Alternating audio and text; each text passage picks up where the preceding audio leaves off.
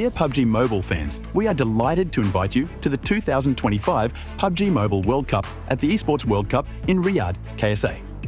This exciting event will take place from July 25th to August 3rd at the Boulevard City. We've prepared tons of event perks, such as the PMWC Avatar Frame, Esports Passion Set, Esports Passion Parachute, and tons more items. Let's check out how you can get all these rewards. During the tournament, go to the Pandora event page via Lobby, Event Center, Esports to join the event. Mormon from SEA, Top from CSA, Pedrinho from the Americas, Silas from the EU, and Prestige from MENA will guide you through the 5 major parts of the event. They consist of tournament celebration, prediction rewards, esports shop, themed outfit, and champion challenge. Join these activities to earn rewards and collect esports tokens to redeem even more gifts in the esports shop. The more esports tokens you collect, the better rewards you'll get. You can get up to 2,870 esports tokens from the prediction event. It takes place from July 23rd to August 5th and consists of 3 stages that coincide with the tournament: group stage, survival stage, and grand finals. During the group stage, get 20 esports tokens by predicting the 8 teams you think will advance directly to the grand finals. Each correct prediction will grant you an additional 60 tokens. Make a total of 3, 6, and 8 correct predictions to get 300, 680, and 720 tokens, respectively. You'll get another chance during the survival stage to guess the other 8 teams that will make it to the grand finals. The rewards are the same as the group stage. During the grand finals, you must try and predict the ultimate champion. Just predicting will grant 30 tokens, and a correct prediction will grant 400 tokens. If you're unsure about your predictions, you can let your friends' predictions guide you. Find someone reliable, copy their predictions, and wait to be rewarded. The 3 prediction rounds take place on July 27th, July 30th, and August 3rd at 10:45 UTC 0. Rewards are issued the second day after each stage ends at 4 AM UTC 0. You'll receive esports tokens based on your prediction results. Note, esports tokens don't expire and can be used in future esports events. Who do you think will be the ultimate champion? Join the 2025 PMWC event and share your predictions. Invite your friends to join the predictions and watch the tournament unfold.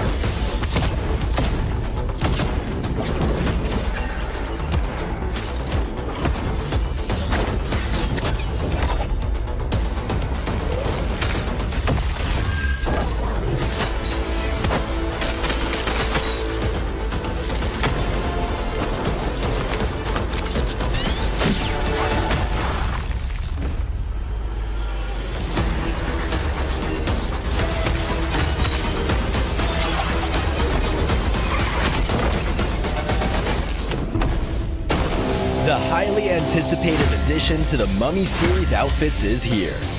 Paired with the new Ice Tomb Glider, the Polar Spectrophage set is just what you need to freeze your enemies. Or send them ablaze with the Inferno Feed set's new upgradable Chain Inferno Uzi. All the Mummy outfits are back. Get them all. Join now and collect the whole series to turn all eyes on the battleground. Event period, July 10th, 2025 through September 2nd, 2025.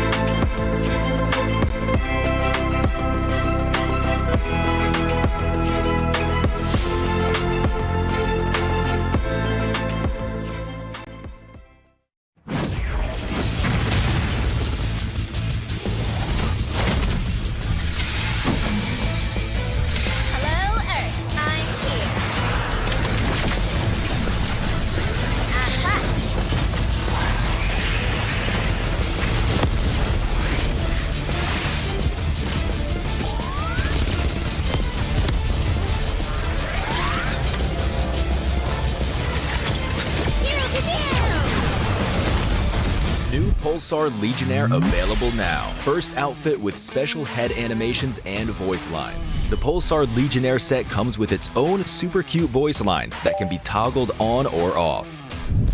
What happened? Bye, friend. Hello, Earth. I'm here. It also features the upgradable Hyperion ship DSR and Jet Reaver glider with special animations. Experience parachuting like never before. That's not all. Even more rewards await. Event period, July 25th, 2025 through August 26th, 2025. What are you waiting for? Get the new Guild set now.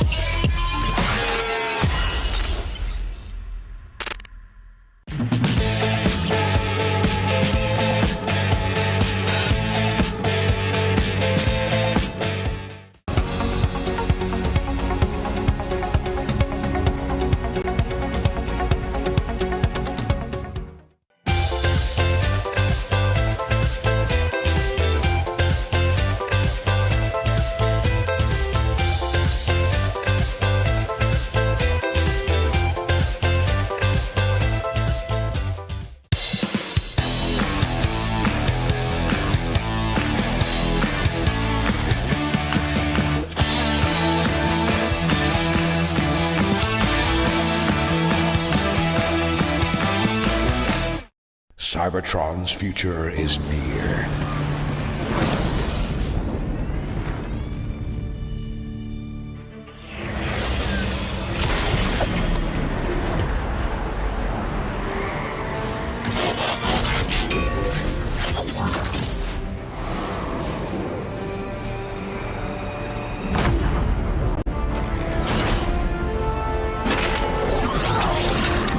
Autobots, roll out!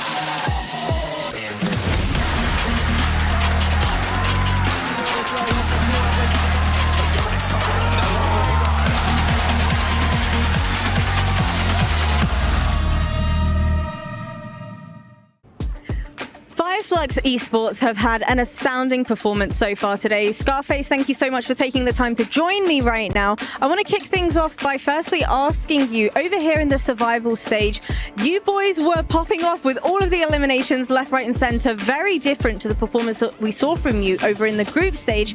I need to know, was this an intentional plan from the start to play a little bit more aggressive? Bugün Survival Stage'de bayağı agresif oynadınız. Çok fazla skor, kill aldınız. Ve bu sizin planınız mıydı Survival Stage'e gelirken? Çünkü Group Stage'de biraz daha pasiftiniz.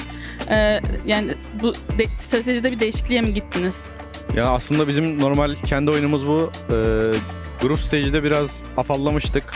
Pasif takılıyorduk biraz. Şu an kendimizi açtık. Bizim gerçek oyunumuz bu. Böyle devam edecek.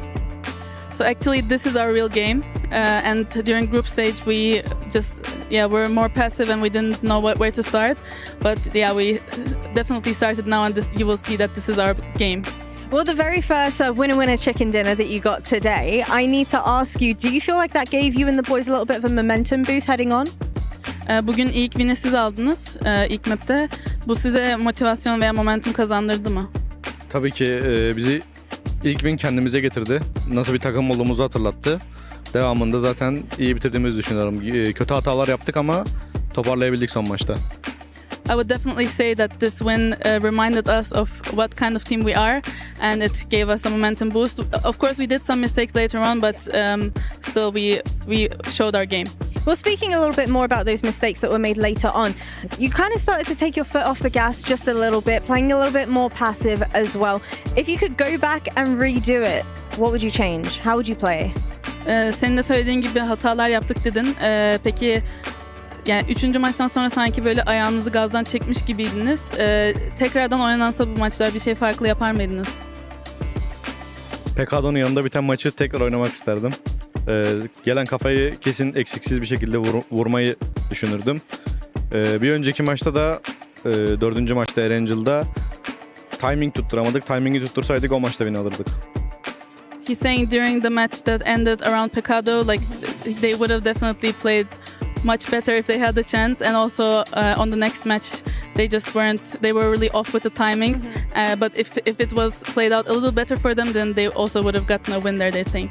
Well, the final game, you walked away with another winner chicken dinner. So talk to me about the communication amongst the team, because Ketch was clutching up in that one. Was everybody going crazy? Son maçta yine bir win aldınız. Orada takım içinde konuşmalar nasıldı? Çünkü Ketch resmen bir clutch attı orada. Biz ilk başta alan atar atmaz sakın satmayın konuşması yaptık. Çünkü çok açıklıktı. Biz 3 finish yedik. Keş tek başına kaldı. Zaten alacağına inanıyorduk. Bekledi, doğru zamanı bekledi. Bombasını attı, kılıcını attı. Bize win'i kazandırdı. Yeah, so when we saw the final circle, we were like, guys, focus, we can win this. And then when Ketch was left alone, we knew with this grenade like that he is going to get the win. And my final question for you, what's the game plan heading into tomorrow's match is the final day of survival stage? Peki yarın survival aşamasının son gününe geçerken stratejiniz nasıl, oyun planınız nasıl olacak? Bugün oynadığımız gibi oynayacağız. Bizim gerçek oyunumuz bu. We will definitely play like we did today because this is our real game. Hot drop? I think so. What we're hot dropping for? PUBG Mobile. PUBG Mobile. That's not loud enough, right? No. Louder? PUBG Mobile! Survival Stage Day 2! Let's get right into it. Woo!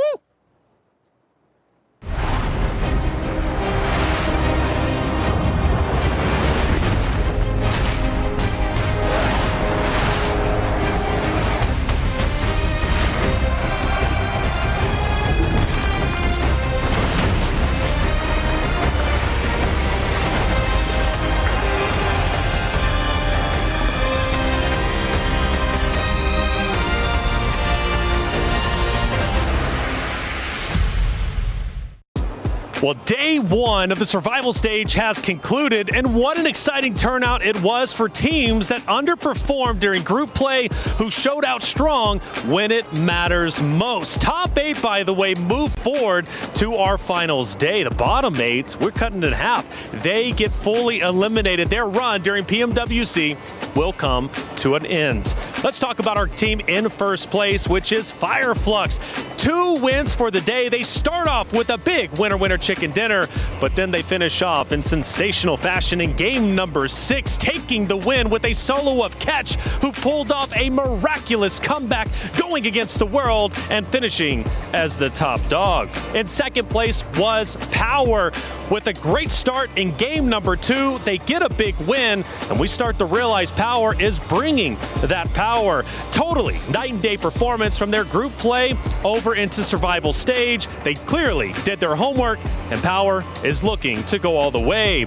But Ragnum Karia, a team that had much hype coming into the competition, especially in group play, well, they show what they are truly made of in the survival stage. They come up, they step up, and they also podium in 3 separate games. With the eliminations, that puts them up there in top 3.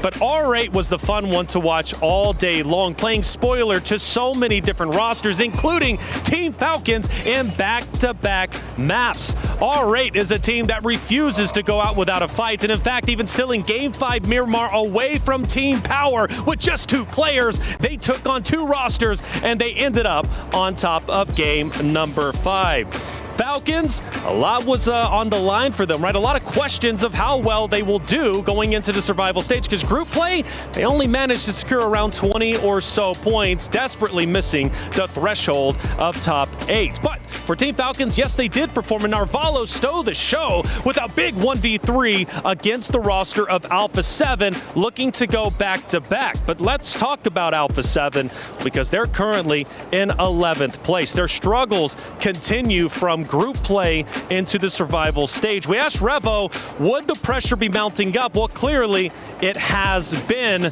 They are outside of top 8, and they desperately need to claw their way up towards the point threshold. If they can reach top 8, they will go to finals. If they don't, their tournament run will come to an end, and so for their hopes and dreams of going back-to-back will be over with. As well as Vision, who's also been on the struggle bus, currently in 12th place. Look, tomorrow is day 2. There are teams that need to step it up, and there are other rosters who just need to keep doing what they are doing. Let's see what day 2 has for us for the survival stage. Fast and Furious is the name of the day here for Survival Stage Day 2, and it might have FF in the name, but it's all Fireflux at number 1 here, looking to continue to dominate this position. Welcome, ladies and gentlemen. My name is Kalaris, to break down everything that may be going on throughout the day here for the Survival Stage. And joining me to my left-hand side, I have Seven, I have Neptura, I have Maxman. I'm not going to talk to Max, don't really care too much. Well, why you? No, nothing from you. You didn't miss me yesterday. No, you can pick, no. You can pick your pouty face. It's fine. But we've got a lot to talk about here, guys. Of course, Survival Stage Day 2 here, Seven. An opportunity for these teams to move through into that grand final or be eliminated, stricken from the roster. That's right. I mean, we had some teams that actually ended up surprising us. They didn't perform that well in group stage, especially towards the top. Power, this is a completely different team, Natur. It absolutely is. It's night and day, and this is the Power we've been wanting to see. We've been following them for a little bit, right? We were watching Mina, PMSL Mina, right? We were trying to see what they had in store. We didn't see that much, and then we continued that trajectory into the group stage as well, so we were kind of like, it's looking a little dicey for this team, but then coming into survival stage, it's been, like I said, night and day. This is a completely different team. I would like to see maybe a little bit more consistency from them, but yesterday was still a really good day for them. Yeah, I mean, Fireflux and Power have been looking great, but Ragnum Karia, let's not forget, okay, this is a team that wants to try and win it all, especially for Silas. He wants to do the Grand Slam, winning every global event out here. But you know, I'm very happy about the positive storylines that teams are going to move on to the finals. I love seeing teams getting eliminated. It's my favorite thing. So I'm very, very hyped to see who's going to go out. So you're saying that the curse is a bit of a selfish thing more than anything? I see. Right, we've got the Jamil Motorsports arrival for the day here, as all of these teams will be leaving the hotel and making their way to the venue in just a few moments' time. As we mentioned before, Fireflux riding high on this. For some of these teams, like Influence Rage and the Brazilian teams across the board, they're going to have to step up quite a bit here. There was a step up, though, Neptura from good old Falcons, who, relative to the group stage, we weren't super impressed with what they were doing, but now here in the survival, they've come out to play. They have. I really enjoy watching them yesterday because that is exactly what we wanted to see from them. Again, it's the same with Power. They've got a little bit more to go, but actually looking back over those points, they had 4 top 5s out of 6 games. And that sort of thing, that sort of consistency is really what you want to build on. I want to kind of contrast that with Power, as we were saying, right? They got 2 wins yesterday, or 2 top 3s. Was it 2 wins? I think it was 2 wins. Yeah, it was 2 wins. Looking at my notes is a good idea. But the elims were really good, but after those 2 wins, they didn't even have any top 5s or top 10s after that. It was all bottom of the pile. Whereas Falcons, they were able to actually get 4 top 5s out of 6 games. And if Falcons could actually build on that, get those eliminations as well as the placement, for Power, do the same thing, but just be a little bit more consistent, you got 2 very good teams coming out of the board. It's the reason why Falcons picks up a roster like this, right? We take a look at the Gadia top players and see if Falcons is able to make an appearance in all of that. I won't be surprised if they did, considering what we saw from them in the survival stage to get things a roll in 7. Plenty of stuff coming in from the big Power teams. Yeah, and I think I want to kind of break down a little bit more with Power, because we got a chance to talk to Easy, we got a chance to talk to Haji. They were able to tell me they're playing pretty much what I said yesterday. They're playing like they are in PMSL MENA. They're not really being scared. They're being able to control a big chunk of the ground. And the main factor, I feel like, that we were able to see as well, Maxman, was the third party. This team is now willing to third party, and this due to that control that they have, that they're kind of allowing themselves to scout. Yeah, I mean, especially on the Orangles, right? Power have been very, very present on the 2 main battlegrounds of Orangle and Miramar. Just like in PMSL MENA, as you said, they are trying to play a little bit closer to how they were doing back in the qualification stage for this PMWC, and they're looking just way more confident. And we see more of Al-Haji in particular, which is, I was very shocked in the group stage. Al-Haji was just not doing anything nearly as close to what we initially expected, and he's here finally on the board. The MVP contender here from MENA is here to play. Good stuff, considering that it really is do or die when it comes to the survival stage.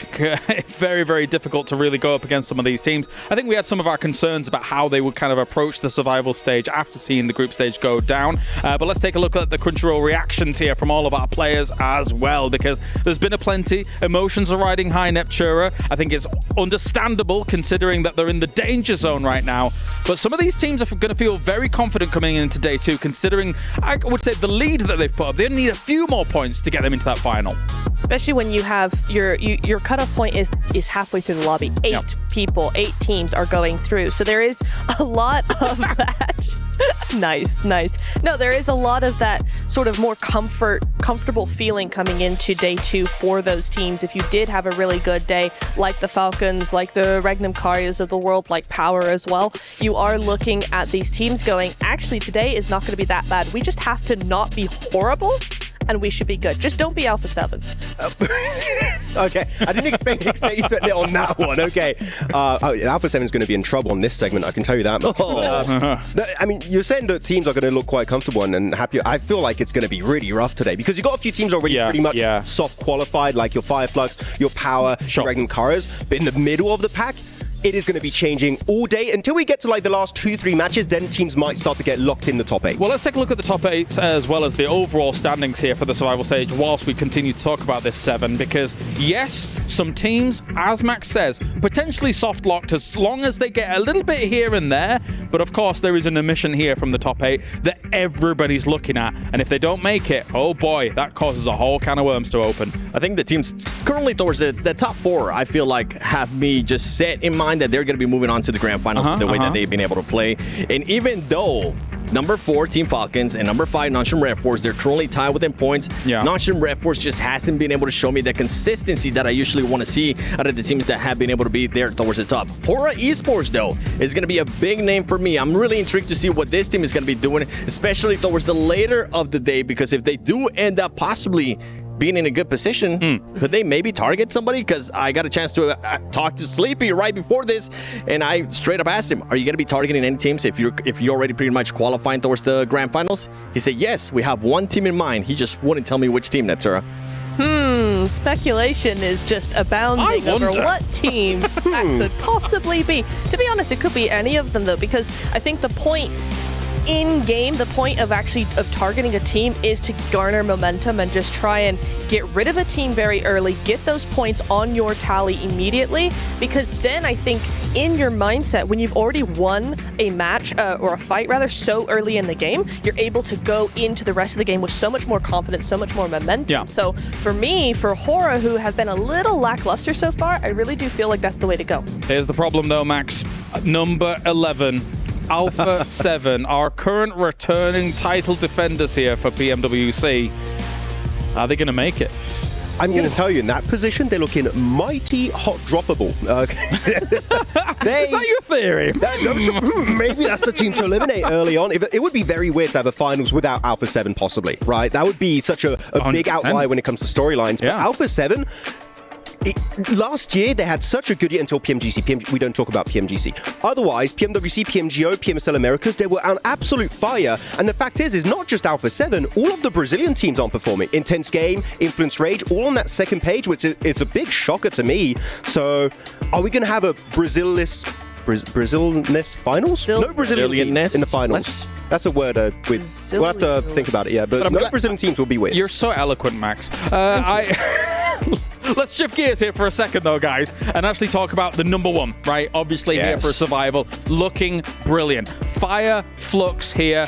Talk to me about this position. Let's take a look at those top 4 teams looking brilliant overall. Fireflux, though, in number 1, 7, looking really, really impactful, really strong. From game 1, I want to say, of all of yesterday. I think that set the precedent for the whole day for this team. It's pretty much how they were going to be playing. They played it very careful, very tactical, and very passive, which is a big difference because right from the first day of group stages, something that we've been saying all along is that this whole lobby is very aggressive. This team is not wanting to do that. They have definitely adjusted to that. They're saying, you know what, let's let the other teams fight, and then if we get into a situation where we can actually gatekeep teams, let's actually go ahead and do that. And you can tell right there on the left side is going to be, I believe, the stats from group stage, and then on the right side is going to be what they were able to achieve yesterday, which is just insane. They have already surpassed everything, and I'm hoping that they continue on this track. The big question mark for me for this team, especially today, Neptura, is going to be, can they actually be a little bit more aggressive? Because sometimes they set themselves up to be too passive and allow teams to just push up on them, and then what could have possibly been a win, it ends up hindering them.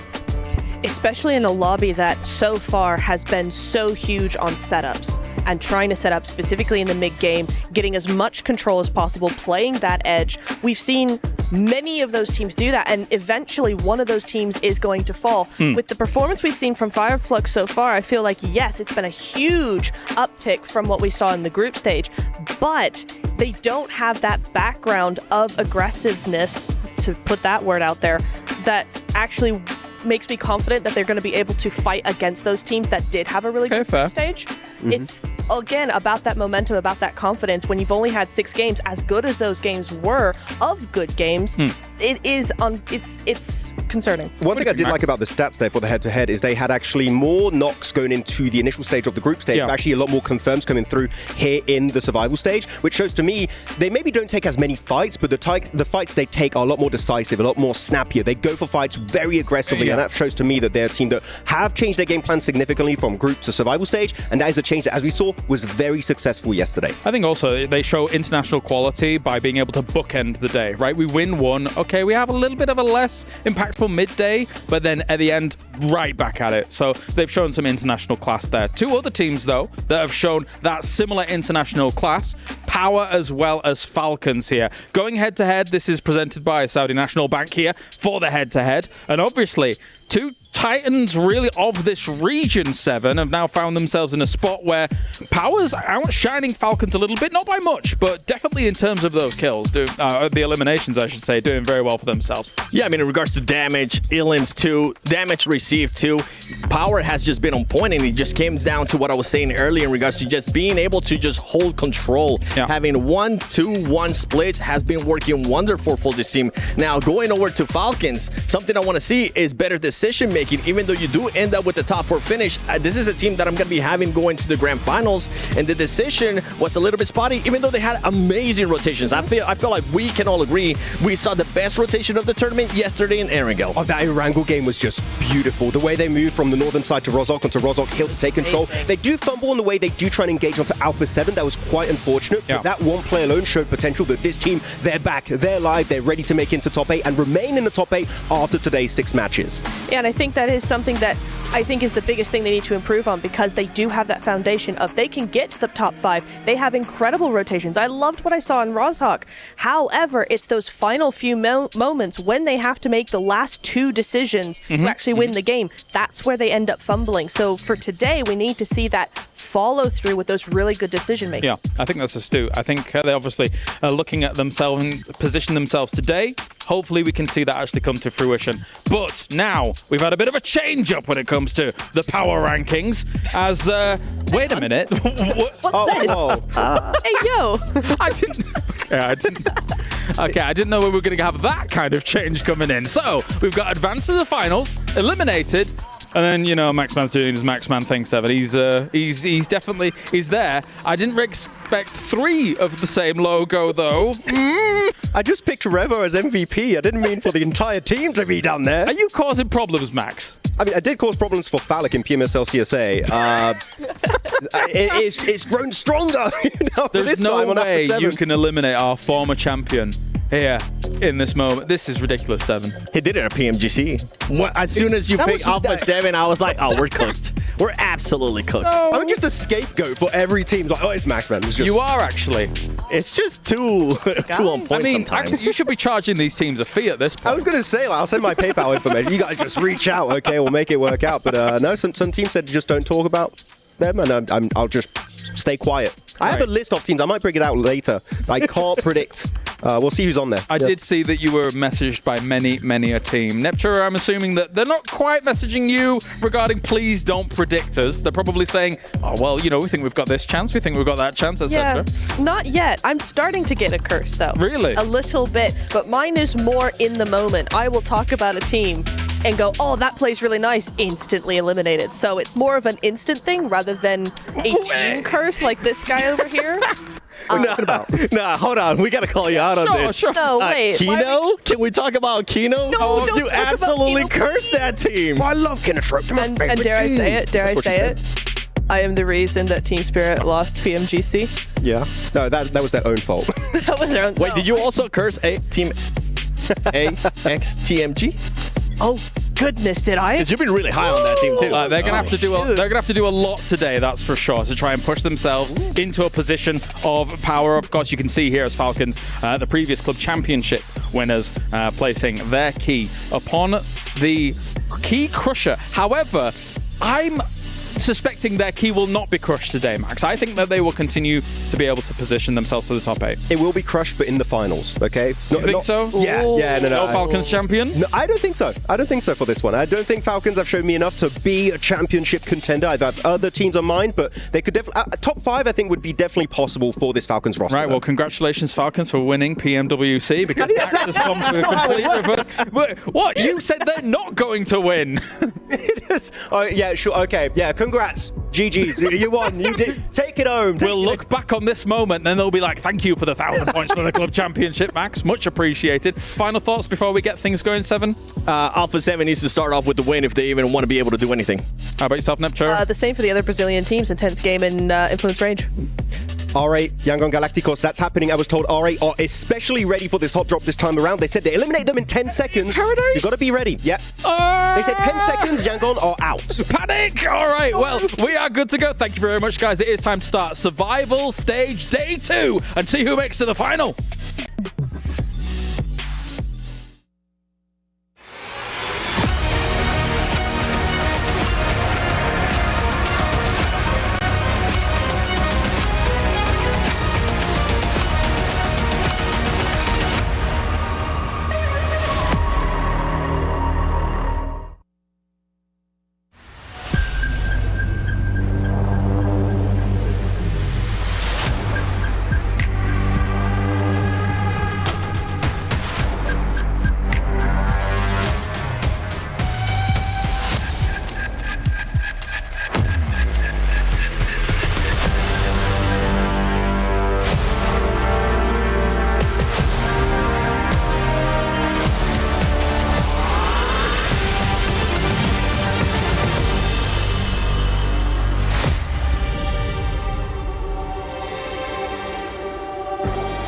No more safety nets, no more second chances. Today, you perform or you go home.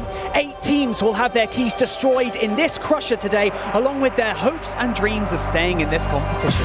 My name is Barney Banks, and I am your host for the PMWC at the 2025 Esports World Cup. And it goes without saying that only the strongest teams here will have the opportunity to lift this stunning trophy. So, make every opportunity count. And with that being said, it's time to introduce your teams to the main stage, kicking things off with intense game.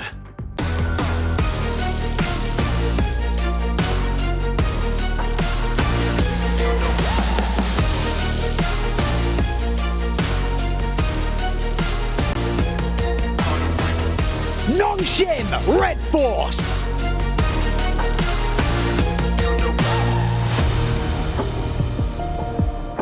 Gamax Esports.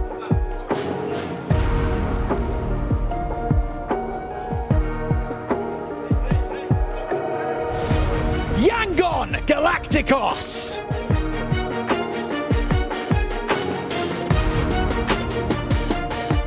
Hora Esports.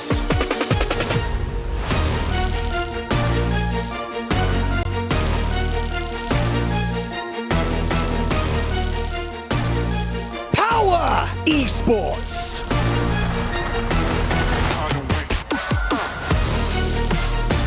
Regnum Carrier Esports.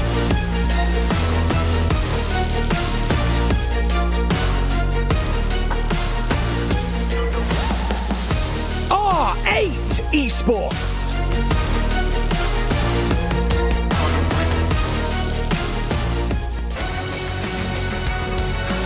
Flux Esports.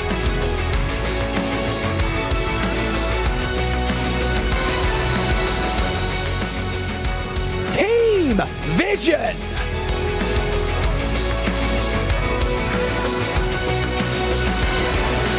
Influence Rage.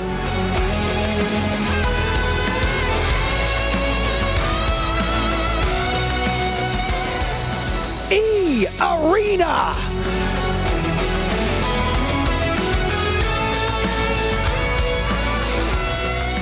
Kinotrope Gaming.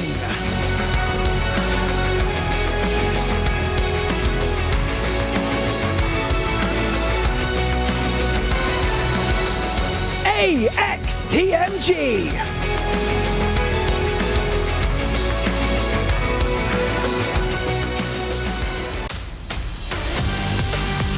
Team Falcons.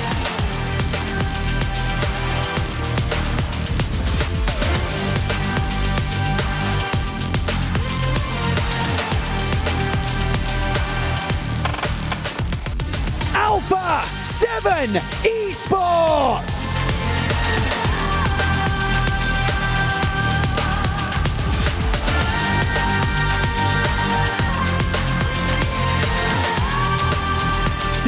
Teams enter the stage, but only 8 will make it out unscathed.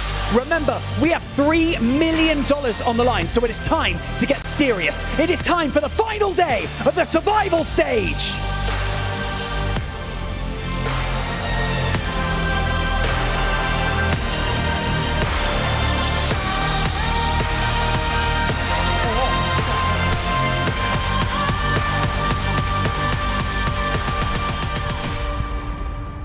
Couldn't have said it better myself, Banks. It is time to get down to business here for the survival stage. One more day will determine whether or not you move through into that grand final.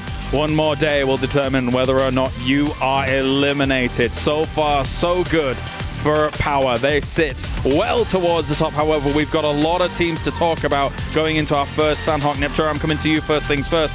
Brazil is a region famed for excellent hits here in PUBG Mobile. However, they've not been able to get it done so far here. They just haven't, have they? No. I mean, it's such a shock to everybody worldwide because it's sort of part of the esports thing now. It's like, well, Brazil's just going to be in finals always, all the time, and they're just looking like they're not going to. And usually, they're very aggressive, lots of control. We see them trying to do that with those edge splits as well, right?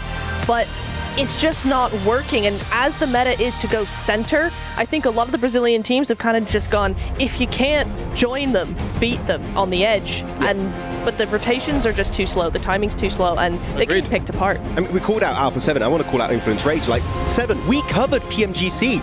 Such a great comeback from this team that really nobody expected when you have like Alpha 7 and all these amazing Brazilian teams and star players, and your Influence Rage here at PMWC has just been really struggling to have an impact. Yeah, Seven, what do you think about these Brazilian teams? Yeah, Seven, tell us. I'm generally surprised, actually. If we go for the Alpha 7, I feel like it set the tone yesterday. As we were talking about Fireflux setting the tone for their day yesterday on the first match for Alpha 7. They had such a great play. They have won from that position before in PMSL Americas too, but it was just silly plays. Them not being able to clear under the bridge, then also forgetting that there was a non-Shim Red Force player on the South Island as well, and then just fully sending it without any cover. It's just it's silly plays by Alpha 7, and that's why I'm saying they need to start off with a win. If not, they could be one of those teams that get hot drop. They're a region alongside a lot of the other ones that we are keeping our eyes on here going into Sandhawk. I want to talk about more, but I'm getting word that the teams are ready to get into our first game. Sandhawk here for day number 2 of the survival stage. Let's head over to the casters for all of the action. Here we are, the last day of the survival stage, the last chance and last dance for 8 rosters. Half the lobby cut in half move forward, half have their tournament lives ended. So much on the line for so many different reasons. And that team right there, Alpha 7, need to perform well. But hey, as the champions, they've got a target on their back, and everybody is going to be gunning for them, looking to eliminate them so they are not a threat, at least to them, in the final stage. I'm Taylor Reflections Noble, joined by John. It's time to get today started. We move into map 1 on Sandhawk. It's always an exciting spectacle. Maintain pace at the top of the tables, try and engage those afterburners from the bottom. If you don't make it to the top 8, you're done. You're chucking that golden key into the crusher, and it is going to turn to dust. And it will be pretty brutal to see that happen right before your very eyes and be sent home not too long afterwards. Our plane path is locked in for our Sandhawk match. We're going from Tambang up towards Hatin, so a little bit leaning towards this northwest side, and one of the few plane paths that can cause a few issues here on Sandhawk, but I'm not expecting for things to get too hot and fresh, except over on Paradise Resort. Yes, Paradise is going to be our focal point. Yangon Galacticus R8, they had a bit of a tussle with the muscle yesterday. We might see round 2 this time around. And from what I'm hearing, one of those rosters thinks they're not going to go down without a fight. Yeah, well, we had a Maxman Brain Blast over on the desk before, and he brought us the info, the R8. They're so ready. They're giga ready right now for Yangon Galacticos. They said 10 seconds, so should we start the count now or once they hit the deck? I'm not sure, but I expect it to last a little bit longer than that. 10 seconds. 10 seconds would be an impressive team wipe. I'm not going to lie. You need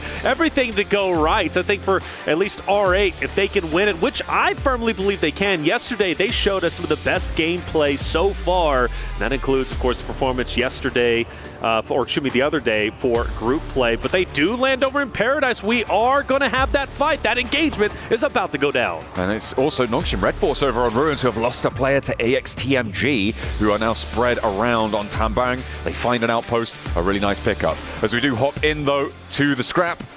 This is longer than 10 seconds. I'm getting word that 1 minute and 47 is bigger than 10, and that is going to confirm the R8 are full of hot air. That's it. Well, you know what? Hot air, yes, in the prediction of time constraints, but maybe not in their prediction to wipe out Yangon Galacticus. Now, we'll say they come in with so much confidence, so much reverence, but if they don't win this fight, that's going to be a big blow to their ego. And also, the stakes are pretty high for this hot drop, and the reason why, well, Yangon Galacticus is a team outside of the top 8, but barely, just barely.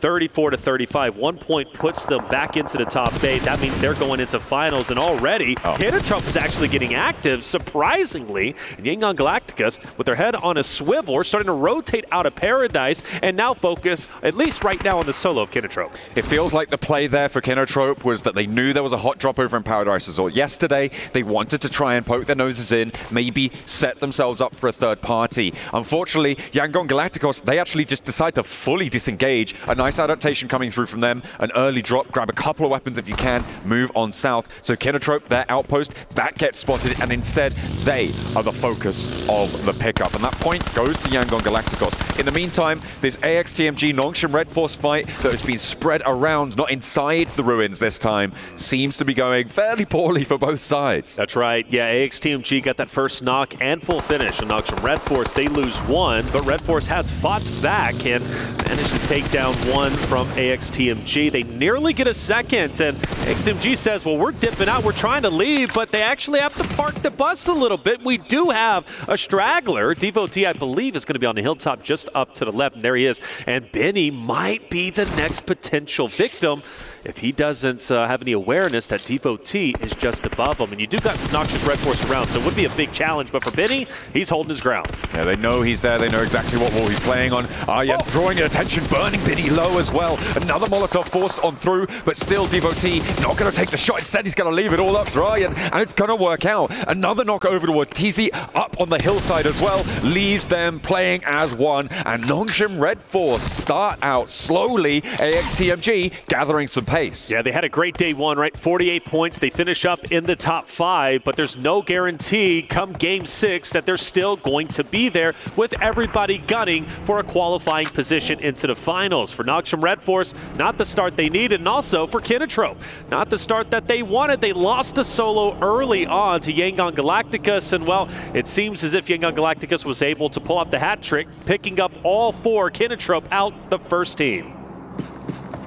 Trying to rotate down south, trying to get a little bit fresh and try and third-party that Paradise Resort play. Yangon Galacticos are ready for it. So it's not just R8 who were looking at adaptations there. It was Yangon Galacticos as well. A really prescient decision. And that actually allows them to pick up all the supplies that Kinotrope were able to loot through as well. So even though they had a little bit of a low time looting phase in the south side of Paradise Resort, they were able to pick up a lot because they've been able to leapfrog that one through. As we take a look at the replay, this is how Nongshim Red Force lost a lot of their players. Influence Rage as well, trying to break out of boot camp. Looks like they've moved into the hillside successfully. Yeah, and AXTMG is most likely going to want to get the final player, Ziz, who's going to be just on the opposite side of Ruins. Big win for AXTMG. Only losing one player in that fight is pretty successful. Team way towards the bottom, getting started early. It's only going to better their chances to making top 8. Team Vision, a roster that performed very well and had stellar moments throughout group play,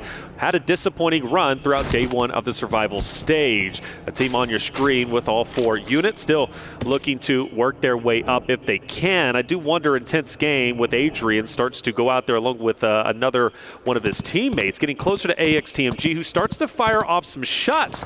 Teams need to respect AXTMG and where they currently are in Ruins. They push too aggressively, they could be losing their lives just like Nongshim Red Force did. The question is, even with good positions and good performances, for AXTMG, it may be too little too late, right? They're chasing a marathon down where other teams are going for a stroll around that bubble. They are on 12 points at the start of this match. Obviously, picking up 5 is brilliant, right? Sure.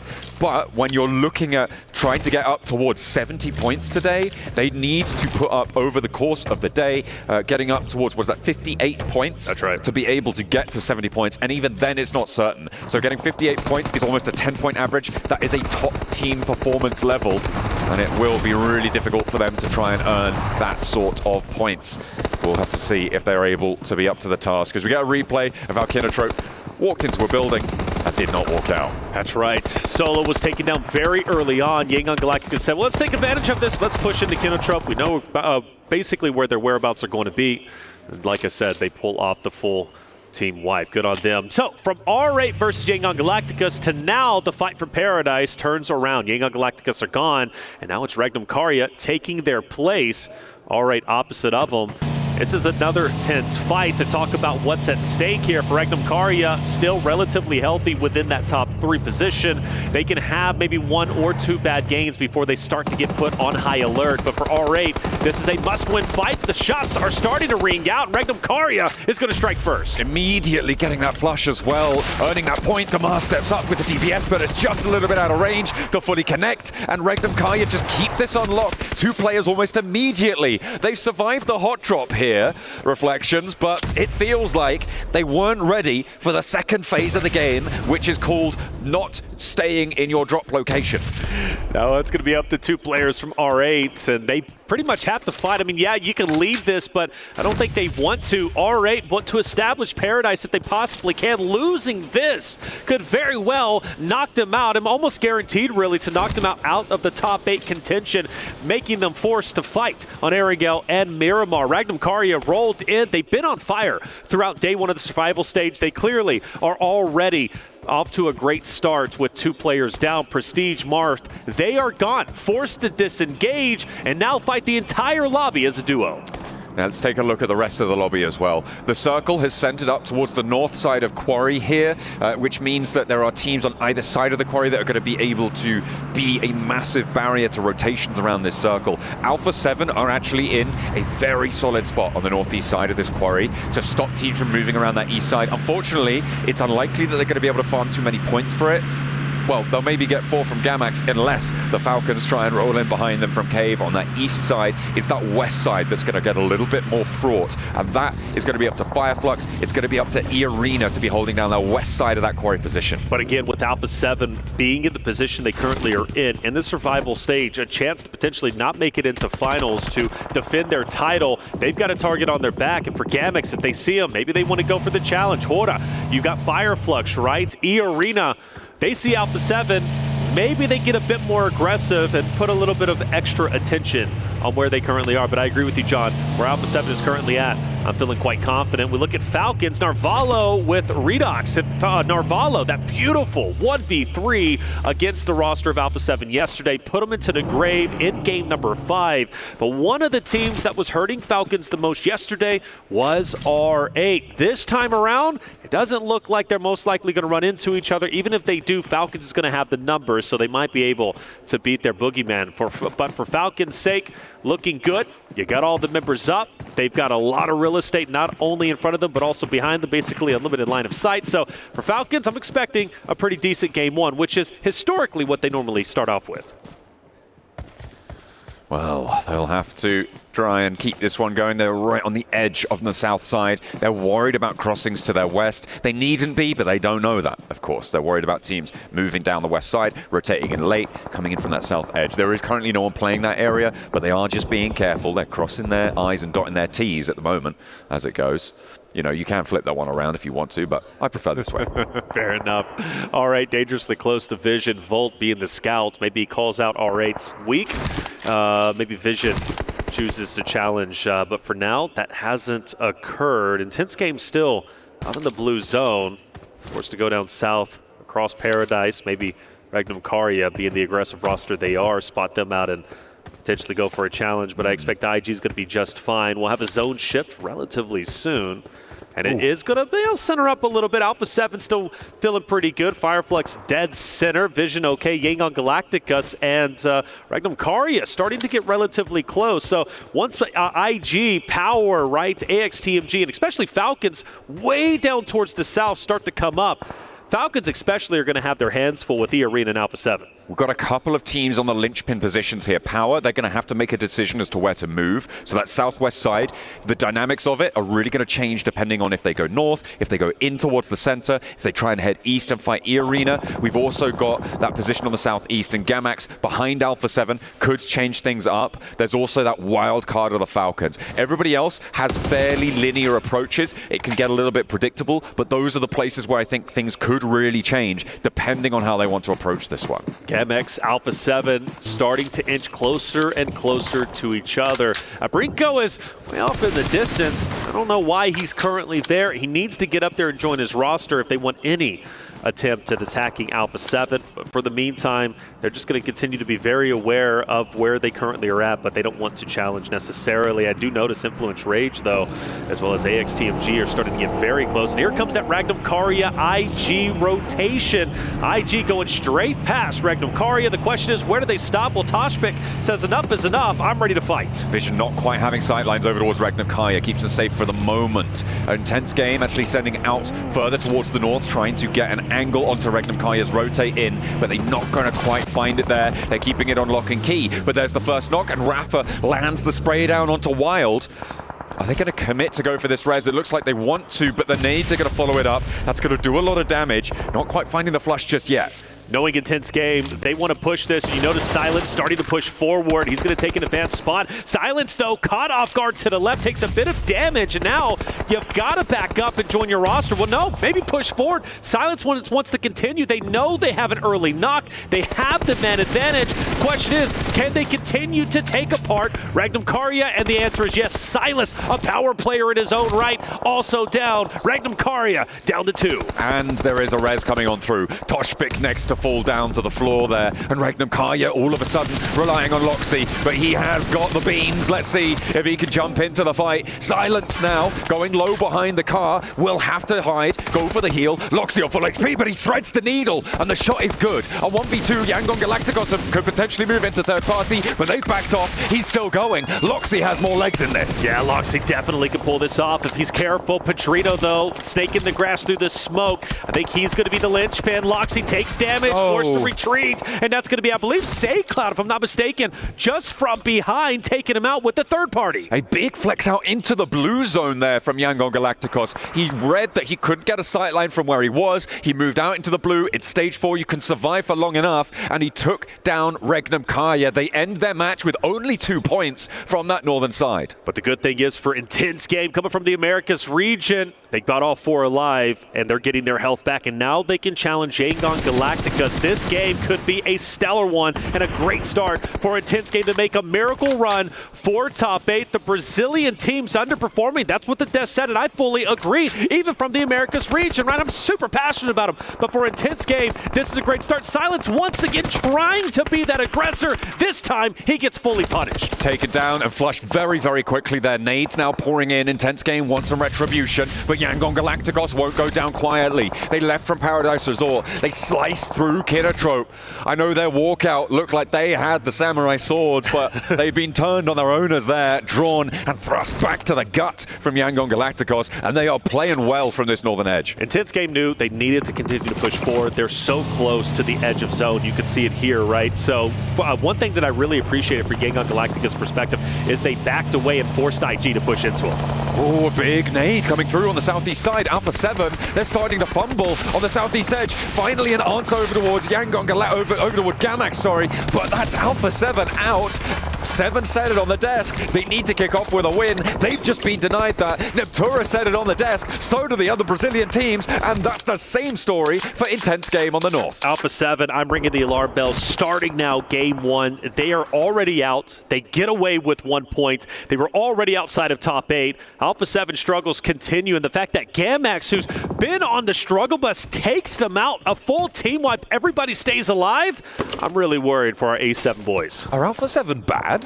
Hold on, slow down. I don't think they're bad whatsoever, but something is just not clicking, and I sincerely don't know what it is. Well, Power seem to have found it. They are going to mount up for an approach towards AXTMG's players who are starting to flag. I think it's just Devotee left. There's nade pouring in on his rock, and it looks like they know exactly where he is. A slow approach from Power onto this circle. I said that they could be the wild card here on the southwestern side, but they have played it sensibly. They've lost 1 player in this fight, but they have managed to rack up a point. They're looking to clear out slowly and methodically. E-Arena, I'm worried about what they could do to this one, though. You can see them start to poke their noses in from the east edge. You've also got Influence Rage, who have gone 2-2 on the western side. Yeah, Influence Rage is going to be me. I think that's going to be the team to try and maybe third party this truly from Team Power's perspective. But you do mention E-Arena, and Joker is relatively close, so he can push up. So worst case scenario for Power, they get pintered between E-Arena as well as Influence Rage. Not a good spot to be in. An Influence Rage and both E-Arena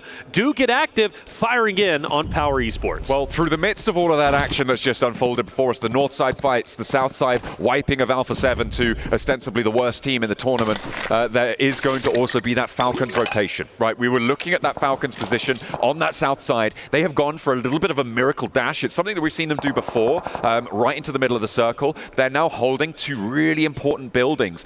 Shacks, fair enough, but important buildings in this next zone. They have cover, they can play to the south side to hold it, and everybody else who could crash onto their locations right now, they're being held out by one another. Once those fights conclude,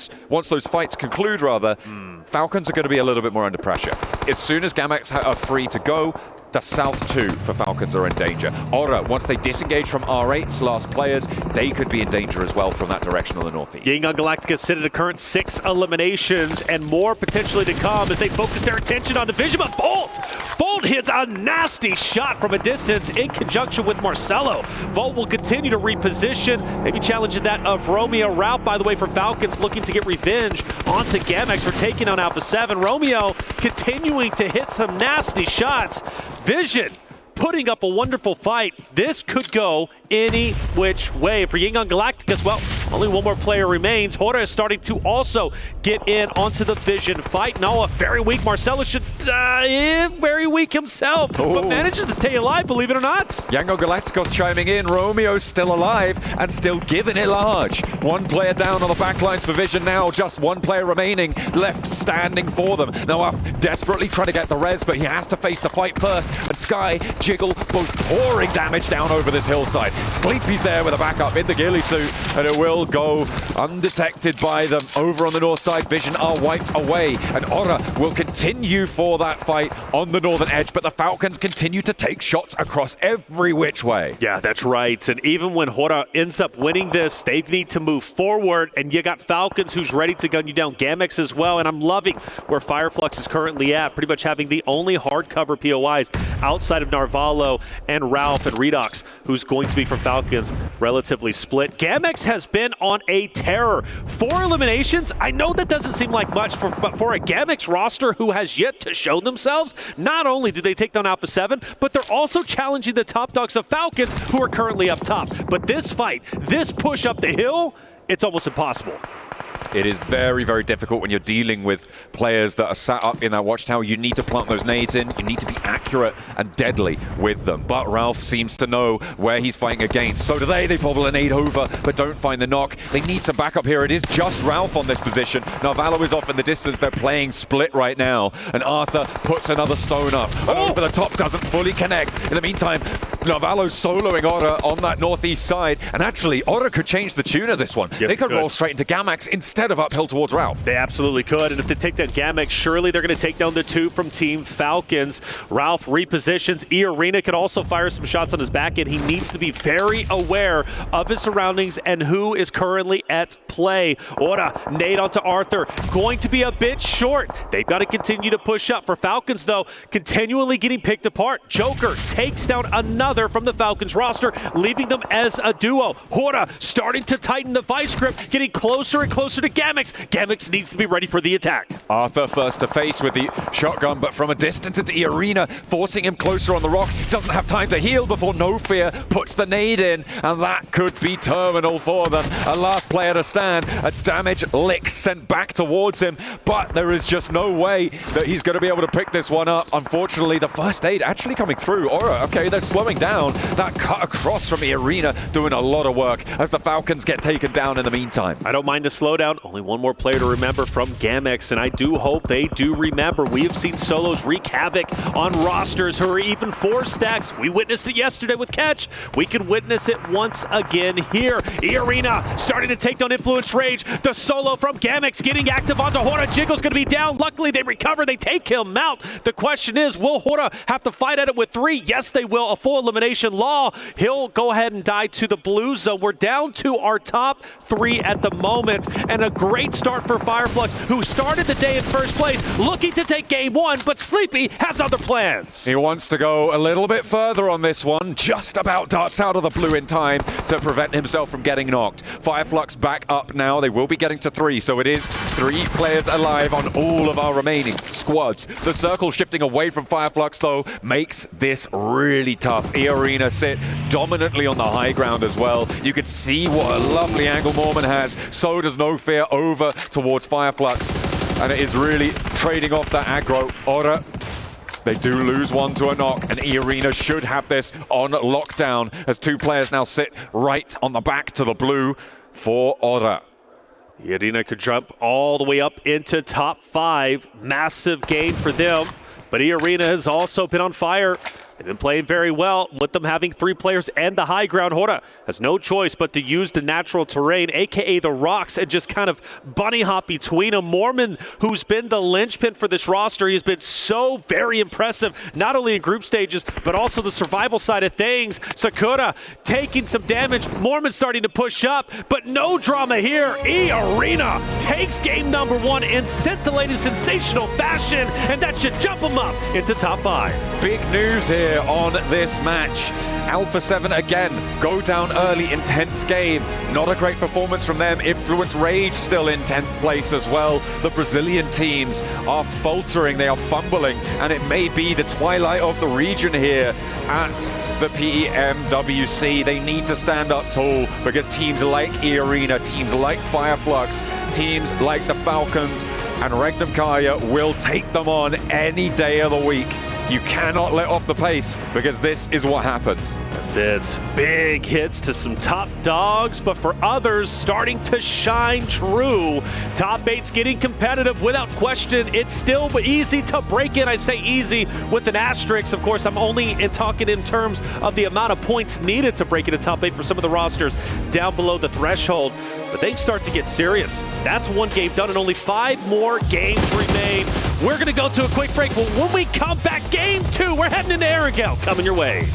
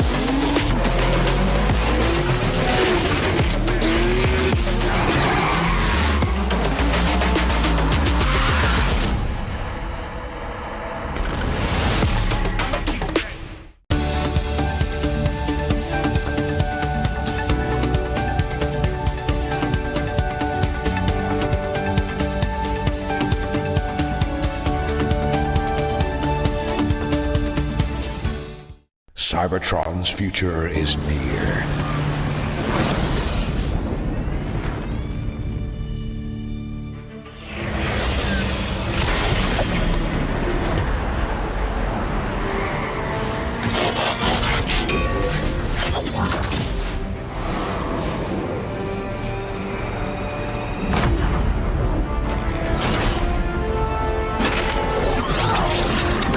Autobots, roll out!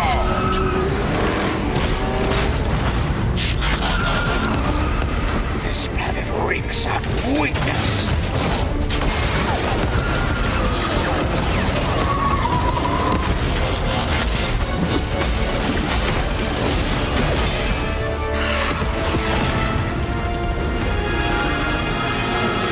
Your courage reignites my spark. We'll crowd a new lord of Cybertron.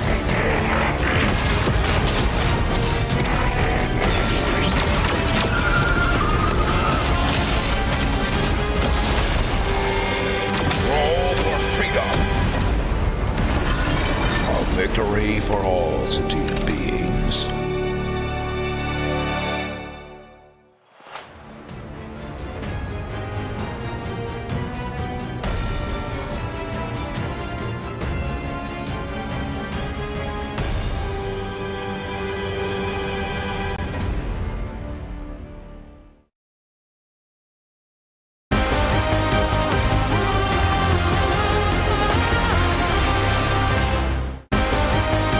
ahead and caught up with none other than the coach from Power Esports, Hexy. Thank you so much for joining me. I got to ask you, though, coming into the survival stage, having finished second place in many of the MENA tournaments, is there now an added pressure to surpass the Falcons here at PMWC? We don't have any pressure. We just try to be as much good as we can. Our point is not getting first, second place. We just play our games and try to be as much consistent as we can. Do you feel like the Falcons are coming into this event looking pretty strong? Yes, they are a good team. We respect them, but we will try our best, to surpass every team. We don't have a specific team to watch. So we just play our games. And talking a little bit more about yesterday's matches here at the survival stage, you walked away with 1 chicken dinner, which congratulations on that front. However, 2 of those matches, you were the first team that was eliminated. What do you really think went wrong there? One of the games that were because of hot drop, which depends on 50-50. Either you win, either you lose. And the lack of data that we didn't expect them to on our spot. So they landed and we had a fight, then we got a fair party. So it was a tough game, but we tried to fix that, and we already fixed it. You already fixed it. Does that mean heading into the final day of survival stage, you're pretty confident you have a little bit more reliable data to work off of? Yeah, every day we play, we get more data about teams and where they go, how the style they play. Yeah. So our style should be and will be the same. So we just try to avoid on the first game fights. Then we will try to play our game depending on the timings and the data the players will get. Well, I want to end off this interview by asking you to give a message to the rest of the teams that you'll be facing here at the final day of survival stage. We are Power Esports and we don't fear anyone. We will try our best to beat every single team. Nice. Thank you so much for joining me and good luck. You're welcome. A Sandhawk game, not ending on the Northwest Island. It's Christmas. We've got ourselves a brilliant game coming out from E Arena, who were able to control the cliff sides, able to dominate the rest of the competition here in the jungle. Welcome back. I'm breaking down this game alongside Neptura, as well as Maxman here. And we have got good old E Arena with a brilliant little win here, Maxman. Oh, yeah, good old SEA chicken dinner. We love to see it. No, it was a very solid game from them. They were playing a very good compound on the road trifecta next to bootcamp the entirety of the game. It kept shifting away, and they played it very safe, playing on the lower side of the cliff, trying to avoid all of these big early fights, all the early altercations, and because of that, a lot of the teams were wounded, and that's how they can sneak their way into the circle to get the win, especially thanks to Mormon's angle. Yes, Max. No, I'm doing that as a meme. I'm doing it as a meme.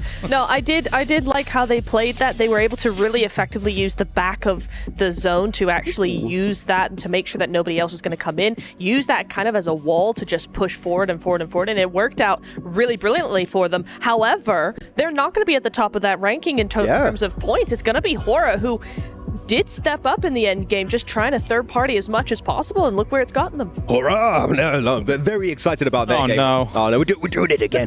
No, actually, they were on a big sweeping motion onto the eastern side, just clearing all the teams. They got rid of R8. They had a really good compound control. Very strong third party, specifically onto the side of GMX. They were fighting another squad over there. I think it was Falcons, and actually just able to take full control of the east. Unfortunately, it wasn't enough to get the chicken dinner, but it was enough to be the top team in terms of points overall. So Hora really starting to play a lot more aggressive, which normally in CSA they're quite a bit more passive, but here they've really woken up and know that if they want to make it in the top 8, they need to get elimination points on board. Definitely come alive in the survival stage, right? I mean, there were moments in the group stage that I don't think we should really discredit too much here, but for survival, looking brilliant here, Neptura, and considering the position that they were coming in from, considering everything, all the components of this game, I think it lined up really nicely. It did land really nicely, and I think it's been really interesting to see how they adapt to the more global lobby, because you're right, we've seen something kind of very different from them in CSA, but to come into global and not so much control with that more passive just zone control that we're so used to seeing,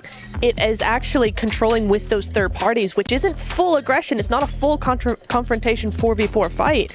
So it is tweaking it, but it is just making sure that they are more aggressive, able to get more points, and actually reading the lobby really well. Especially in CSA, I kept describing them as a very good defensive team. We take a strong position, we defend until the very end. It's nice to see them be an aggressive team, looking for breaches and third parties, and then being successful while doing so. And I think that gives me really good hype around them as to how they could play going into the finals, of course, if they qualify, but they're looking pretty good, so I think the top 8 is in the cards for them. We have our eye on them. And another team that we have our eye on, of course, is Falcons coming into today, who actually got dispatched of relatively quickly by good old GMX down towards the bottom of the tables here, Max, who are fighting back. Let's take a look at one of these moments here and see kind of how things went down. GMX taking heads. Okay, they take down Alpha 7 and Falcons, two favorites. So we had at the very start, like, they're going to make it top 8 pretty easily. But no, GMX are here. And actually, the first fight they took was against none other than Alpha 7. Alpha 7, by the way, did not have a bad game here because actually you had a really good rotate. They go from their 2-2 split, regroup on this compound, but GMX, they find one knock, maybe an angle of Alpha 7 was just not fully covered.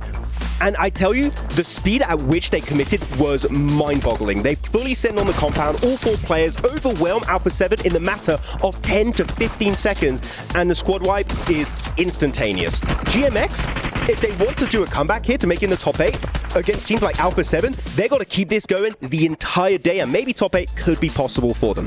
Another team I want to focus on, of course, here is Fireflux. They've done amazingly here in the survival stage, but just slipping a little bit here in the final moments, Neptera. Yeah, I think we thought they were going to win. You were like, yeah, they're Fireflux, they're going to win. But I think at that point, at the point that when they tried to actually do something, it was too late because they had the low ground and that particular ridgeline or hillside was so open. Yeah. Hora had eyes on them. E-Arena had eyes on them. It would have been much better if they had maybe one zone before, at least just like 30 seconds before, right before the zone closes. Use that space that's technically outside a zone to wrap around outside and come in behind E-Arena. I think that would have had a much better chance for them to win longevity-wise because E-Arena were just able to use that ridge so effectively. That could have been Fireflux if they'd been a bit more proactive. I think there's a big issue when you stay in a compound on the edge for a little bit too long as you become very predictable. Teams knew that they were going to be exiting from that main building onto the southern eastern edge, so they're just like, we hold angles against that, Fireflux, you're not going to exit that compound whatsoever. So Fireflux, again, a team that we know can be very strong, but here a little bit too slow and a bit too passive. I think if they were more punishing, maybe as you said, Niptra, maybe 30 seconds earlier, maybe they just control the entire circle and take home that chicken dinner. I think that's a good breakdown, guys, because obviously they're looking great at the top, but they could be smashing even more here in the survival stage and really making a statement. Well, as you can see, we are getting ready for Erangel. Make sure to check out the map feed as well, which is live over on YouTube. And we can now head over to the casters for the grassy pastures. Erangel on the cards. Thank you very much. I am Taylor Reflections Noble, ready for this game here to get started. It is going to be a scintillating sensation of a game, and I am pumped. Wow, John, that was phenomenal reflections. Yeah, you sound great. You sound proper Texan, I would have to say. By the way, you're in the same room as me. You start picking on me a little bit too much. I am bigger than you. I want you to throw you out. Yeah, but I've got my name on my socks. What? What kind of comeback? Yo, I'm going to take you out. Oh, don't worry. I got my name on my socks. Yeah, they're going to be able to tell which bits of me there you go. left. That's what I'm thinking once I remove you from this room, man. Hey, look, we're gonna put our differences aside for now. We love each other. Because we have a communal hatred for Alpha 7. They're doing really poorly right now. Yeah, everybody in this room hates Alpha 7 right now. They are so bad at video games. No, Alpha 7 are okay. Look, the thing about Alpha 7 is they can come back. They really can. But I can't dispute it. Like, they are on the struggle bus. Things are not going okay for them. And I am sincerely starting to get worried. Now, we did notice yesterday Alpha 7 did land Lapoca for the first time in PMWC. That's normally their go-to spot for the Americas region. Of course, here for PMWC, they've been going up towards Georgia Pole. That's been their location. So I wonder if now they're maybe starting to go back to their default spots that put them at PMWC to begin with. With the way Squash and all the co from Alpha 7, I believe they are in fact going to be going to their OG landing spot. So now we're going back to what worked during Americas, what has worked in seasons previously. I like this because Alpha 7 are in trouble. They've been trying new things. Now it's time to go back to what has worked, your bread and butter. I mean, this could also be an artifact of the plane path as well, right? This plane path, very eastern leaning from Stalba down to the middle of Sosnovka military base. It feels like a backup drop for Alpha 7. I wouldn't be too surprised over the next 2 matches to see them go back over there. Oh my gosh. This is a pretty nasty sub. Okay, let's kick things off with an eastern plane path and a hard southwest circle. Wow. this is also nasty because it's on the late end of the plane path. There's a hot drop on a vehicle there. I think that's in Intense Game, who have just lost a player. I believe they've gone down to Ora, if I'm not mistaken, over by Yasnaya on a vehicle hot drop there. Our only casualty so far. Ooh. Maybe a little bit more as well. And Power drop one out. EVOT tries to give him the runaround. He says, oh, I'm going to dodge this vehicle. They can't get through the rock. And he's like, yeah, but I've got a gun, mate. He's got a gun, and well, the gun wins over the night. Power, one of the top slaying teams when it comes to Arigel, at least historically here for our survival stage, elimination-wise, averaging, 7 or a little over 7. They start off with an elim early on. Good for them. Everybody's going to quickly try and rotate over. There's so much water in the current stage 1 that you have to get some real estate as much as you can on mainland. And I love that Falcons, Kinotrope are taking early priority. Let's not forget Kinotrope, a team that is looking to work their way up in the top 8. Fully eliminated early on in the initial fight against Yangon Galacticus on Sandhawk Map 1. So they are desperately needing a solid game 2 and onwards. But for Falcons, if they can get center zone, maybe even get on that shoreline, they could have a wonderful game here. We'll have to wait and see. I mean, it is a pretty dramatic circle as in terms of landmass, but what it doesn't do is necessarily put a massive hurry up, because it's on the mainland. These rotational paths will be known, and generally teams will be comfortable getting into this area of the map, right? It's not too different from if it was just a little bit further north and it didn't have as much water on the south edge. The difficulty will start to come on through in towards stage 2, stage 3, after these first rotational plays have been made and moving on through that way. With 2 players going down so far on a hard east plane path, not necessarily unexpected, but the thing I'm looking at right now is Otter and Influence Rage and Yasnaya Poliana. Yeah, they're very, very close to each other. That fight most likely going down. Again, an important one to say the least. For Ora, well, they are towards the top end of the standings. They naturally want to continue to separate themselves, not only for the money, but also for a guaranteed spot in the finals on our next stage. But for Influence Rage's perspective, I mean, truly at the moment, the crown jewel for Brazil, the crown jewel for the Americas region to break at the top 8 and represent Americas in the finals. If it's not for Influence Rage, it's not going to be an intense game. They're a little bit too far down. Alpha 7, so many question marks on them. So Influence Rage winning a fight against Orta here could be massive and bumping them up the standings. The question is, do either team want to engage? Not at all. Right? It looks like they dropped close and looted away from one another. And in general, I would imagine that that is what is on their minds right now. Meanwhile, over on the rest of the map, it's Regnum Kaya crossing the Gakka fields. Falcons, they've sent a scout out ahead, but Regnum Kaya could potentially pinch that away and cut off that supply line behind them. It looks like Falcons are on a 2-2 right now, I think. It could be a 3-1, I'm not entirely sure on our map feed, but either way, Regnum Kaya seem to be descending on that forward position for the Falcons, and that could be nasty, depending on how fast the Falcons can regroup. Yep. They are about 500 meters out for getting fully on the regroup, but Ralph goes down, and Regnum Kaya wastes no time. That's right, Regnum Kaya is starting to get active. I believe it was a 2-2 split. It was Koa with Redux who were on the advanced position, and well, now he's got Narvalo and Co starting to move through, and Wild is most likely going to be shot at relatively soon, you would have to think. From Falcons' perspective, losing one hurts, though. They were not wanting that, but that's kind of reminiscent of what they've been doing. Falcons love sending a scout player up ahead. Sometimes it burns them, sometimes it works out well. How have AXTMG made their way along this coastline? They've rotated through now 3 teams, and it seems like people are just like, yeah, no, that's fine. That's fine. You guys can just keep going. It's all chill. They dropped around Milta, sort of around that sort of area. They've gone through Nongshim. They've gone through Kinotrope. Now they've gone past Vision. And it seems like nobody wants a piece other than on that hot drop that we saw earlier where they lost EVOT.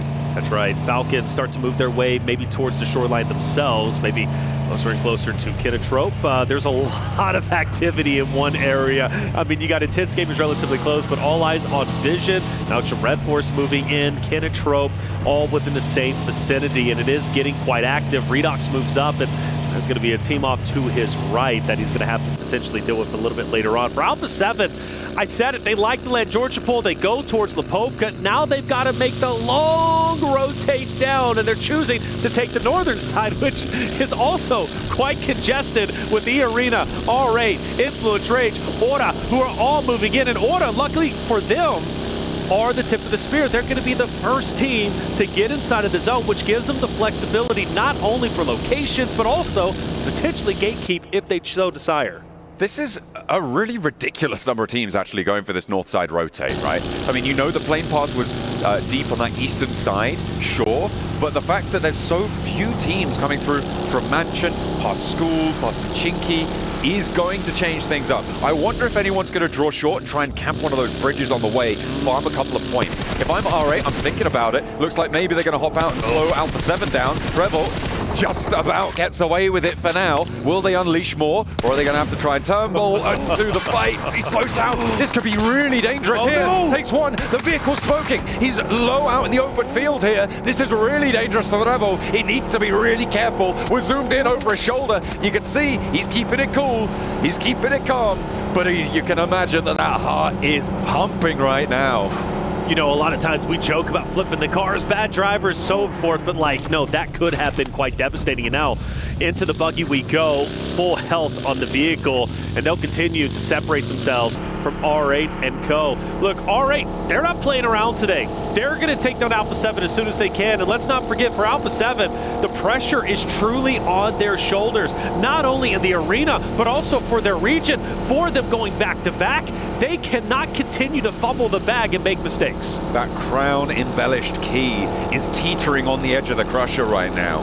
For Alpha 7, they are desperate to get points at this juncture. 8th place is a real distance for them right now. They sit on 27. 8th place with Yangon Galacticos right now is 43. We're expecting it to be pushing up towards 70 at the end of the day. And we'll see how they are able to try and clamber their way on through, but that hope is dwindling fast. A hard west shift here isn't super dramatic. Again, it does cut out those Pachinki fields, but I feel like a lot of teams are going to be more pleased about that than if it had been further east on this circle. That west side coast now is going to start to get a little bit more packed. The area around Quarry can be very treacherous as well. Yeah, Alpha 7 start to move straight into the center. Well, relatively close anyways, just opposite of Ora and IG as well. And speaking of Ora, just gonna be right there neck and neck, and Alpha 7 don't want to pop. Well, they do. I thought they weren't going to pop out and fire some shots, but they want distance. They want Ora to keep on moving.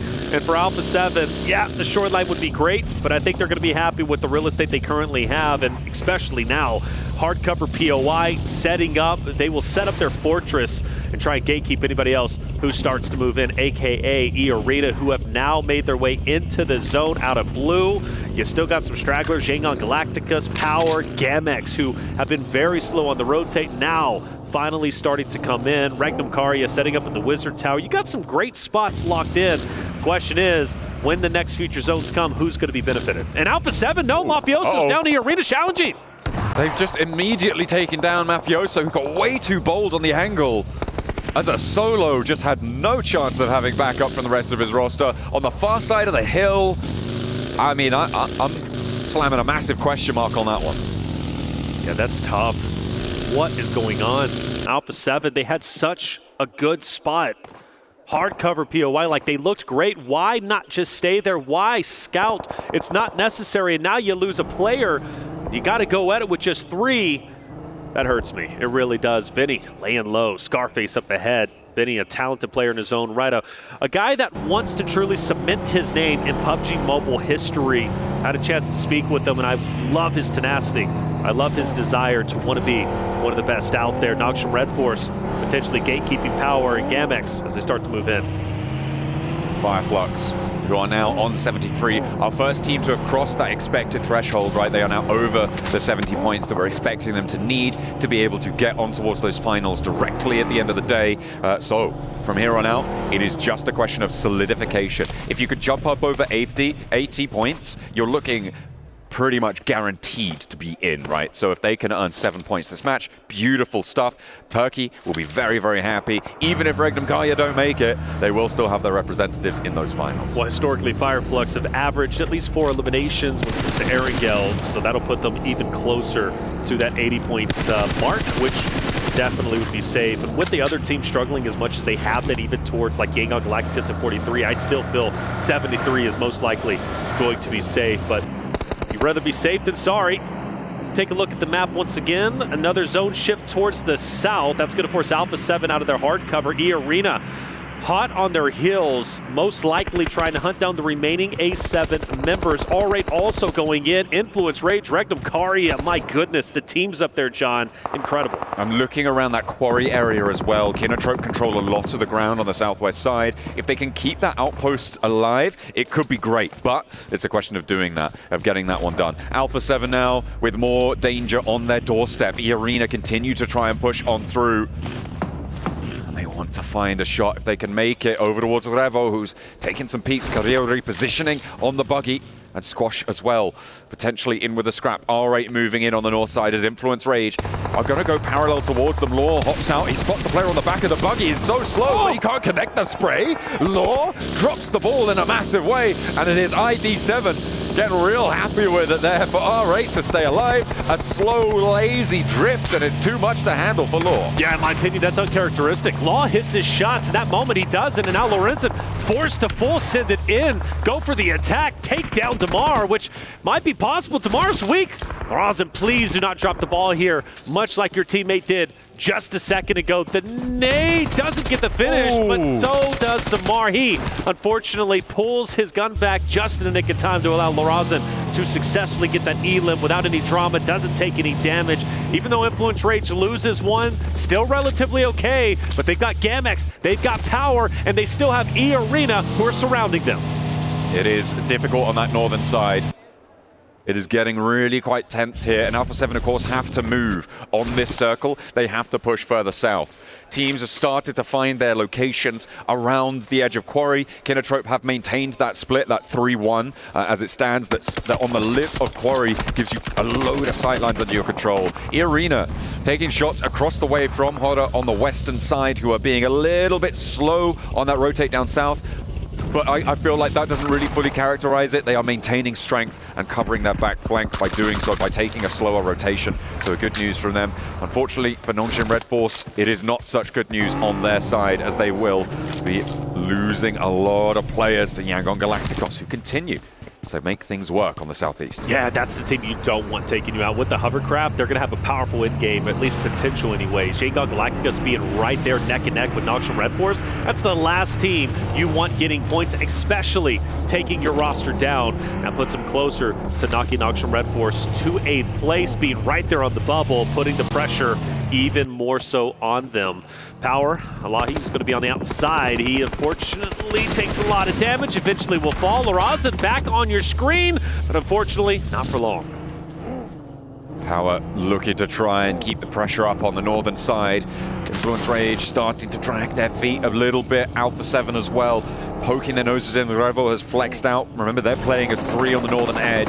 Yet to have an impact here. Carrillo gets spotted over on that north side as well. As Diego tries to push out of the blue zone. They've got Ferran waiting in the way, in the wings, but the blue zone has too much pressure on them. Sure, they get the knock, but it's traded off, and Power still have a little bit more to do. Unfortunately, Little Boy pushes them back off the angle and makes their life a little bit harder. And R8 is also firing some shots at Alpha 7 as they're on the rotate. They've got to be careful. They've had such a hard time rotating in, even with the vehicles. They're only down to 2 members. Lil Boy pushing up. Power going for the revive. And Lil Boy is a talented member. He doesn't lose these fights. This 1v2 could very well go his way. Easy. Doesn't have time to pop the med kit. Ragnar takes him down, and like you said, huge. Power wins a successful engagement. They're already top 3, and now they got 2 members to work with. But from one struggle to another, Alpha 7 are pinned down. This is the last player alive now. It's just Revo, and they're on the lip of that quarry position out to the west, and they go down again. A 1-point game, 2 games in a row. It is looking dire now with 4 matches left to play. They're going to need to earn at least 15 points every single match from this point onwards to be in with a chance of qualifying in 8th place. This is a team that people were talking about with a chance to win the whole thing. And you have to look at how it started for them, right? Landing at their default location, okay, great, but then they do not get blessed by zone. They take the long rotate up north, which isn't uncharacteristic from what they were doing during the Americas. But you had that solo who just randomly goes off on his own. He gets picked apart. Now Alpha 7 is down to 3.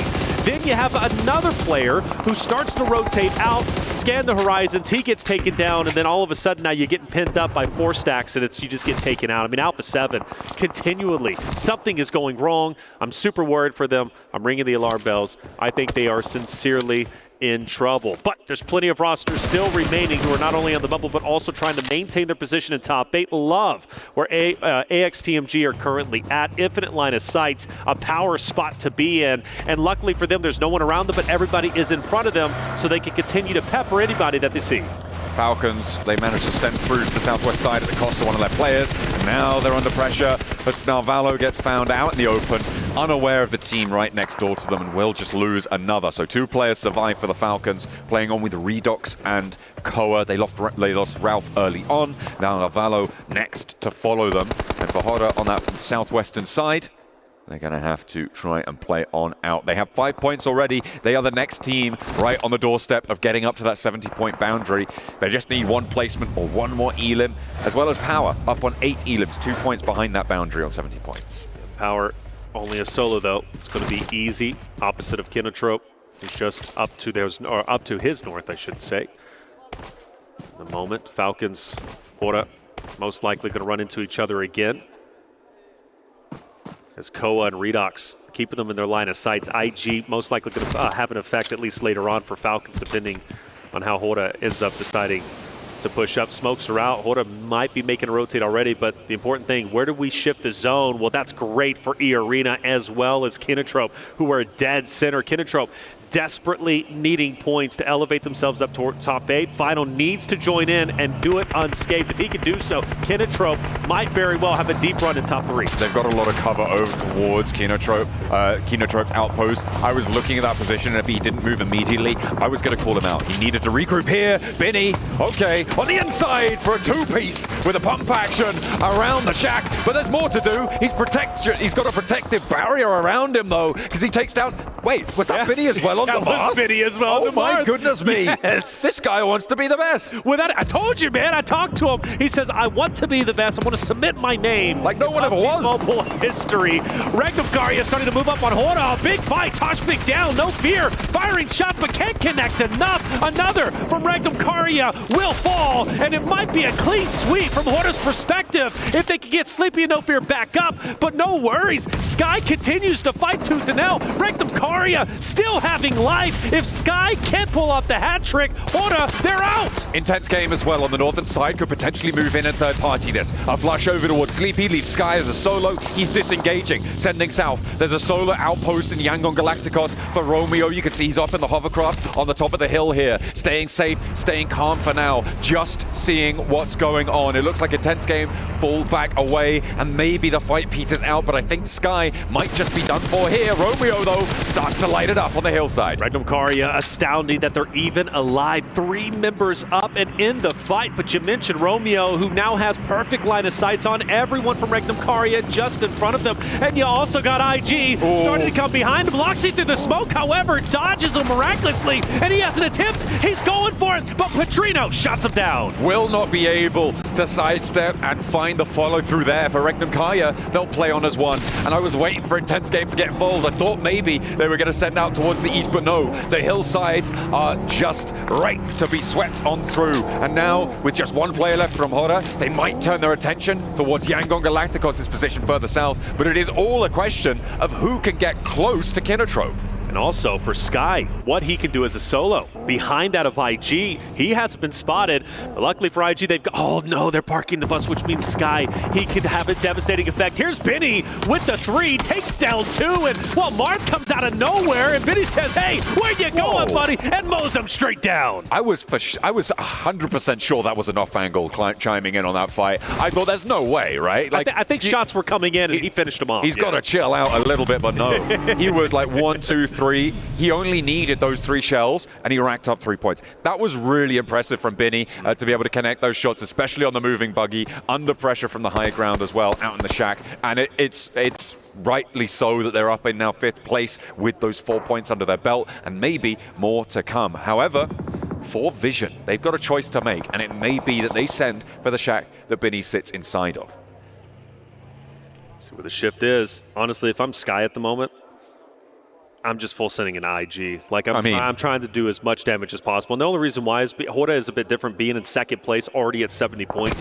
Sky can afford to do this, and I believe they rotate by him, and Sky does manage to fight it out, and he's firing shots. He's connecting a bit. Petrino fell. However, IG managed to recover, and they'll still be a 3-man unit to push deeper into the zone. For Romeo on the hovercraft, he's still scouting the surroundings, seeing what's out there. That hovercraft, maintaining it, so valuable for the end. But with the zone ship Kinetrup, once again, still in a powerful spot, my eyes once again fall to them. A big game here would elevate them up the standings. They're at 22 points. Breaking in the top 8 is very doable, and they can honestly get very close with a win in Game 2. Really good information gathering there from Vision. They saw Intense Game leaving from that location, which opens up the position now that Marcelo and Nawaf have moved into. Before Intense Game and all the teams on the western side move, you cannot play the western side of the quarry like this, but as soon as they see that maneuver happen, they are in there. And that is a really smart rotation coming through from Vision.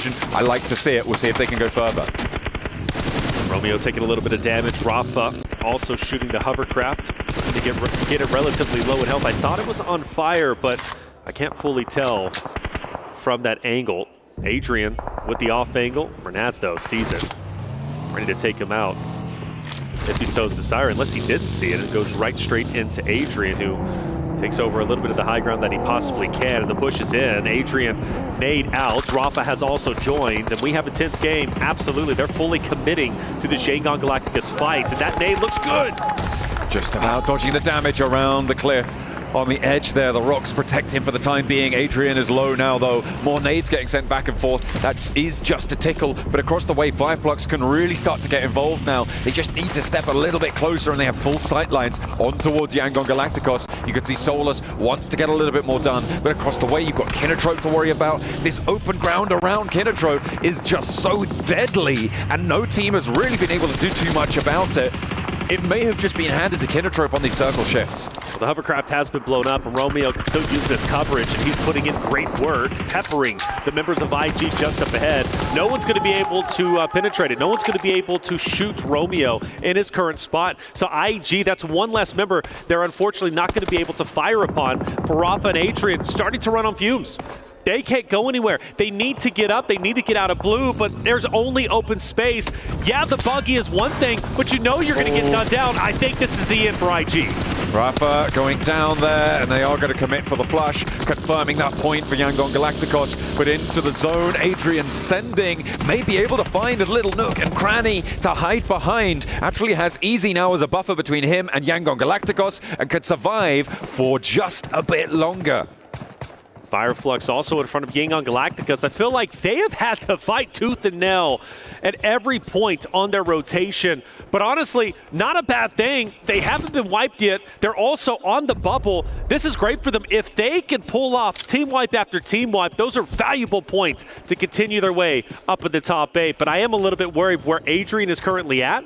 Now he's got a great line of sight on the Yangon Galacticus, who's going to be just ahead of him. Meanwhile, Benny also up ahead. I can't wait to see what he's going to be able to do as a solo. But for Vision, desperately trying to get it off angle, maybe a knock onto Kinnetrope. They want that high ground. They want that location because they understand how important it's going to be.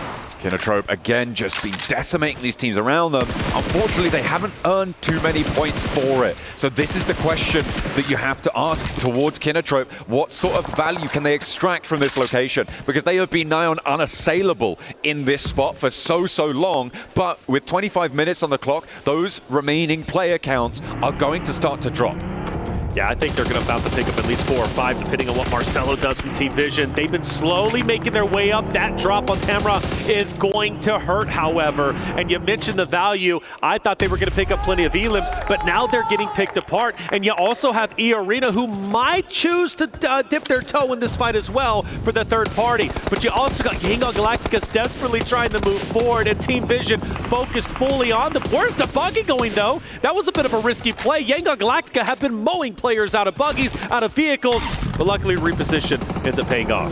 They are going to keep things together. I feel like Team Vision have been playing this one really well. They held that push from behind against AXTMG. They open up with a pick towards Kinnetrope, which does take them out of the power play quite a little bit. Finally, Binny does go down. He did do a lot of damage, though, during that match. Ladder's up to 7th place, and a credit to him. Credit to his team as well. This is the last player from Intense Game who's managed to sneak their way in. It's on to Team Vision, really, to make a move here, and onto Yangon Galacticos as well, but they're staring each other down across this valley. Yangon Galacticos are pinned up. I don't foresee them getting out of this spot.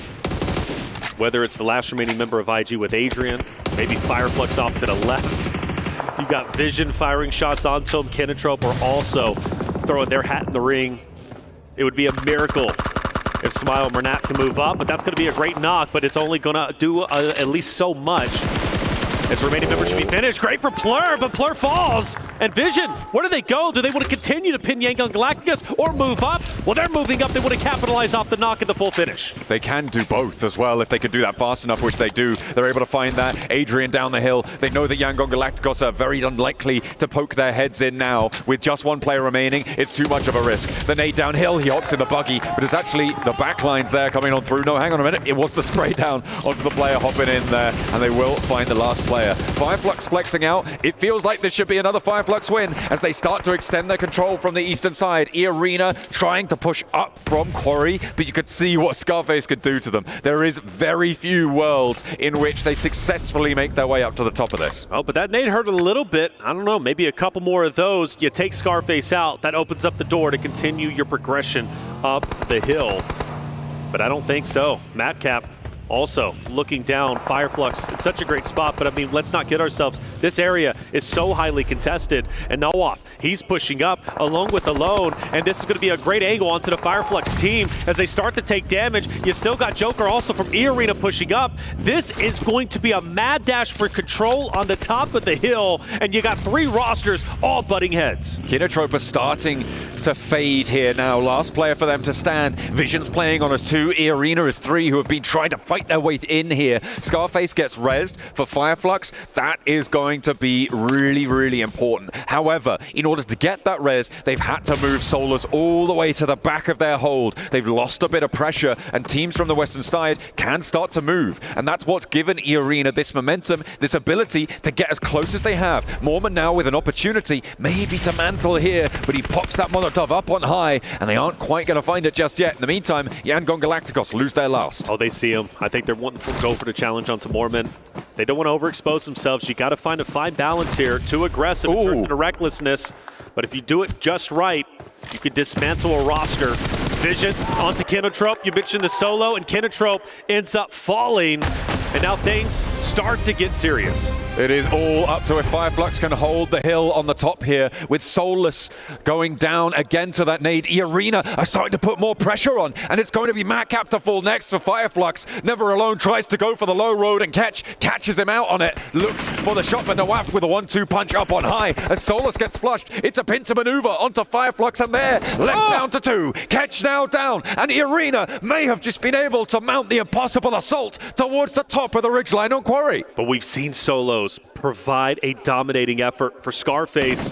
One player down low, he's been spotted, however, so the cat's going to be out of the bag, at least from Vision's perspective. Now the question is, does Mormon, Joker, Sakura from E-Arena know where Scarface is currently at? It should very well be a dominating win from E-Arena where they currently are, but Scarface can dismantle this push, can dismantle the hopes and dreams of E-Arena from taking a victory, and the shots are fired and Mormon is down. Scarface catches the backline for E-Arena, and he's looking for more. He's looking healthy. He got a helmet refresh there, a fresh level 2 over onto Scarface. He knows Never Alone's down the hill, and he jumps straight into Vision. Now, in a 2 versus 2, though, Vision can do a little bit more. They've got a little bit more firepower here. Nawaf on the face. Oh, he turns his attention away just at the wrong time, but a nade from the sidelines keeps him alive. That's it. Team Vision desperately trying to fight, and they do get a knock. This could be a takeover attempt from Team Vision. Sakura firing shots, but it's not enough. Is Vision pulling it off? Can they do it? Or will Sakura lock it in for the back-to-back for Arena to start the day? And it will be Arena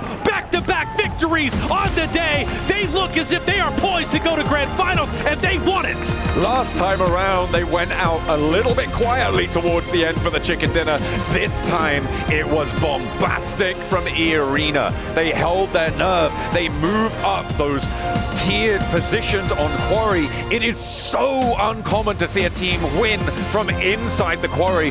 Fireflux dropped the ball in a big way from that eastern side. It felt like Kinatrope as well could have done a lot more in that situation, but a massive credit to E-Arena. This is a display of skill that you do not often see. I've become a bigger and bigger fan watching them play throughout the group stage and into the survival stage. The way they hold on to a power position is impressive and truly phenomenal. E-Arena, a team that I very well think going into the finals, once they make it, can make a huge impact, potentially take this entire thing. Don't point the camera at these guys. Oh, come on, a little shrug from Alpha 7 to close us down for the second match of the day. Our first Erangel is out of the way. It was E-Arena to take a big chicken dinner. Fairly low elim count, but still important where it matters. We'll head to a break. We'll be right back with match number 3 of today.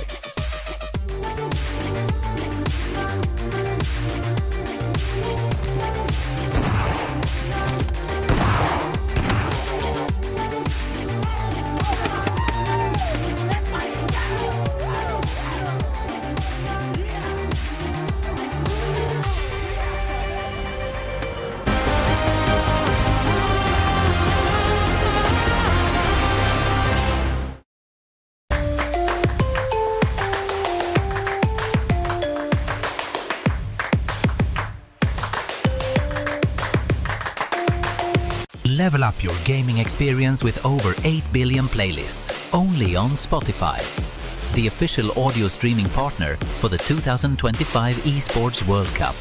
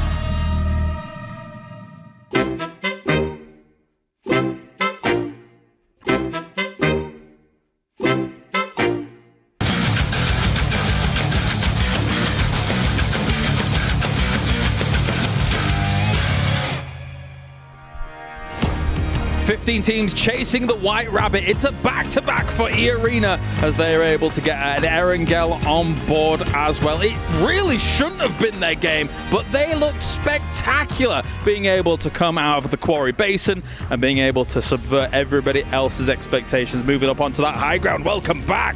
Oh, back-to-back for E-Arena. Max, man, this is them doing the business. Oh, yeah. The White Rabbit in the hole of Quarry, getting out and digging out a chicken dinner. He loves it. Done. He loves that one. No, great to see a back-to-back again. We looked at the SEA teams. 2 teams already qualified. We have Team Secret. We have Ultra Ego. 1 team was missing, and it is going to be E-Arena that pretty much they're in, right? After 2 wins like that, you're looking very comfortable in the top 8. So now they can maybe start targeting other teams that we theorized could be a thing later on down the line. What do you think about E-Arena's win here? I'm astounded that they won when their landing spot is Stalber. I almost said Severny there. Yeah, that was mad. Stalber, and then wrap around north side with everybody else who decided to go up there, come down around to the outside of Quarry and just win from there. I mean, it's not often you see a team that's that far away from the initial zone actually take it and win. Of course, though, we have Team Vision at number 1. Now, this isn't a team that we kind of really talked about before coming into this segment here, but we really do need to talk about the 13 eliminations they came out from this game. It really felt like they were on the warpath here, Max, and kind of just able to deal with everybody on that northwest side, coming in on that west side of Quarry. Obviously, it was going to be hard to get into Quarry and do something about it, but damn, what a game from them. It shows to me for Vision, they have really good terrain knowledge of Quarry itself, because you got Quarry, you got the low ground, you got the high ground, but you got these little roads that go around on the western side. It keeps you safe from teams on the 2 sides, and they play that position, hold off AXTMG, they hold off Kinotrope also at some point, trying to wrap around their warehouse in particular. I think Team Vision has been showing a lot of potential at the end of yesterday and at the start of today. So very happy to see them do well, because we've seen R8 have good games, Power get good games, and now Vision are finally stepping up. They're going to need a little more, I think, to try and get into that top 8, but this is a great opportunity for them to get that ball rolling here throughout the day. Get back on the road again. But at the same time, let's talk about what we were seeing here from Fireflux. Yes. I think multiple of us, Neptura, thought this should be them having a lot of control and this in the bag, but it didn't quite go that way. Well, exactly, especially with stage, was it 7? I think phase 7 coming in with, was it Ketch on the front line there? And then it was a 2-1-1 split with Ketch all the way on the other side of zone. Really, really controlling. If they had played it like they actually had control of the zone, it would have been much better. But I think Max is going to go into a point where it was just, they were sat there, but they just weren't doing anything with it. Before I go deep in my point, I want to say for a team that has this much control in the game as Fireflux, only getting 4 eliminations is very low. It's wild, actually. Yeah, it's like normally you'd expect a team to get a few more eliminations there, but no, they just don't make a decision. They have 2 players on the low ground, 2 players on the high ground, and like every circle I'm like, they're going to regroup, right? Still don't regroup. They're going to regroup, right? Still don't. And it keeps going until the very end of the game. And eventually I see a very clear weakness, which is Scarface, which is playing very passive, keeping tabs on E-Arena specifically, down into Quarry, like making sure they don't go uphill and take away their position. And I like it. Scarface is playing pretty passive. He's not putting himself in danger until he overpeaks. He gets headshot by E-Arena. And then the entirety of the squad, like, this is our one opportunity at glory. Let's send it uphill, take away the high ground, and get the win. So E-Arena found a clear weakness, used it to their advantage to get the chicken dinner. I agree with you to a certain point, Max. I'm so sorry. I have to disagree with you again. I know. It's very risky, I know, but I do agree that it's a risky play. I'm not going to say, oh no, they should have played 2-2 split, low ground, high ground. It's fine. No, it's very risky. But I see what they were doing, and I think it's the one thing that actually allowed them to have so much control in the later zones. If they hadn't done that, I think they would have gotten stacked, they would have gotten overrun, they would have struggled to move and to breathe, I think. So in stage 4-5, I think that it was really good for them to do that. I do agree that they should have absolutely started grouping up a lot more than they did once Ketch was out on a limb on the other side of the smaller zone. I think they just left a good thing, a risky but good thing, way too long, and they just got stagnant. That's what I was worried about if they had regrouped earlier in the game. Do you think the same thing? Do you think a remedy would have been having 2 where Scarface was as opposed to 2 down where the South Forest is? Do you think then that kind of aids that control of like people coming out of Quarry? It's an option. I don't know. It is an option, but I think I would have preferred something that you said actually behind the scenes was he keeps peeking too much. And I think I would have kept the positioning but had him just not do as much as he did, just be like an info thing only. If he had to back up a team, then do that, or a player, then do that.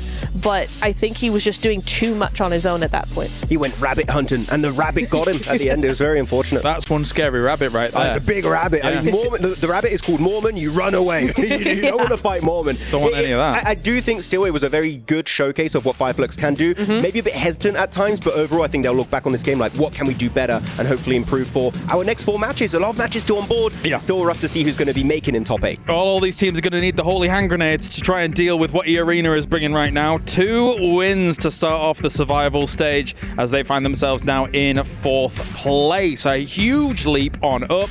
And now look who is in the danger zone, Max. Uh-oh, Team Falcons. You don't want to see Team Falcons at the bottom of the first page. That is, they've been slipping. Again, holding their splits a little bit too long, losing players. That's the good old Falcons typical. But I kind of want to look at the points here because you talked about the point threshold to get in top 8 and to be comfortable to make it into finals, Niptura.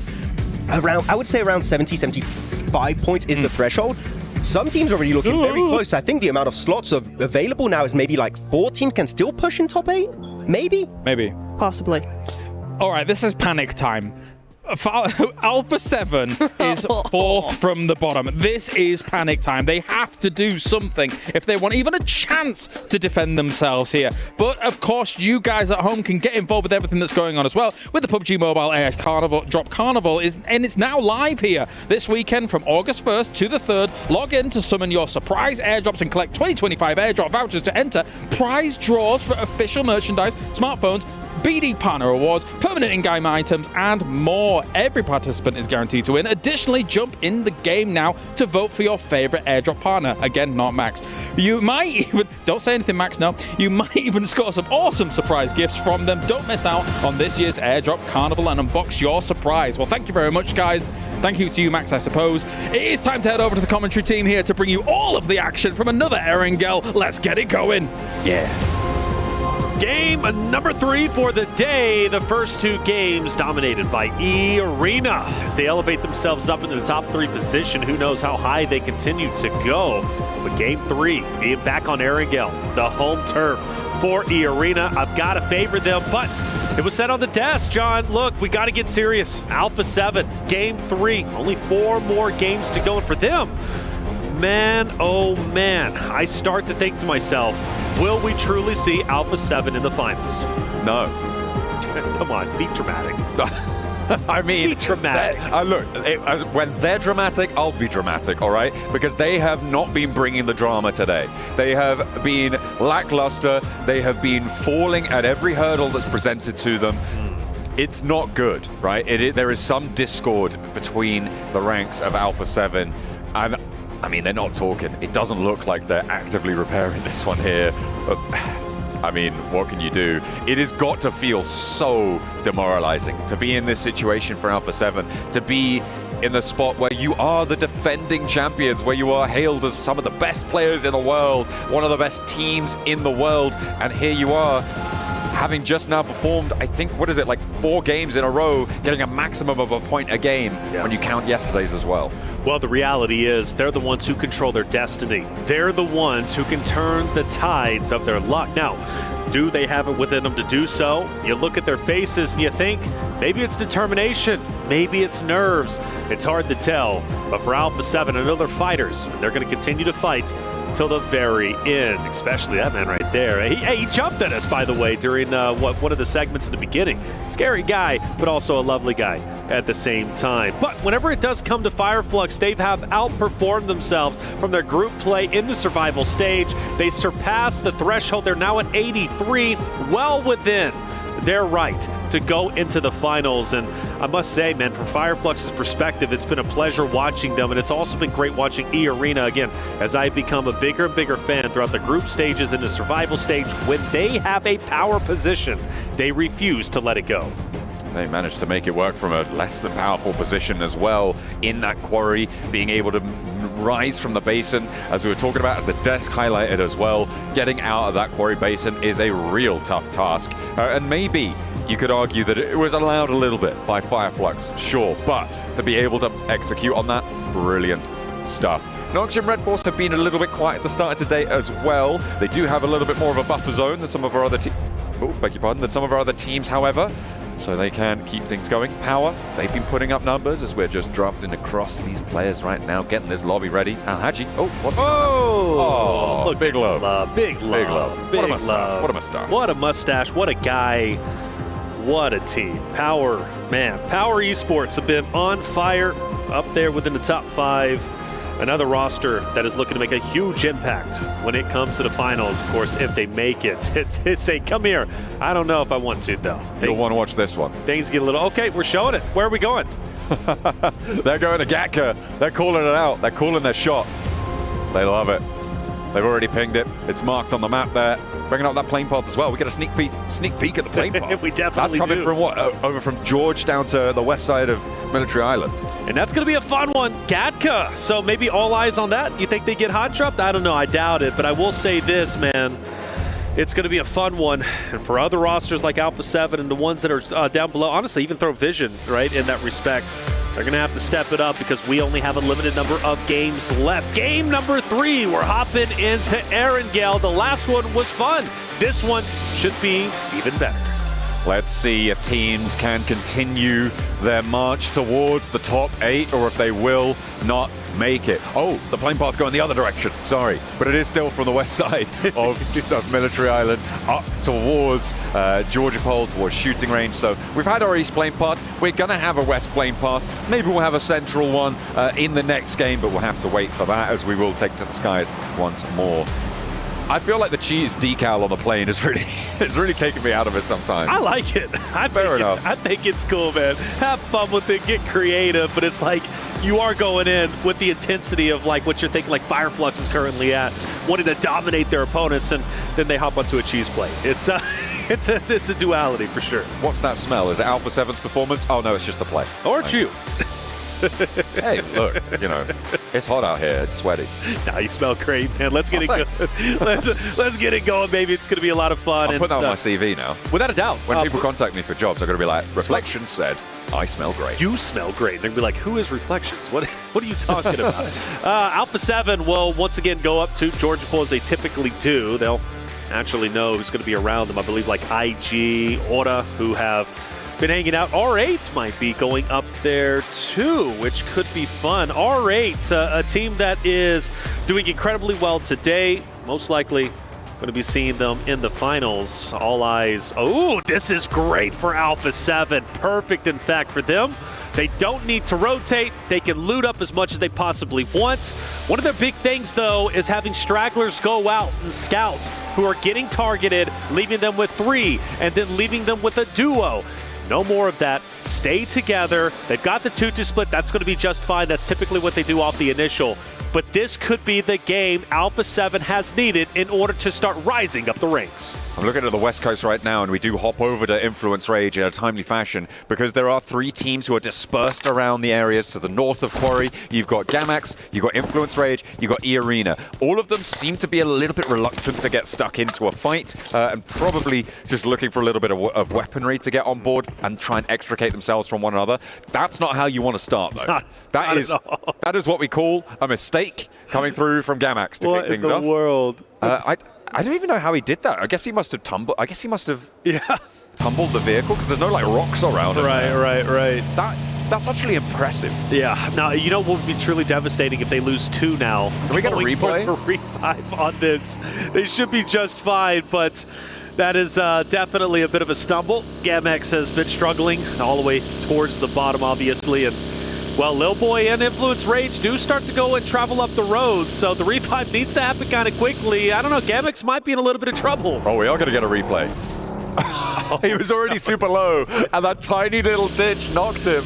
Oh, that's so sad. It is, and Influence Rage is heading potentially straight into him. Now they're going to veer off to the left, so good on them. They'll get back up. They'll be a 4-man unit once again, but that could have been bad for sure. Thanks to production for getting that replay. Without a doubt. By the way. Without a doubt. Big shout out to those guys. They've been pulling shifts behind the scenes out here. We've been loving every second of working with them, and we'll be glad to see the rest of the week out with them too. Unfortunately, not all of our teams are going to be seeing the rest of the week out with them, and we are on board with the team on the bubble right now in 8th place. Falcons, 50 points as it stands after 8 matches completed. Yeah, which is tough to see. A world, the grand finals where you don't have Falcons, you don't have Alpha 7. Come on, that is something we surely did not expect. Falcons roster much hyped up coming into this event.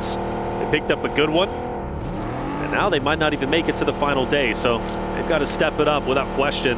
They're going to be over towards the right outer edge of the next stage. Moving in, Noxious Red Force most likely coming up behind them too.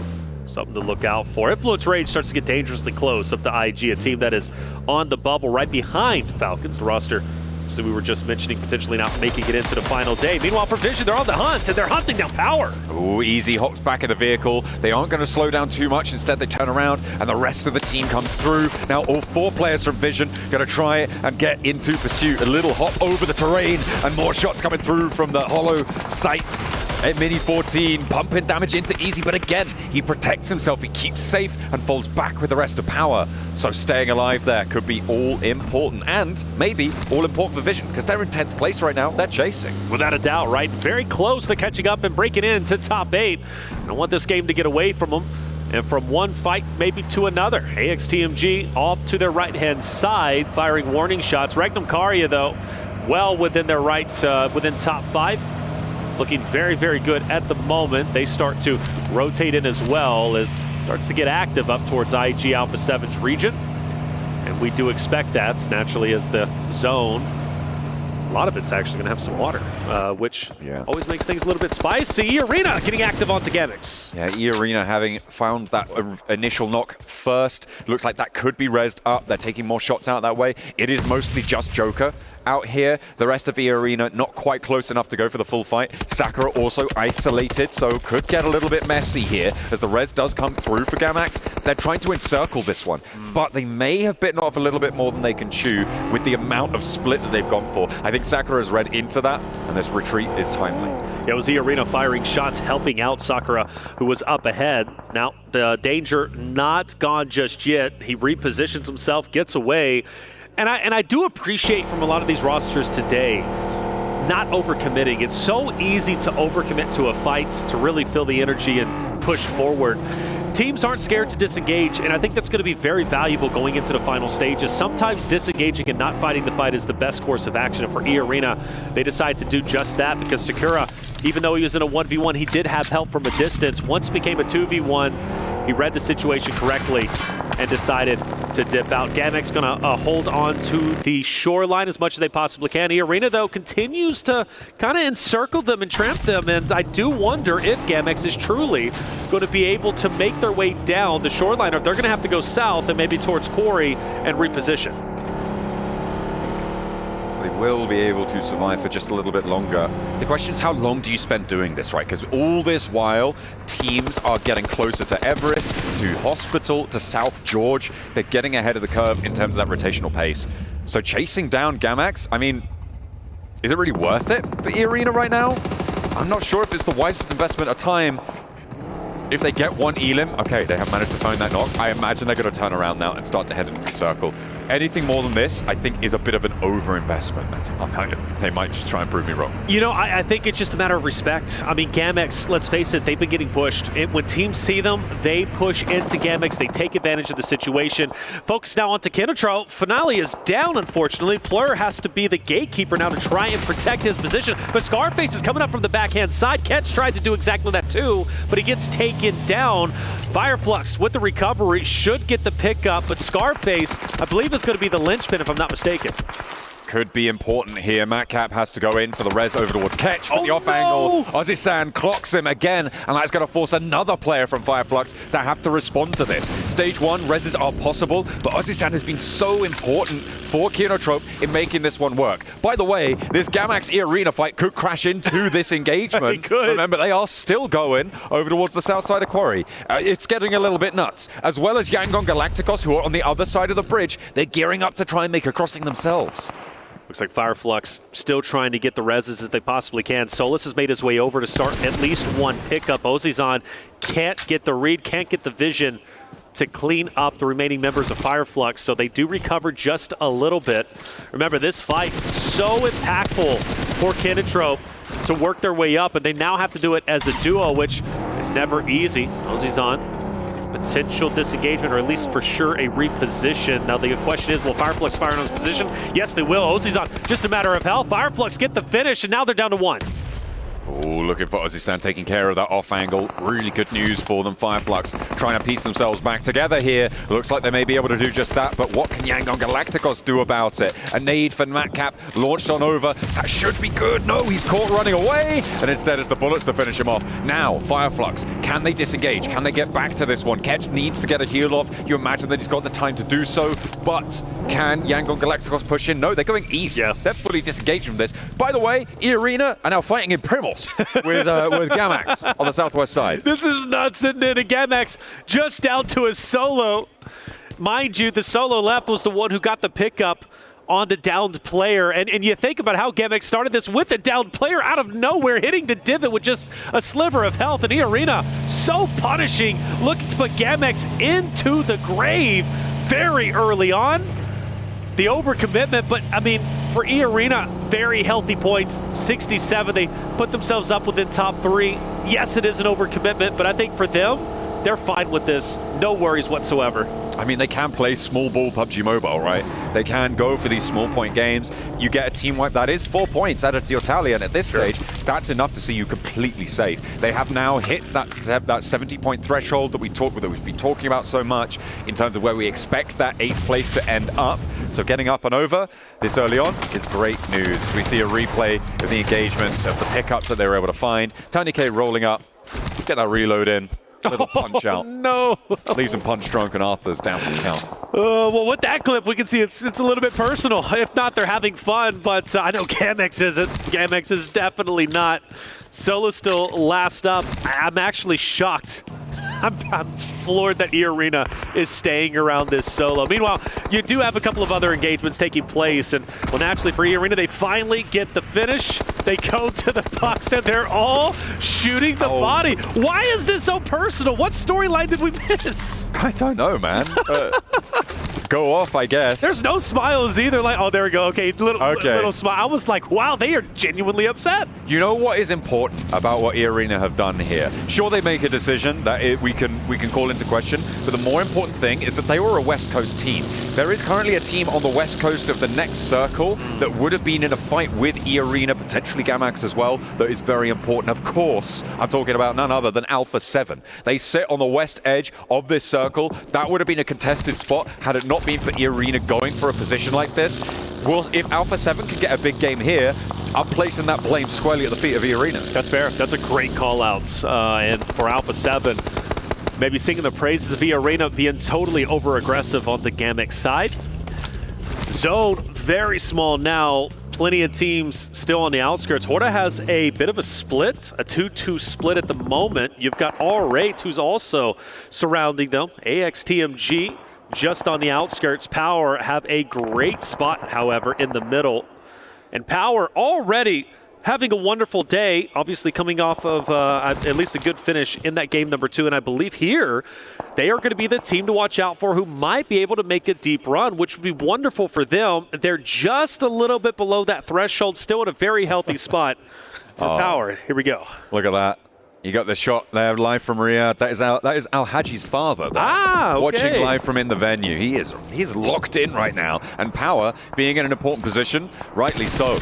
He has the support of his family behind him, and hopefully the Power family can play off one another beautifully. And I saw him in the backlines too, maybe with some comms. Hey, we need to do this, pick it up, right? He was being active during the team huddle in between games. So shout out to the dads. We love family support systems when it comes to esports. It's so impactful, and I tell you what, you can truly make a big, big impact in your kid's life, in your competitor's life, in your family's life by giving them support in esports, and that's a beautiful thing, especially he's able to get all the way out here to Riyadh to support his son.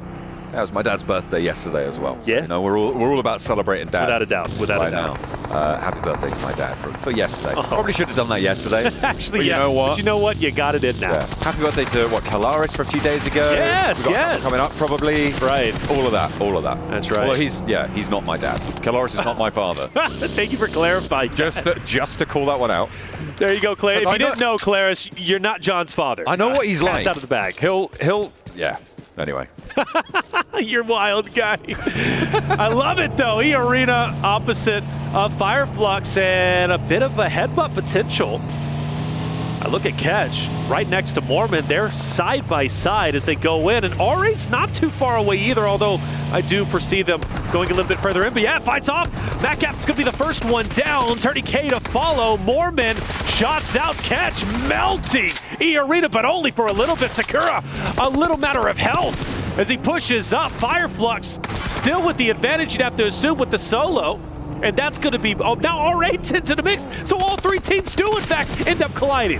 Oh, E-Arena on the rematch with Fireflux from the end of the last match get interrupted, but R8 are turned away at the door almost immediately. They try and push in, and immediately the shots ring out. Mormon rolls on forwards in the threatening presence of this hovercraft. Tries to take another player down, bipping the horn, giving it large. Prestige now to the backlines. ID with the backup, but two players now are stepped up to fight them. Prestige, though, with a spray down onto one, is traded, and the hop out wide. Prestige now the last player alive for R8, and the hovercraft still moving around, slow and threatening. The pace is there, and they sweep them aside. Fireflux are out of there. E-Arena stay alive with 8 elims, and the rematch continues. And even though they only have a duo, they have the hovercraft, which could be critical later on. Now the question is, does another team come into the fold? Will we see Adrian with Intense Game now start the challenge onto E-Arena up ahead? Again, a very, very talented roster, but also can get aggressive when they want to, and there is value in pushing E-Arena in this moment. Intense Game desperately need points. They need to elevate themselves up towards top 8. It's getting serious for them. Getting aggressive might be the way, but for Influence Rage, Vision now want to fight themselves. Vision have really started to suffer in this engagement. Influence Rage holding down Gatka and doing pretty well. But they have got Little Boy down on the floor here and are likely to get that one flushed away. Nothing really to do there. And in come Power. They might look to third party this. There's not too much that anyone can do about it. Playing this southeast building is going to play very, very well for them. You've got to imagine that the supplies are running low across the way. You can see the underarms coming on through. Al-Haji cooking it, trying to chef it up perfectly. Pops it in through the doorway. Don't think that's going to connect, but he does get the bounce around the corner. Unfortunately, doesn't quite find the shot. Now, there's a little bit of time right now between these two rosters to kind of take their time. However, I believe Hora is going to come crashing in for the third party and the cleanup.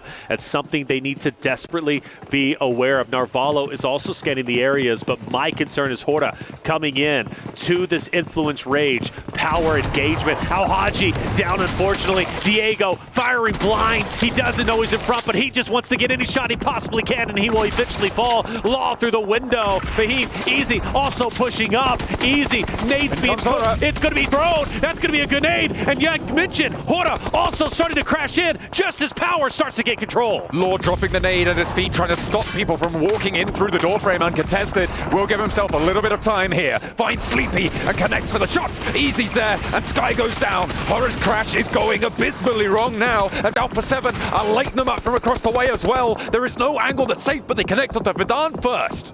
And if Alpha 7 somehow comes out of this fight, even from a distance, with the victory, this could be huge for them because they control a significant portion of the map. Narvalo has been hanging out towards the northern side of this entire engagement, and therefore Falcons potentially making a play call for Redux to come over and also fire down on Power, on Ora, on Influence Rage, who's currently embroiled in a desperate fight for Power. But Power are still alive as 4. They are all up and live and kicking. They've got a lot of pressure into this area. You can't imagine that the Falcons are going to be able to do too much against them. On the inside, it is only small teams to try and go for this. A long nade comes through from No Fear, though, over towards Easy, and that is a little bit split from the rest of Power. Getting this cross successfully could be dangerous. The Falcons regroup. In the meantime, you can see Narvalo and Redux both moving back over to the north side of those chopsticks. They're going to have to try and fight off against Rectum Kaya now.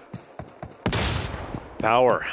I feel like I've gotten 2 or 3 lives in this fight. They've had so many downed players. They've managed to recover, and they stay a 4-man unit. If they can get Easy back up, which I have no doubt they're going to be able to do so because Law just doesn't have the line of sight needed in order to get the cleanup on the down player. Actually, Law takes a little bit more damage himself off from Alpha 7, I do believe, if I'm not mistaken. Now, all these rosters now have to shift into the next zone, so this fight can still take its time, but eventually, Blue, it's going to start hurting. This is the benefit that Power have for having crashed onto the east side of this compound, right? It's closer to the center of the circle. You have those routes away that are going to be a little bit less contested. The difficulty is that there's not really a good space to go towards. At the moment, the compound that sits just to the west of Gatka, of the Chopsticks, is going to be unoccupied. The question is, do they know that? And the second question that you need to follow that up with is, do they have the vehicles and the utility to make that crossing successfully without getting shut down? Alhaji Easy now start to push forward. They're closing the vice grip onto Law. This nade could be big. He throws it out. Law can't reposition at the moment. Alhaji, another nade, not wanting to overcommit. They don't want to get up close and personal in the CQC fight. Law has finally fallen. Now you can start to push up. Focus on Jiggle. Focus on No Fear from Hora. Influence Ranger now out of there. You know there's only one more team you have to deal with. 2 players from Hora are there, and Alpha 7 start to make their approach. A 2-2 split as Alpha 7 start to ferry players across the open ground in the vehicle there. They leave Rivo at the forward position. Power crossing the open ground now against Hora. No knock sent towards Power, and Jiggle gets taken down to half HP. Alhaji's now up to the wall with Easy following up nicely. They're up into the top floor as well. They're starting to overwhelm Hora here, and there really isn't any resistance that's finding them. A really disciplined push there, and shots being missed by Hora allows them across the open yard, and they will control Gatka, sweep through it. 5 elims found, and they're on for more, but the rotation needs to happen fast. And just to really say how impressive that was, they had so many down players, and they take 2 teams out while keeping 4 up, but now the struggles really start to begin. Alpha 7 take advantage. They knew this fight was going down the entire time, and they are now punishing Power's rotation, but Alpha 7 isn't out of the woodworks just yet. IG might be sneaking up behind them as well. Can they ruin it for their countrymen? Intense game. Nope, they've been spotted. Nongshim Red Force gonna clock silence out in the open there. Rafa forward behind the smoke, and Alpha 7 are gonna lose one as well. That is Power extracting a little bit of revenge onto Alpha 7. They have managed to get more than 1 point, so maybe they could turn things around here. Mafioso still is resible, and with 2 players from Intense Game down, that is that northern side assuaged, but they still need to get closer to this next zone. Alpha 7, can they recover? They've lost their down player, which honestly is pretty good. I think they would have committed to most likely trying to get Mafioso up, which would have overexposed themselves to more shots, and we could have witnessed a collapse. I'd rather them go at this as a 3-man unit than a 4-man, but still, overexposed, out in the open, forced to try and challenge Power. That nade will split the difference between the two, give a little bit of damage to Easy, but not much. Power can still desperately hurt Alpha 7 in this moment. Ooh, Vidan found by that nade. Career finally connects with it. Bravo steps forward for some information, but there's an answer. Easy again with that spray down, but more nades invested, and Alpha 7 do win the fight here. With 3 players alive, they're playing on the northwestern side. They'll have to go further, but there is a compound that sits ahead of them. Those buildings they can survive in. In the meantime, Yangon Galacticos in a really important position, playing in the neck of those 2 chopsticks, with Nongshim just over that ridgeline in the main compound further south. And by the way, just to put a cap on it, Nongshim Red Force is truly the reason why Alpha 7 is still able to play this game. If it wasn't for them applying pressure onto IG, who was coming up onto the backside of Alpha 7 would have been mowed down. I'm looking at the Falcons in that eastern chopstick. I'm looking at Regnum Kaya in that western chopstick.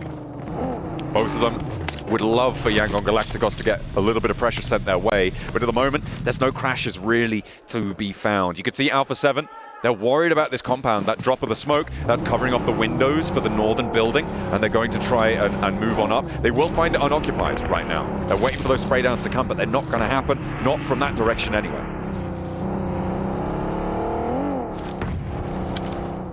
I think they'll find out now, yeah, it's going to be unoccupied. I don't mind them taking a leisurely pace to the compounds, throwing smoke, keeping your head on a swivel. You don't want to get caught by surprise. Let's face it, Alpha 7 has been non-stop caught by surprise, taken down one by one. So you can tell all those previous experiences weighing heavily in the back of their mind. AXTMG starts to move in. Ralph from Falcons wants to get these shots connected if he possibly can. You don't want AXTMG to be where they currently are. Falcons are looking to punish them. Koa will be resible there. Navallo holding it down as well towards Yangon Galacticos. AXTMG not taking more casualties is a bit of a miracle, really, on this crossing, on this swing out to the northern side. They will be able to get these reses done as they were able to find that shot over towards Koa, which is really good news. Intense game do fall as well, and now Alpha 7 are up to 5 elims. Remember, this is all the Arena's fault. Their Alpha 7 are alive. Well, Arena as well as, like I said, Noxium Red Force helping them out just a little bit. So you got two teams who unintentionally ended up helping Alpha 7 in their desperation attempt to make it to the grand finals. YG up ahead. Falcons starting to move up. Regnum Karya still within the chopsticks, as you mentioned, trying to continue this battle. They've been having to try and fight one fight up top, fight the fight down below. YG, though, also has to worry about Noxium Red Force, who's going to be just behind them. And Say Cloud has managed to make his way up. But Falcons, is it realistic that they can even leave this spot? Because as soon as they apex the top of this ravine, they're getting mowed down.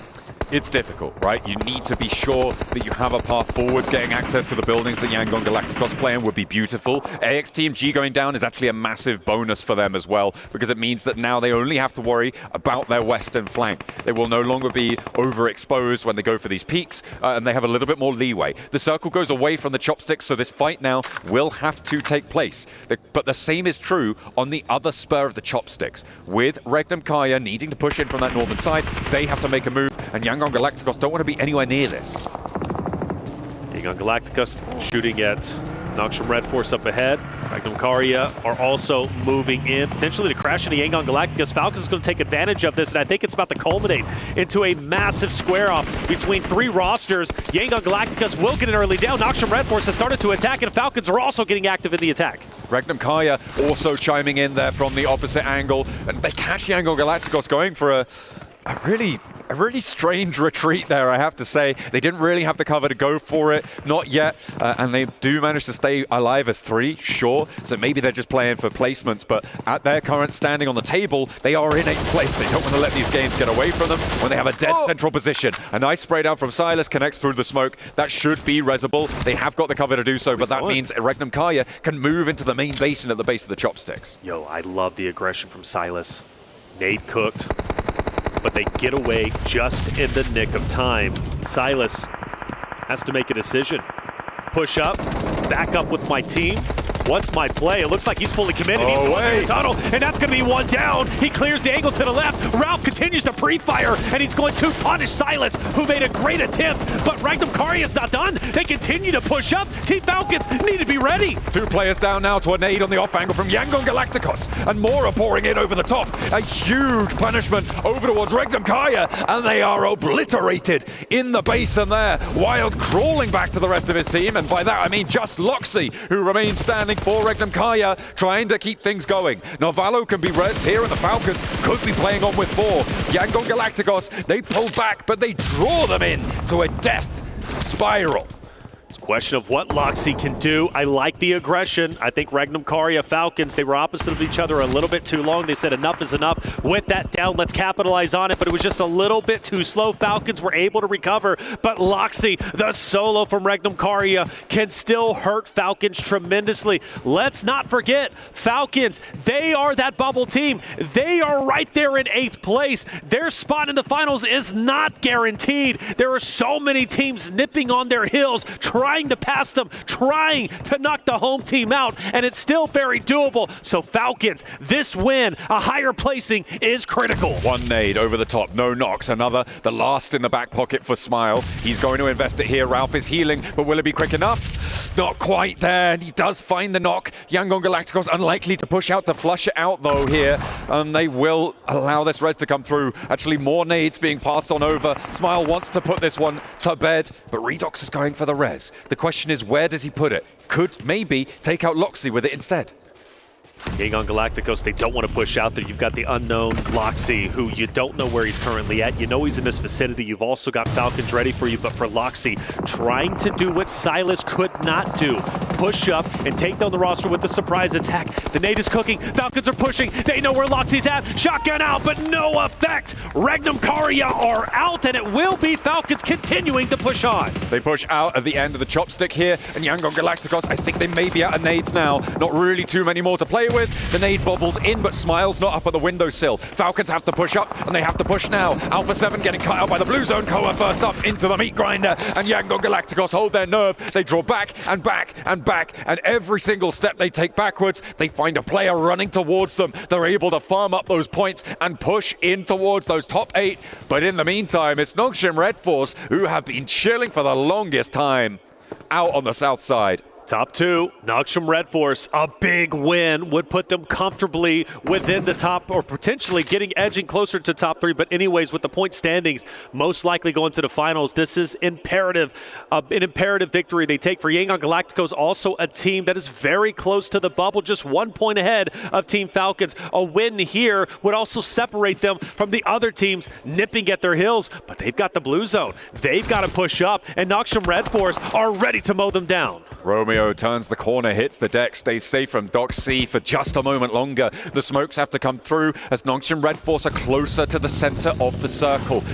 This pace needs to be coming out from Yangon Galacticos, and SayCloud's going to breach out into the open. This is bold and very, very dangerous coming through. Needs to stay safe, falls back into the smoke here, and looks to unleash a little bit more, step him a little bit closer to this Smile, playing on the south side of the building, and these shots aren't connecting for Yangon Galacticos. They still have nades and mollies and everything to play with. Yangon Galacticos very exposed out in the open at the moment. They continue to push up through the smokes. The nades are going to hurt. SayCloud is going to be down. That's going to put Yangon Galacticos with just 2 members. Smile also gone. Is this a victory for Nongshim Red Force to add up to the total where they currently stand? Yes, it will be. Nongshim Red Force will take the victory. They dominate in fashion, and that is so critical because it puts them well within the top 5 and well on their way to grand finals. There are over 70 points now for 4 of our teams: Fireflux, E-Arena, Power Esports, Aura Esports as well. They are on 71 or higher points. That puts them safe over that threshold. As long as they can keep this pace, they may have done enough already, but it's teams like Nongshim Red Force who now are at 61 points after that match, where they will feel a lot safer. As the camera pans over Alpha 7, they didn't do enough that match to put themselves back in the conversation. Sure, it wasn't a 1-point game, but they are still down towards the bottom half, barely solidly, and they still have such a long way to go. They need to keep themselves together. And you can see he's even missing the camera shots sometimes. Revo has been good with it, but will they be good enough? That is the question. Well, there's only one way to find out, and that's to get on with the rest of the day. To do that, we're going to head to a break. We'll be back with our final Erangel of the survival stages. Make sure that you stay tuned.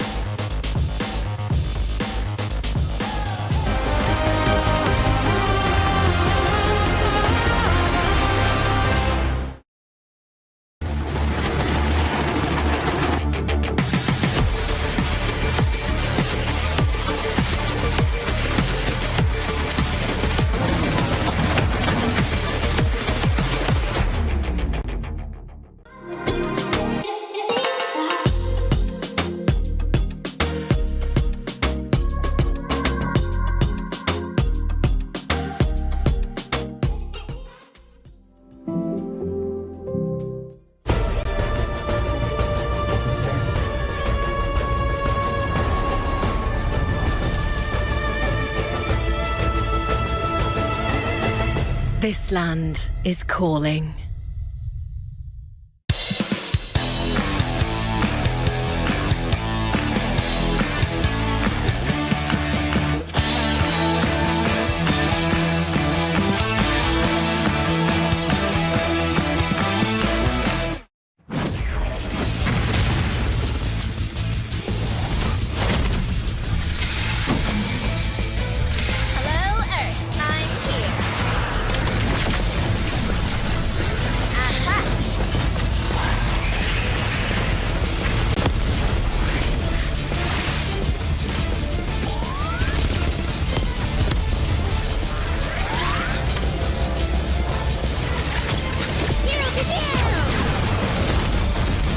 Pulsar Legionnaire available now. First outfit with special head animations and voice lines. The Pulsar Legionnaire set comes with its own super cute voice lines that can be toggled on or off.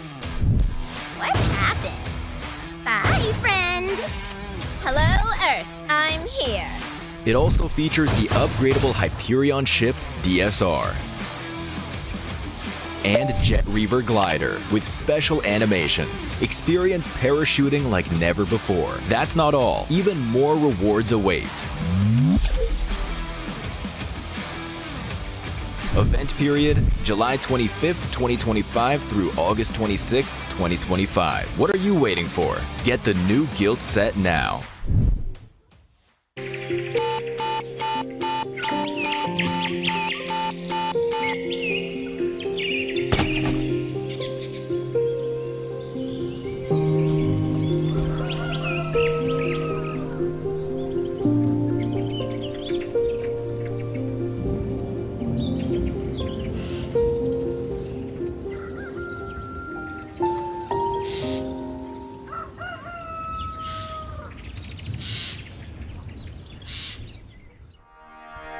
Well, it felt very calm in that compound for Nongshim Red Forces. They were sleeping, waiting for the rest of the lobby to come to them. And they do what Korea does best. They sit in that compound. They're able to get the victory. Good stuff for them here on Erangel, near the chopsticks, near Gatka, doing the business. We've got 7, as well as Neptura to talk about this one. Neptura, this was Nongshim doing what they do great, which is waiting for the rest of the lobby to come their way and capitalize on it. Sometimes that's all you need to do. Yeah. It really is.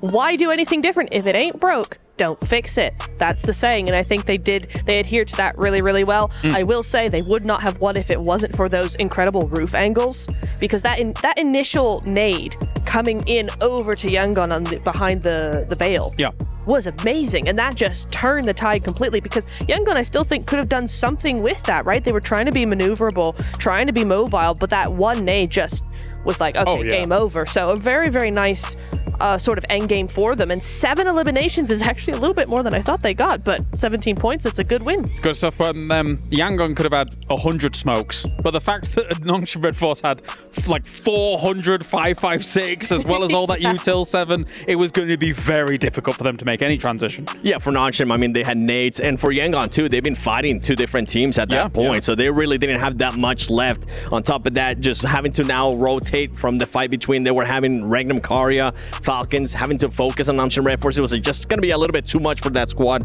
But I'm going to be looking here towards the bottom. I was actually a bit surprised about Hora overcommitting to a third party between Power and Influence Rage. That was a bit surprising for me, because I felt like they could have just taken their time and just paced it out a little bit longer. Instead, they just saw a fight, they saw an opportunity, they went for it, and it ends up backfiring. Let's take a look at some of the highlights from this game as well. A lot really focused on these compounds, as well as the chopsticks and how this all does go down. Because realistically speaking, Neptura, this is such an open area. If you don't have one of these compounds, if you don't have a chopstick to live in for a while and then get a 3rd or a 4th place, it's going to be hard for everyone else. That's just the name of the game when it comes to these field zones, isn't it, though? I mean, I think some teams are more used to playing them than others, Falcons being one of them, but they did opt for the chopsticks. It was an interesting rotation actually coming in from Falcons. I want to talk a little bit about that, because Regnum were gatekeeping them on the north side, and I really just felt like actually the Falcons didn't do much. They kind of just stood in front of Regnum and didn't rotate somewhere else. They were like, are we going to push it? Are we not? And for me, I just thought that was just way too long, because it gave Regnum a chance, possibly, to actually come up with a plan of how to take out Falcons completely, right? Gives them time to get that setup going. I'd have much preferred 7 if Falcons had actually rotated down to the eastern side. There's either chopsticks or there's that ridge by the road. Both of those would have worked really well. In the end, they did end up doing that, as did Regnum, but for me, I was like, oh, it's a bit dicey. I kind of disagree with that, because they at that point, you had Yangon Galacticos just holding down chopsticks, and then on top of that, you have Regnum Karya and Falcons just trying to find a way. I was actually impressed by the way Falcons was playing that. I really enjoyed the way that they were able to push it, and it's something that I was talking with Max backstage as well during that match, is the way that they were pushing up, using that utility to their advantage. And in regards to just them wanting to rotate south, it was going to be a bit harder, because you still had AXTMG at that point. So I think the scouting came into play there for Falcons, and they ended up making the right decision. It's tough though because you're circle side, right? So you've got a timer above your head. All the pressure is on you to make the right decision. So it's by the by here. Let's actually head over to Barney now, who is ready on the stage actually with Team Vision after they had a great game too. Welcome back to the main stage here at the Qiddiya Esports Arena. I've got Never Alone joining me from Team Vision. Never Alone, we've got to talk about Map 2. It was such a huge potential turning point for you guys in the survival stage. 13 eliminations, 19 points in total. That actually bumped you up to 10th place as well in our rankings. Give me kind of a breakdown of how you thought that map went. What was going well, what was going not so well? Because you secured a lot of points. Yeah. So the preparation for the last day is to move quick because we land like in the middle of the map, which is cool. So that's our game plan, and to scout like every place possible. And we got a good spot, and we took advantage of it. Well, you obviously need a really strong finish, or you need another one of those maps to secure more points, right? You got 1 Erangel, 2 Miramars left on the map. What are you thinking? Like, tell us your strategies, if you can tell us some, and how are you going to solidify your spot in the grand finals? In terms of the last Erangel game, we will play fast as usual, but in Miramar it's difficult to play fast. We will play it depends like on the zone, and we will push and get kills as much as we can. Keep it steady, keep it strong. I like it. Thanks so much, Never Alone. I really appreciate it. Best of luck in the last 3 maps, and we hope to see you in those grand finals. For now, back to you guys. Thanks, Barney. Well, a big jump up from Vision after that game 2, of course, here. They're going to need a little bit more, though, here in the survival stage. Let's move to another team, of course, Yangon. Obviously, they get themselves to 2nd place here. It's a good 2nd place. They had quite a bit of that compound for quite a while in that game. What are you thinking, Seven? I'm even rewinding back. I'm going back to how they were even able to get there. Sure. They were trying to just rotate into the main island through that western bridge, and Fireflux was just holding them down. So they made the right choice by going towards the eastern bridge and just going on a full wrap. One thing that I really enjoyed about this team, of how they were able to take control of that chopsticks area, was Romeo. Romeo was doing some amazing scouting. He was making sure he got in the right spot too. He noticed that nobody was going to be there in chopsticks, and then he kind of gave the call for everybody else to crash in. I'm surprised they went into 2nd place, yes, but with as few elims as they did, because I thought they popped off a lot more than just 6 eliminations. But I totally agree with you, Seven. I think they played that phenomenally. It was very proactive, and it was very sort of thinking ahead of everything, which I really, really enjoyed from them. All right, with only 3 more games remaining, let's check in with where the damage is being done. As we have, of course, our top 8 at the moment here. Currently, Team Falcons sits in that 8th place position. For some of these top teams, they're done. They know that they are going to be going through into that grand finals. And the question now remains here, with them being probably very comfortable, Neptura, do they now start exerting themselves on the rest of the lobby, or one particular team in particular? What do you think? On the Miramar, yes. You think so, just on the Miramar? On the Miramar. I with as close as these points are, I would be a little bit scared of doing anything drastic in the last Erangel. I want one more good game before I start doing anything crazy. Fair. Well, of course, as we say, Team Falcons very much in the danger zone. That could mean catastrophe for them when it comes to points. You can mention Team Falcons. I'm actually getting scared for Regnum Karya. We haven't been able to see much of this squad, a team that's usually able to get the eliminations. Only currently, I mean, you can see the eliminations are there. It just comes down to those placement points, and it kind of comes down to what we saw in the last match. They were just being a bit too passive. It's not the Regnum Karya that I'm used to seeing. It does feel for me when I look at those points, probably top 5, as long as nothing catastrophic occurs, should be safe. So maybe going into these next 3 games, there might be 3 positions open here as we take a look on further down. Alpha 7 moves up 1 place during all of this, but it's looking dicey here, Neptura, for these teams. And the thing is that with all of those teams, we're not seeing anything different from them. Yeah. That's the problem. We've got 3 games left now. We're halfway through the day, and none of them have done anything. And I hate to be so brutally honest, because I love a lot of these teams that are on here, but they're not doing anything. Do something. Where's the sticky mode? Where's the stick? Honestly. Yeah, they're going to have to do quite a bit to try and jump on up right here, because I think obviously teams like Falcons are going to try and defend their position and see how everything goes. For now, thank you very much, guys. It is time to head over to the main stage where Barney and Veracity are ready to go for a halftime. Veracity. Okay. You know what we're going to have to do? It's getting heated out here, right? So I'm going to call a truce because we need to focus up. I don't want to see any of these floorboards moving, okay? Because it's getting very important out here. 8 teams are going to be sent home after the next 3 maps. So let's talk about the opening 3 maps of the day. We had back-to-back chicken dinners from E-Arena and then Nongshim Red Force securing the 3rd. Impressive. Impressive to say the least, but the thing that we're really focusing in on, Barney, is our overall standings. Fireflux Esports walked away with 2 top 3 victories so far today, in itself impressive. We then had Power Esports, a bit of a middle-of-the-pack performance, but as you mentioned, E-Arena, what an astounding showing from them. 2 back-to-back chicken dinners. Whew, it's looking pretty good. It is looking good. We've also got to talk about the teams that are on the brink of elimination, right? 9th, 10th, and 11th spot. Influence, Rage, Team Vision, and R8 Esports. All really need to pull something together for these next 3 maps. But also, speaking of make or break, it's Alpha 7. They've got to pull it together. One thing is for certain, Barney, myself, everybody watching at home, and certainly all of the teams here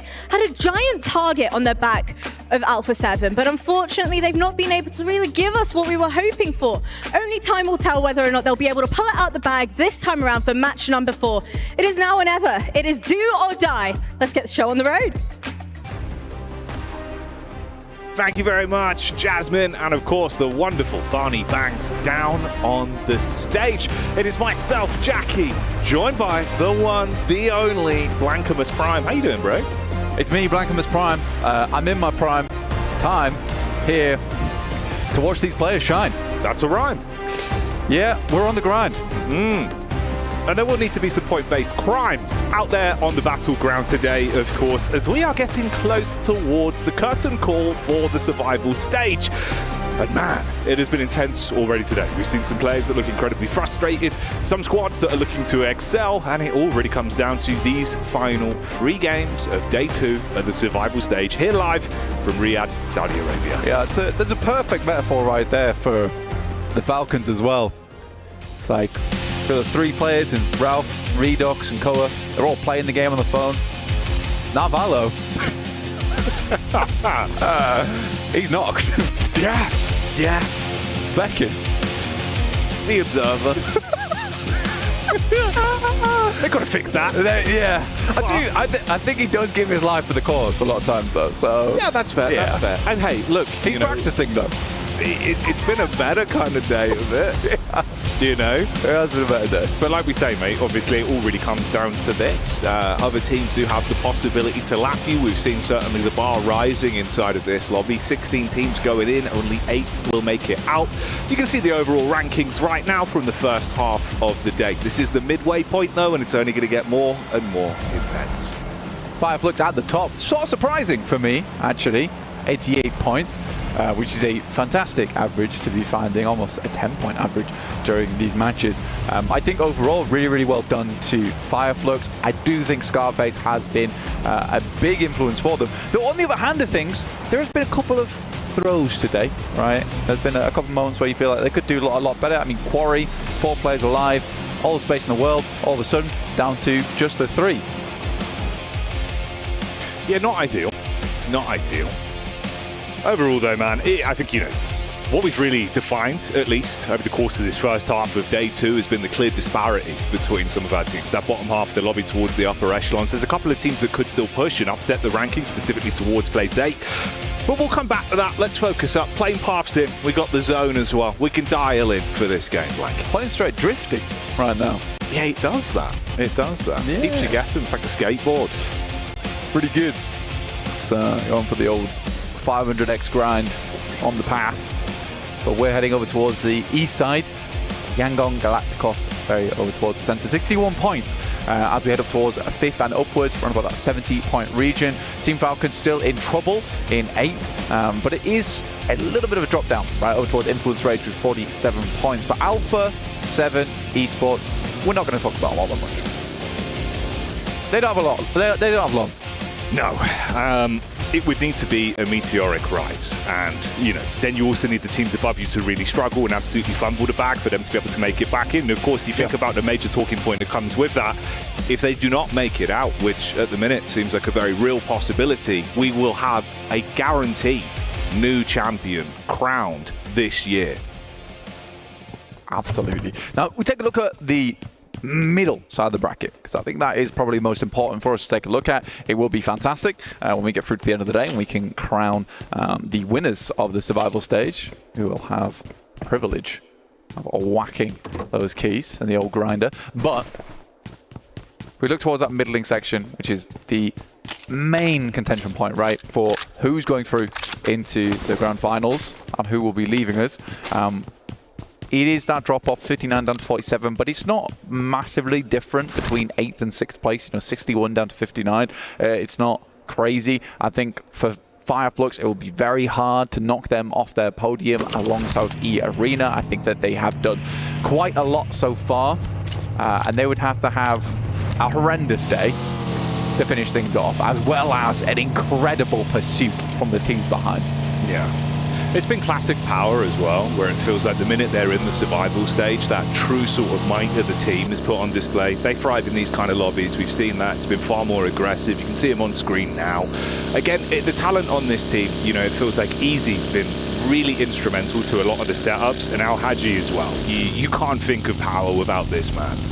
Yeah, you can't, honestly. I think for me personally, Easy been a bit more of a factor throughout this tournament so far, at least in the survival stage. I think Al Haji's great, and they certainly lose a lot of that confident demeanor when Al Haji goes down. But it is Easy making a lot of those calls. He's the one who seems the most animated when it comes to watching them over on their desk, in their booths. He's just looked very crisp with the gun skill as well, which goes the extra mile, mate, in these kind of lobbies. Oh, hang on a minute.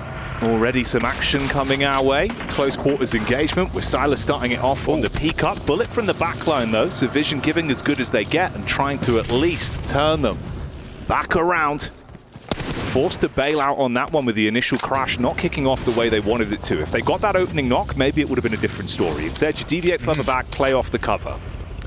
Good decision from Regnum Kaya. I think when you get towards the end of the day here and you realize you're on the cusp, right?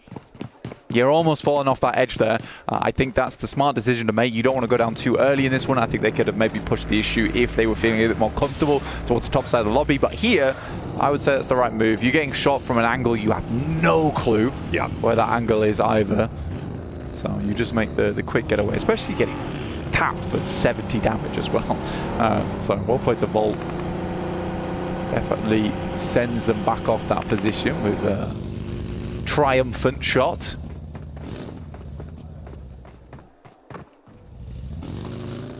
This is where those more influential decisions of knowing when to call it quits on a fight as well is really going to come in the early game. You'll see the difference in decision making for all these teams. Nongshim Red Force again there, the catch whiff of Power immediately. You do not want to run the risk of not being able to really keep accruing points inside of this matchup with the last few games of the day. So just bail out on it early. Think about the bigger picture. No reason to stay around. Both of those teams in similar positions, 75 and 71 points between the both.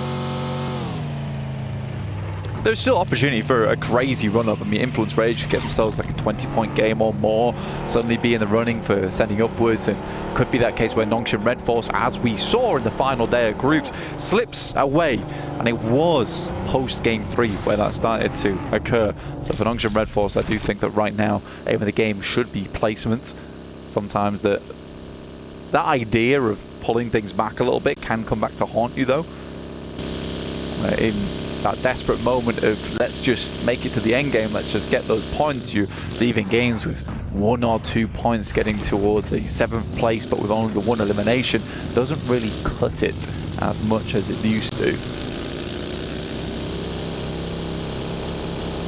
Yeah, won't realistically cut the mustard this late into the survival stage. R8, very, very close to Alpha 7. Already ahead of them in the rankings.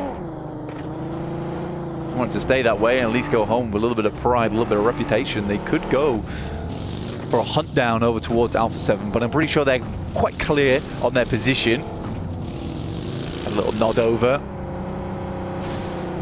Push it back, but Ida actually heading further this way. Not allowing Alpha 7 to get away without A little bit of a sniff coming through from RA.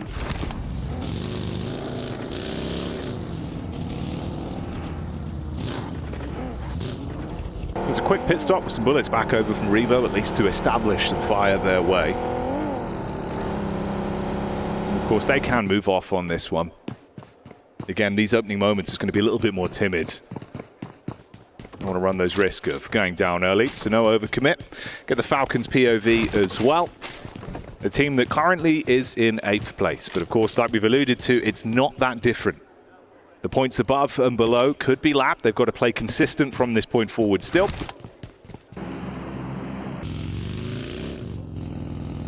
They had a good change of pace yesterday, in my opinion. Towards the end of the day, making much more aggressive rotations. I was a bit disappointed earlier today looking at the Sandhawk.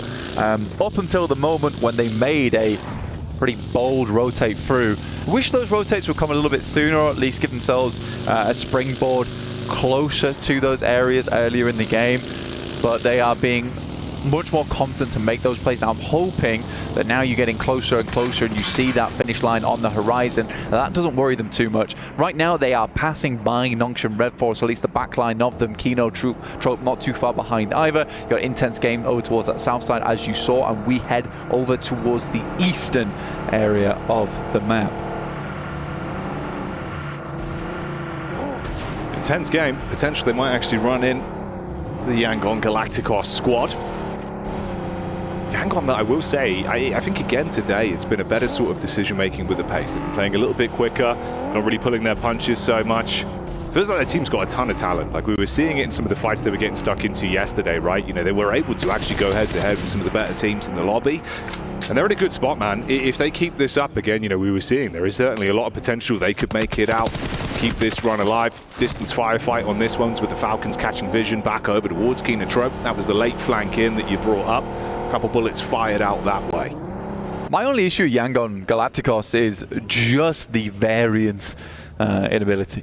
Right, there's multiple times where we've seen them either get like a massive game or go out fairly quickly with not much more than the whimper. And I think that's my issue with Yangon Galacticos, is not quite consistent enough for me, where it's even now hard to make a full read on them. But you're right in the sense that there is potential there, right? The ceiling on that team's quite high. Unfortunately, a lot of times they're lower down towards the bottom floor. More literally here towards the bottom floor. Clearing out towards the bunker side, Sky's POV, Horror Esports. Again, a team that you could probably paint with a bit of a similar brush there. Feels like there is a ton of talent. Obviously, they've been really warming up again as well. Tied right now, 71 points between them and Nongshim Red Force. That's been good. Oh, yeah. I think we had like a lot of, in fact, I think most of the teams that went through to the finals absolutely deserved it. I do think, obviously, the big question marks for a lot of people were Falcons and Alpha 7, but I personally don't think they played well enough in those group stages to even have a chance to get towards the grand finals, personally. I think both teams absolutely do belong here in the survival stage to reprove their worth. If anything, I think Falcons are almost appreciative of the extra time they get to figure out what their playstyle is going to be going forward. We even heard Revo talking about it, saying that, you know, something's got to change. Something has to change. We've got to figure it out. I think for Falcons, there are clear areas that could do with improvement. For Alpha 7, on the other hand, it's a bit of a puzzle. A bit more of a puzzle of what's going wrong on that team. Yeah, he keeps you guessing an awful lot more in reality. But hey, like we said, you know, we'll sort of keep up to date with how it's going for them over the course of these last 3 games, but at the minute, they're in very dire straits. On the bridge crossing down towards Yangon Galacticos, we did see a fight from the backline there from E-Arena that have been looking absolutely stalwart in today's gameplay once again. Great rotations, taking chicken dinners, heads-up calls. It's looked fantastic to watch. Magnum Caria once again making their appearance on the broadcast here, down towards R8, of course. Set up in the tree line, quick vision over. Toxic looking for the shots. Meanwhile, backstab there onto the Falcons. It's a bit of a hybrid fight. 3 teams going up against each other. Power Falcons and intense game. Yeah, Falcons just losing one right off the bat. I mean, they're able to find one Elim back their way. The Fireflux playing what I would call kind of 2022 European gameplay here, which is just very central every single game. We're not being punished too much for it. We moved over to more of a edge style in the past, but that's ever changing, is that meta of how teams want to expand out towards the outer edges or keep it cut over towards the center. And it's really just picking your moments of when you want to go for that one. For right now, Fireflux has had some fairly good rotations to get here, fairly clean. Some good homework's been coming through on their end too, in terms of picking those rotations and when they can go for them. For the Falcons, on the other hand, it is just a case of going for those rotations and making the clear decision from everyone on that team to follow on it. The Falcons down to 3 now. This would be a good game to get further up those steps inside of the leaderboard, see themselves a bit more safe going forward. Gamax currently over towards the eastern side of this circle, but still fairly central. But down towards Milt is where I'm most worried for a lot of teams. Crunching through that area of the map, not always easy.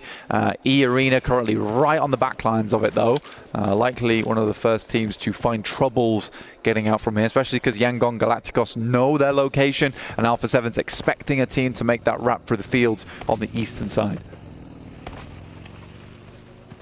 Yeah, they had the double hovercraft when they were able to bonnet away the solo player from Yangon Galacticos. Since then, one of them was blown up. Still got some vehicles to work with, though, and have been advancing further forward. Squash is the one just peeking out the top floor window, trying to get a read in the lay of the land as they make their move over. Nongshin Red Force down in the compound here as well. Quick peek up towards the ridge side. Doc C, seeing if he can spot them out. Regnum Kai is a team that I'm definitely looking at. 7th place, but I think they're a team that should be going through or should be at least hoping to make it through. I don't think it's a bad team whatsoever. Loxy, Wild, Silas, all very strong in their own right. Toshpik's had a good addition to the squad. And it's been close each time, right? Even in those group stages, it was close. They got knocked out in the final game when they were playing at I think it was 7th place. And it was Thunder Talks and was it DRX or... which team was it that managed to get ahead of them? Either way, it was EDA. Yes. EDA, there we go. EDA was able to overlap them as well in that final game. It was only a few points here and there. So for Regnum Kaya, this is a team that I expect to make it through the survival stage, but in 7th place, it does look a little bit shaky. Yeah, we get the push in here from Kinotrope. Ooh, shots to the back line. Good from Ketch for the opening damage. Easy. Scarface is up close to clean up as well, so the Bizon's put to good use. Accrue those points and just leave the one man who's running through the tree line to try and close the gap between them. Horrific position to be left into. Yeah, so kind of just trapped there. Yeah. It's nice as well. I think that Ketch is seeing how Scarface is playing and I'm pretty much having that notion of I can't sit on the back lines anymore. I used to be the star on this team and I've got to bring that energy back again. I think he has been doing very well to support Scarface here. I think right now they're the 2 highest damage players in this lobby, with Ketch actually taking the 1st place there, which is really nice. Sometimes you do need to have a teammate step it up to give you that extra kick to be like, okay, I need to do my teammate proud. This is a messy one. Hora with the split, behind the rock and up on top of the ridge with vision. In the middle of the gulch there. Nades being thrown out from either side. Fair amount of damage translated onto either one of the teams. Smoke to play with, tucked in. Sleepy looking to try and engage from this, but quick peek from Marcelo over the top of the smoke. And he's able to grab that one. No fear going down to the follow-up nade as well, so it's really looking rough for Hora. And in come Noxian Red Force, able to dive on top of this. Doc C now. Going to see what he can steal away. The nade could be absolutely massive as well. Close quarters engagement on this one. Into the back, it detonates. And Vision are being blinded by the shrapnel. Oh, this is brutal. It gave Horror a slight opportunity to get away from this as well. Doc C on the top side will find one with a very clean spray down. Using the UMP here, now just Volt remaining. Sensibly the best player on this squad. Looking to finish off Horror at least. Caused them such problems in the past. And it's not a fun area to play this around Shelter. You have a lot of these positions that sit around, which is not always the most comfortable bits of cover. You can't fully commit underneath into the Shelter underground because you lack information, you lack knowledge. Someone can send over towards you and then just hold you out with nades or even vehicles to block the stairways. It's unenjoyable. It's quite an elongated bout between them as well. I mean, Volt's been trying to find an off angle to peek back round. Ooh, did Tizzy spot him on the angle there, trying to peek back down? Got Tizzy on the ridge side, peeks up into it. Yeah, Tizzy knew. We'll shut down Volt, so that's vision removed. Obviously in 10th place going into this one. No chance to really build themselves further up the standings. And Fireflux could still guard towards that as well when Nonshin have to reposition. Meanwhile, we get the fight in here between R8 and AX. Nades over the top, vehicles in play. We push back down towards the south. It's an unfortunate assumption there coming through from Henry. I think he tried to at least go for a decent nade behind the tree. And I think that without the little information, it was pretty well placed, honestly, if the player was there. Ida finding Zizzy. Horror does finally go down to Doc C, and Nongshim Red Force on a bit of a tear here, despite, you know, probably going down to R8 in the next couple of moments. I still think a 7 Elim game is very good. And it will just keep them up towards the top side of the lobby. Power did lose one earlier, if we remember. E-Arena manages to get quite far through, at least with a couple of players, but Power immediately will snap down on top of them. Yangon pushing up. Sakura close towards the action, but it's Mormon that throws out the first stone. Dive over the top as well with the movement, assisted by his teammate, Sakura. Smooth moves for the battle back, and they're able to handle themselves quite nicely on that one. Even with the shots now raining in from Power, looking to snatch away some of those points. Even Revo chiming in. So Alpha 7 from the side, spotting an opportunity and looking to try and seize onto it. Romero, this is absolutely horrific, has to jump into the hovercraft, try and top himself back up, and look for some sort of getaway. Yeah, I think Romeo's in a pretty tough position. Right. I'm not sure how you get out of this one. I think the hovercraft will at least give them some capability, a little bit of a defense. E-Arena will send out. Sakura just slumped down on the side seating, and he will get popped out of there, and it will be over as Power picks up a couple more eliminations on their high ground position, which is very nice down towards the south side, and they can kind of cull a lot of the teams on the south. Alpha 7 playing this patient split over towards the east and have yet to lose a player.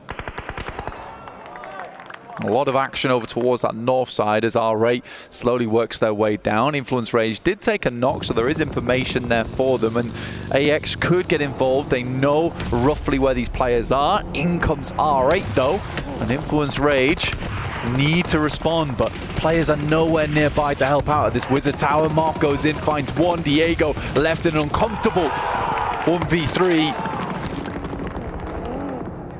So easy on the cleanup. Straight in at his limit for that one, and dispatches both of them. And like you said, there's no real room to trade off with one another as well, with how fragmented Influence Rage was, and with the majority of the teams that are going down being top heavy in the standings. This is opening up opportunities for a squad like R8 to keep building from this one. So being able to at least find what they need in the moment. But Ida from the sideline gets hit by AX that are now pushing up onto it. Lorazin as well taking a face now with their attention turned. The bonnet of Arian, that's going to connect back onto R8. Yeah, at least like that from AX, who decided to get involved on that. They saw the fighting happening. Fireflux have made their way over towards this western side and looking to sweep on through. Ketch already finding the first over towards Lorazin on the Molotov. Now looking for a little bit more here. They're continuing to rack up those points and see themselves further solidified over towards that first place spot. Currently running with 93 points to the 79 from E-Arena on this game. Gamax Judo finding Carrillo. This is happening multiple times. Gamax are able to find the shots over toward Alpha 7. A proper nemesis on their hands. It's Turkey versus Turkey, though. Regnum Karia up close onto Fireflux. Silas firing off shells from the DBS. Good damage done. Meanwhile, the Elim feed showing us the tail between Alpha 7 and Gamax. Scarface with a quick reposition. The Orgle hit heavy. Another man down. Sideline shots as well from AX. Still third partying. Man, is that Regnum Kaya just down and out there? Yes, it is. Fireflux brings the heat straight to them.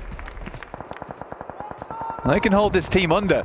R8 still holding versus Influence Rage as well as intense game. Fireflux as well as Regnum Kaya go down in mutual destruction. Nate's out. Intense game. Almost on target there. A little bit of chip damage, but not enough to blow them away. A little bit of cover to work with on this ridge side with a Slight lip. Ooh, good tag. Peeks up off the back of it. Prestige sees them sprinting in. Wants to get the knock onto the low HP players, but the sideline shots, it's always AX. Right now, they're the ones popping up, finding prime opportunities to at least steal away a couple points here and there. The big dive in from Rafa's good. R8 are finished off because of it, but AX are still in position to make it even more uncomfortable. That's another knock back over. Rafa gets one before he falls. I mean, AX has been doing great work from this north side, just watching down this way. They've been ever present, ever watching over towards them. Now Valo with a dangerous peek coming through here. Falcons do move up underneath Power, using them as almost bodyguards. This slight ridgeline that runs through it looks good. Romeo sends on over. We'll find one of the players from Alpha 7, but it's just a knock that's easily res back up again. And right now they claim a lot of space, but in comes the Falcons. Off the back of a knock as well. This looks not so great for Alpha 7.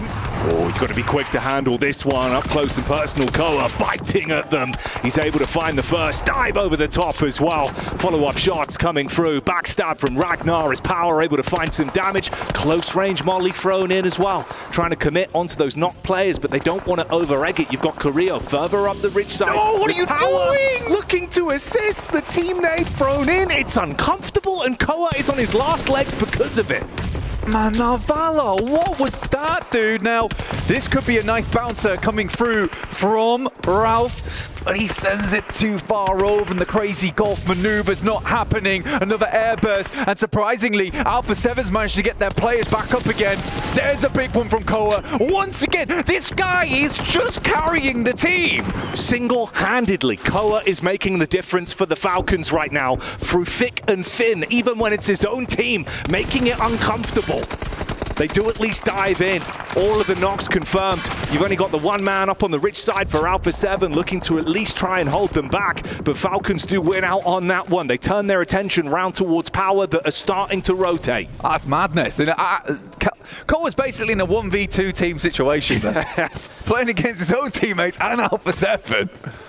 Unbelievable stuff. But what a nade. Very, very nice. I mean, Ralph at least opens up the way for the crazy golf maneuver off the back of the tree. Not quite a hole-in-one, but they'll take a bogey. AX up close. Not going to be able to win out on that one. Versus intense game. Devotee goes down, but Power Esports have caught whiff of this. They're making their move up. 3 nades to play with for Al Haji. He can dash those in whilst the squad sets up from the side. Carrillo further out as well. Silence, realizing that he's being pushed on, primes one of his own. Intense game. 2 plays here. Silence been quite effective over the last day. In comes the Falcons. Ralph first to face over towards Carrillo. Alpha 7 getting pushed back multiple times. Tries to catch him on the corner. At least has his position on lockdown now. The choreography in Carrillo has to be absolutely perfect on this. Narvala with a UMP, bait out shot on the corner, seeing if they're going to commit to the wide swing round. They've still got nades. That could be the difference. Al Haji, though, realizing this is a prime-time opportunity to backstab onto the Falcons. He pulls up to the party, up close and personal. Carrillo goes down. Goodbye, Alpha 7, as Navallo makes the move. Nade in as well. Padrino from Intense Game starting to barrage bullets down. Al Haji commits with a burst. Falcons blown away. Big redemption coming through from Navallo there as well, and the Falcons will absolutely take that, which pushes them further up the tables now, which is very, very nice. It feels less desperate going into our final 2 games. But Power, we were talking about them earlier, they step it up in those survival stages. When times get desperate, they make it happen.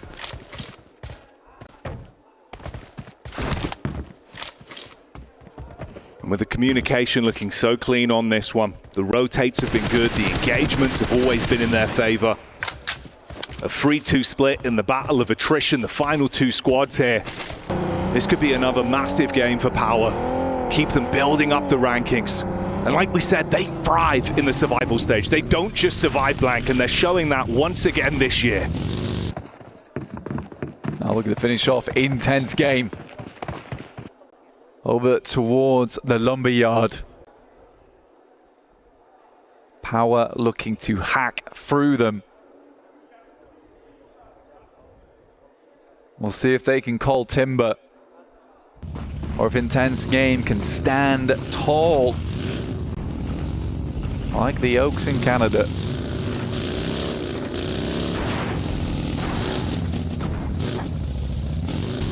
Call them the Redwoods.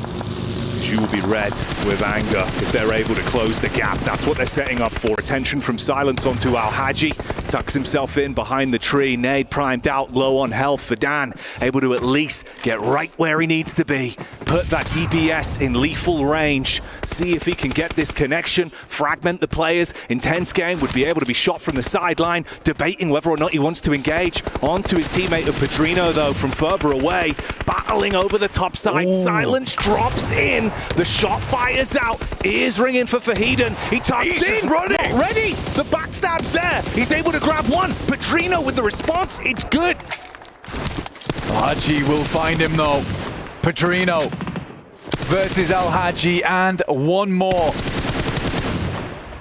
Will be an incredible 1v2, but it's not going to be easy. Al-Haji up towards the rocks. And that's power. Take themselves a chicken dinner, looking more like Bear Grylls in these final moments. True survivors here on our stage. Intense Game weren't quite able to hold it out. A tree with more bark than it had bites. Unfortunately there in the end, but it's Falcons who get themselves a nice couple of points there, removing Alpha 7 and dooming them further down the tables. That one was an awkward fight to remember, but it's anything but uncomfortable for Power. Al-Happy makes another appearance, and of course he's looking animated.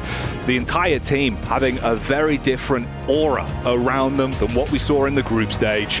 Far better to witness, but the other side of the coin, of course, is Alpha 7. The frustration's been there, even in moments where it feels like they can almost make it work. Falcons having some internal turmoil. But hey, man, it's better than it could have been. It is. I mean, to be fair to Navallo, I think he certainly redeems himself versus Creo there towards the end game. But in the meantime, we're going to head over towards a short break before we're joined back again on the desk.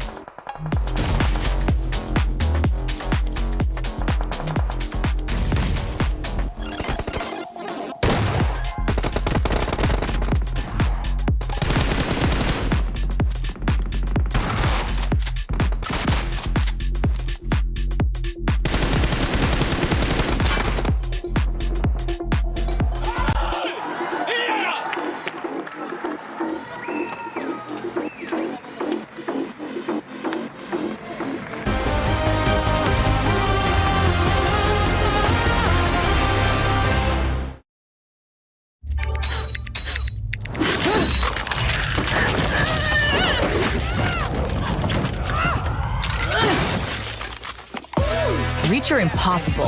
Lenovo Legion.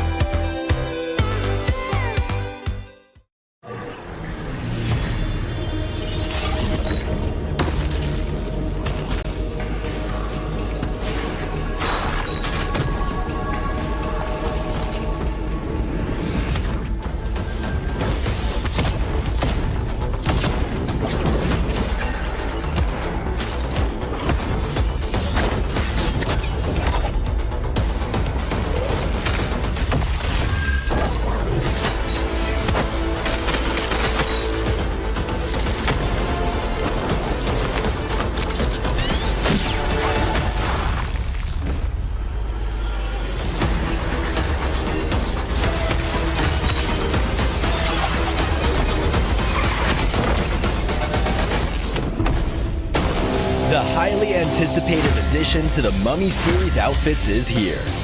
Paired with the new Ice Tomb Glider, the Polar Spectrophage Set is just what you need to freeze your enemies. Or send them ablaze with the Inferno Fiend Set's new upgradable Chain Inferno Uzi. All the Mummy outfits are back. Get them all.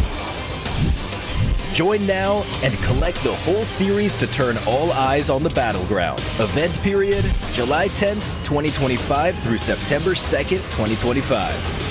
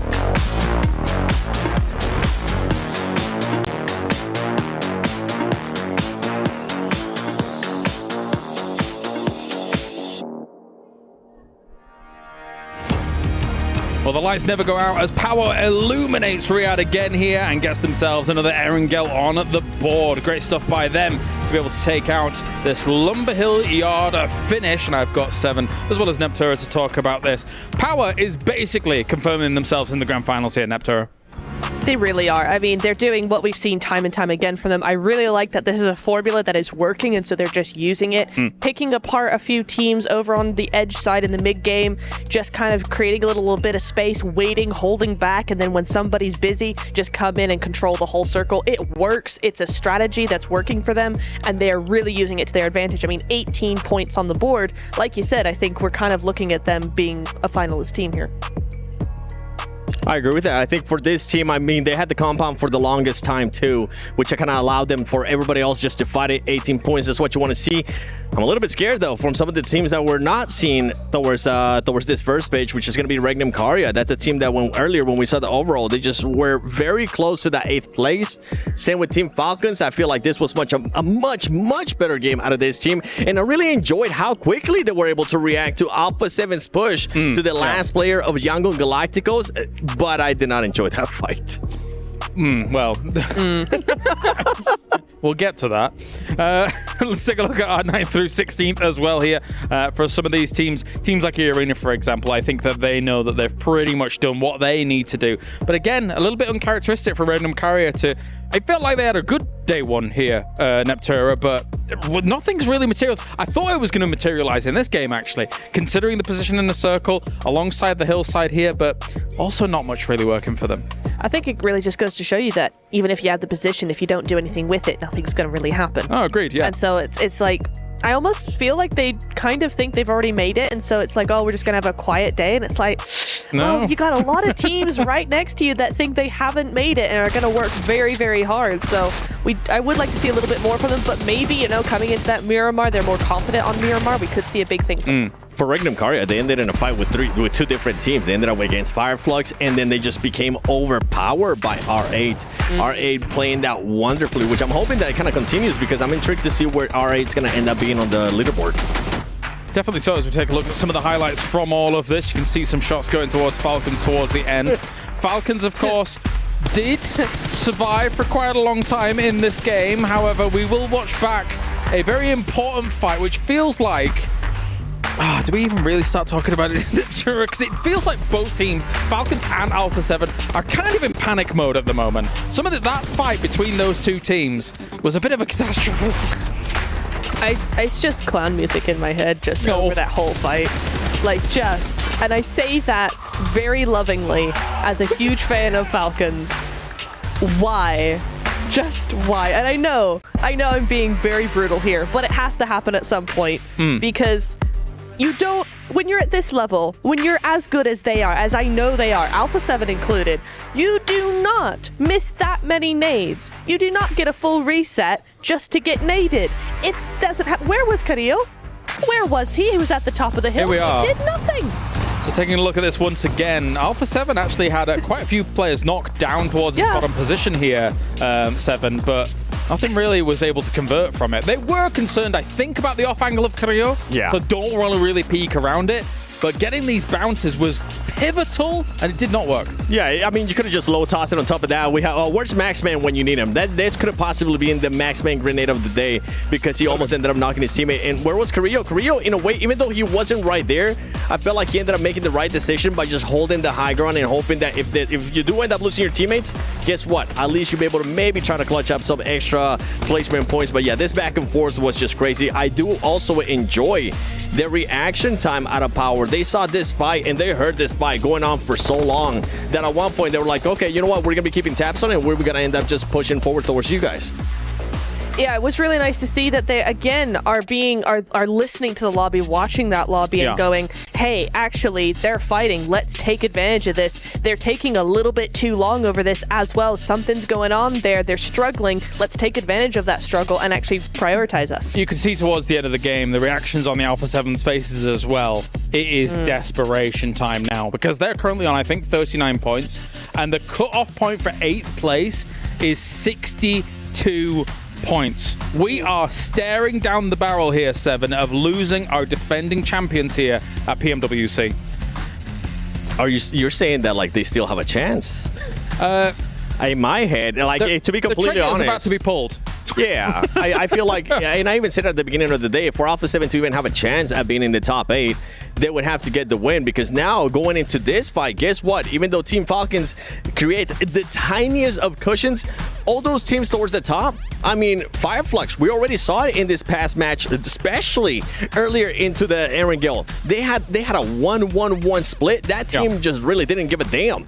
They have nothing to lose. You're already in first place, and if you do end up maybe going to second place, you're still going to be going to grand finals, which is what they came here for. So Alpha 7 is going to have to figure something out. As a team like Alpha 7, you would need to shore up your defenses arguably before those Miramars, right, Natura? Because some of these teams up towards the top that really understand that they could potentially be a threat. If they do turn on in that grand finals, they could quite easily try and hit where Alpha 7's going on Miramar.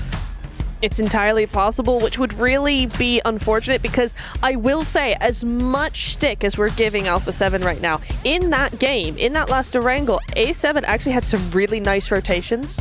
Like there was some nice splits, some nice rotations. You could see they were trying to get back to normal a little bit. If they get hot dropped on a Miramar, if they get targeted for whatever reason, right, and they don't get that chance, then they're in a lot of trouble. Well, we were concerned Gawax was going to take them out there in that game as well. On the eastern side, right? They had 2 knocks on them. Once again, they'd already eliminated them when it came to what was going on in Sandhawk.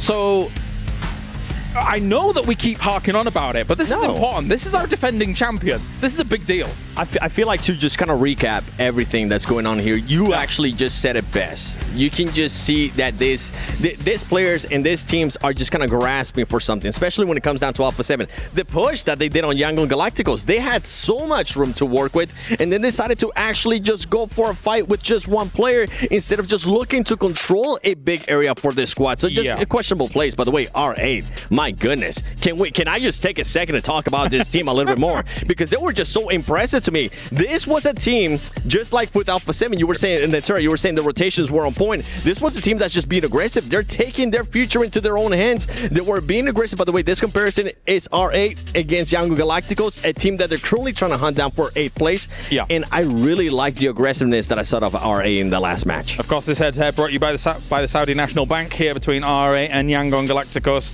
I'm been impressed at how some of these teams have been able to try and ramp things up, but it's still do or die for both of them when it comes to that barrier position. And of course, you guys can be involved over at home as well whilst watching everything that's going on here at the PUBG Mobile World Cup. The PUBG Mobile Airdrop Carnival is now live in-game this weekend from August 1st to the 3rd. Log in and summon surprise airdrops and collect 2025 airdrop vouchers to enter prize draws for official merchandise, smartphones, BD partner awards, permanent in-game items, and more.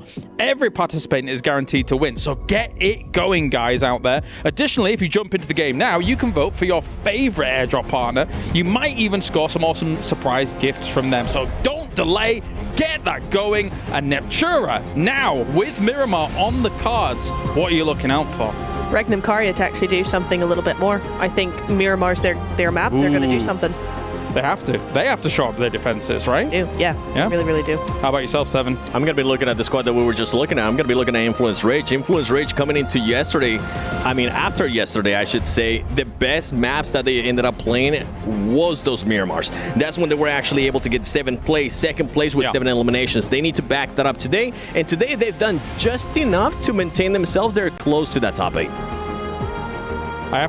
I have to pose the question, what are we going to see here on the desert? Thank you very much, guys. Now we head over to the casters for the penultimate match. One final opportunity with only Miramar on the line here to see if you can qualify to the grand final.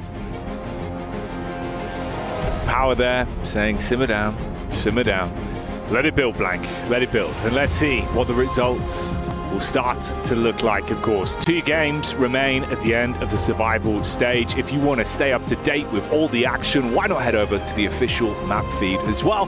That's now live on PUBG Mobile Esports on YouTube, so you can follow the action and stay up to date as it goes down to the nail-biting conclusion, Blank, and that's what we're going to be in store for. To be some loco gameplay coming through. Oh yeah. From some of these teams to get towards the top, but it will have to be a madness. Some of these squads towards our top side in the top 8 will have to have a bit of a fail if they want to drop down here too much. We do have teams who are confirming themselves towards that top side, like what Nongshim Red Force did in that last game, able to get a lot of eliminations. They're not looking for those placement points. They're looking to just push those boundaries where they can. Power looks fantastic right now, and even Fireflux is looking a little bit worried that they might catch them on this next playing path that's coming through here over on Miramar. Slight change of pace here. Some teams are slightly better at this map than others. In the past, Alpha 7 has absolutely been phenomenal on Miramar. Yeah, they'll have to do that twice, actually. Sort of never alone smiling there. Seems like the energy's good in the camp, but will the results be even better for them? They've had some near misses, some uncomfortable games where it felt like a what if. They could have squeezed more out of it today, Blank, but I think that really has been the issue. Each time it's resulted in it not being enough for them. 11th place, just mere points ahead of Alpha 7, the defending champions, of course, of last year's title. They took home the trophy and all the glory, but it's not happening here. Power Esports 93 points to Fireflux's 94. I didn't think it'd be that close, but it certainly is, as we are on the very much southern end of things here. Hello. Figuring out phones over there. I like it. A blast from the past. Oh yes. Supporting in the audience.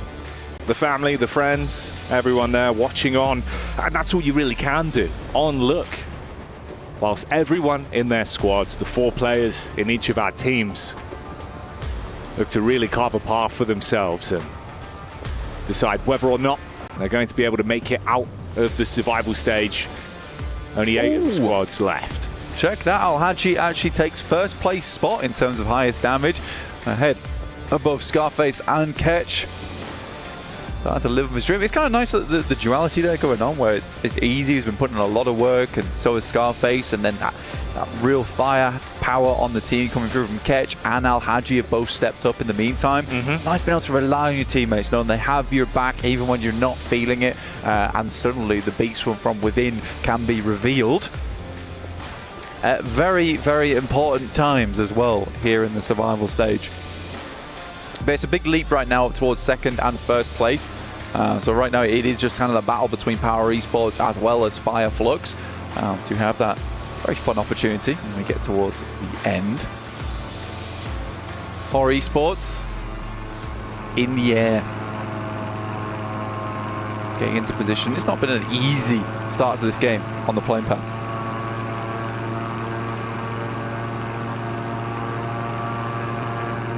They're soaring, they're flying, and it's Sky, of course, that's up in the air. in reality, you know, it's probably for the best that Sky's the one flying. You wouldn't want a sleepy pilot. No, you would not. Goodness me. That'd be terrifying. I would be worried, scared almost. He's having it now. Oh, wake up, quick. We're gliding. Oh, we're inverted. Okay. And we're about to be landing in 3, 2, 1. Clean landing. You know what? Actually, perfect. Yeah. It was a perfect landing. Did just have word from 7 saying that Falcons been able to take El Pozo and Alpha 7 giving that one up. To be honest, it's cool that Falcons just go for that aggressive maneuver as well. Alpha 7 forced to a case of, well, do we really want to take the chance here at going down early? I mean, even if they lose one player, they cannot afford to have that. They need to have a 4-man finish if they want to have enough firepower in that end game to clean things out smoothly and also have the chance to sweep. So for Falcons, I think that's a very cool maneuver because you are preying on the mentality coming through from Alpha 7 there. Intense game here as well. Up against Vision. Bit of chip damage exchanged between both squads. Seeing if they can actually find a way to get a read on this, not expose themselves to both the angles that are in play with the 2-2 split, but never alone, being able to get the adjustment shot off onto Silence.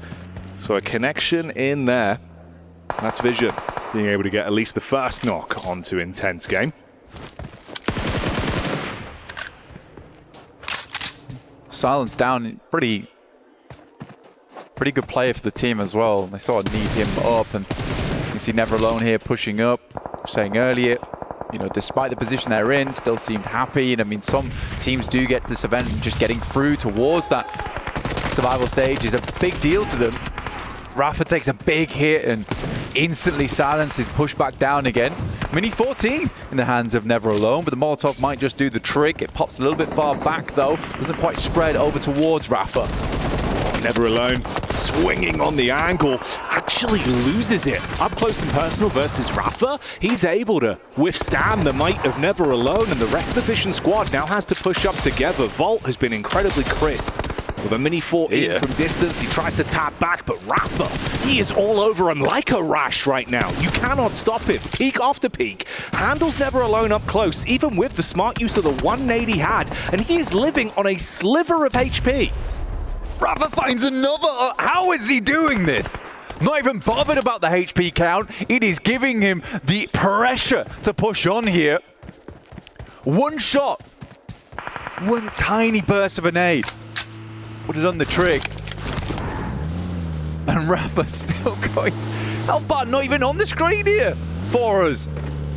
Dear me. What a performance from him there. Ultra instinct of a moment. And Vision sent back. Realistically limping away as well. I mean, it's just Marcelo, that's all that's left. You think about how clean that could have been. Like, Never Alone, actually from the angle he's in, he gets the first knock, he knows he's going for the res, you get the nade on the close angle, knocks him again. That 1v1 would have made the difference, them being able to clean up relatively easy, with the then push coming in from the side with Volt and Co to clean up, split the attention. The fact he has done that single-handedly, hell of an adrenaline rush there from Rafa. Oh, man, hooked up to the life support machine, but not done yet.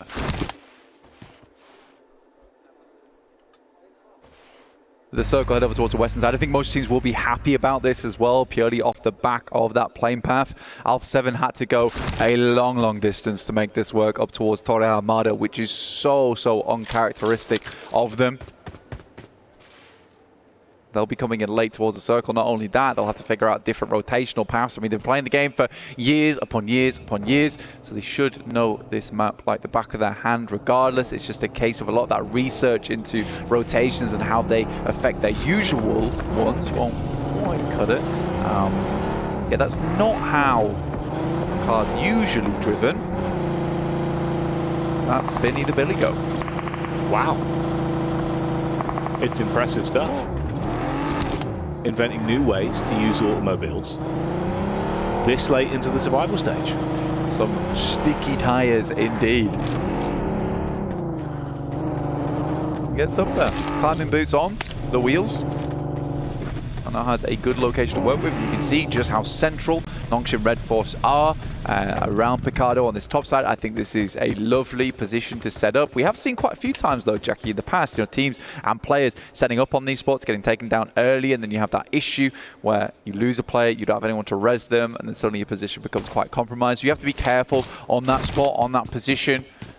You're mostly there for information gain, and if you can get a quick and easy knock, you'll go for it, but no more than that. Especially from that position too. I mean, you have a lot of stock to get towards that late game. Well, you did. You really, really did. Until this circle comes into play, which is hellish. Over towards that north side, a massive hard shift over this way. Many teams left in the lurch on that south side. AX having to get a move on, as do Regnum Kaya. Falcons and A7 actually coming out looking very, very good off the back of this one, smelling like roses. Throwing them a bone, they very well do need. Obviously a lot of targets on the heads for Alpha 7, I think, going into this one as well. You can see that's why it was the heads-up call to sort of bully them off the drop spot, see if you could influence the overall game, make them feel like not only is it uncomfortable in the team, it's uncomfortable in the actual battleground itself. So we'll see if they can recover from the position they're now left in. Intense game on the move here. Rafa, he looked good in the previous engagement versus Vision. Some stalwart defense, great heads-up calls, the peaks he was going for. Kari, a bit of a different beast though. They drive by, they both take vision onto one another, they pull up towards the compound, looking to keep their heads down, not run the risk of getting into a fight that is uncomfortable for them. Yeah, little do they know that they just escaped a scenario with Rafa, the triple tapper, managing to get into some cover, playing around concrete. It's a good position. It's forward as well, over towards where Horror is currently playing as they make that rotate from earlier on. Yangon, AX, as well as R8, very late to this one, but I think they realize that and they can't really afford to make that quick ramp. A lot of teams were a little bit close to this one, especially when you're going through that Picado ridge side as well. You are funneling teams over towards Monte Nuevo and San Martin. It's not comfortable. Power, though, in position. A nasty nade threaded through. Al Haji has been on the money with these nades. Backstab, though. Set up from Pedrino. He's able to hit that one heavy. Al Haji down. Adrian as well, pushing in close. Missed shot on the first peek through the doorway. Back up in there. Ragnar with the DVS. Withstands the push. Nade in. Danger close. Forced to heal up now and play off one another. Fireflux off in the distance. Pedrino goes down stairs and will pick himself up. A lot of elims off the back of that. It was a clean engagement, a great backstab, an assassination of a play, but the Fireflux team is heading inward. Pedrino finds an early knock over towards Kedge, looking to hold this one down. They don't have Rafa up. And now he'll have to hold his own versus the full squad. The tag goes through, so they have a rough idea of where he's playing, and those nades are not going to stop anytime soon. We had Rafa looking very talented earlier, but now, like you say, it's up to Pedrino to be the punisher, to keep his team alive in this one. No opportunity to get his mate back up. It's all on him as a solo to withstand this crash that's come in from Fireflux. They had the timing to backstab and third party onto power, cleaned up there, bursting through the door. They shut down the opening man, and Rafa nade through the top. That's nice, and they close it out. Fireflux won't lose a single member off the back of that one, getting 4 points, so succeeding where power failed and cementing back towards that first place position.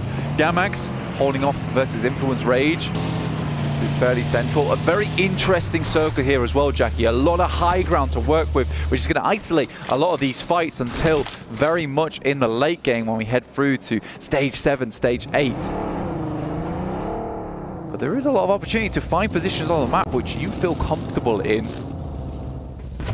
and then sit around there for quite some time.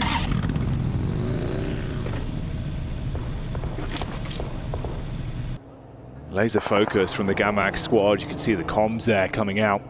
Fajita talking to the team. It's Regnum Karia just down towards the ridge side as well on the hill there, listening out, seeing if an opportunity will be presented from this. Yeah. It's not a bad spot either towards this ditch. Having 4 vehicles is a massive boon to them. What they can do with this one as well is stay out of sight, out of mind, but be extremely central as well. So they can make the decision on the next circle of where they'd want to go. It should keep them in, it's just in terms of positioning. This is very much just a pause on their gameplay. And they'll listen to the sweet pause beats whilst the rest of these teams have a roam around.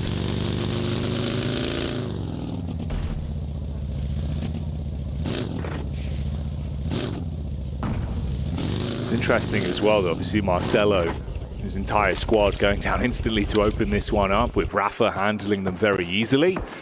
He's been able to keep himself alive and just out of dodge, barely in the back line behind Fireflux. It's a 2-2 split from them, with Scarface further down, catching the back line.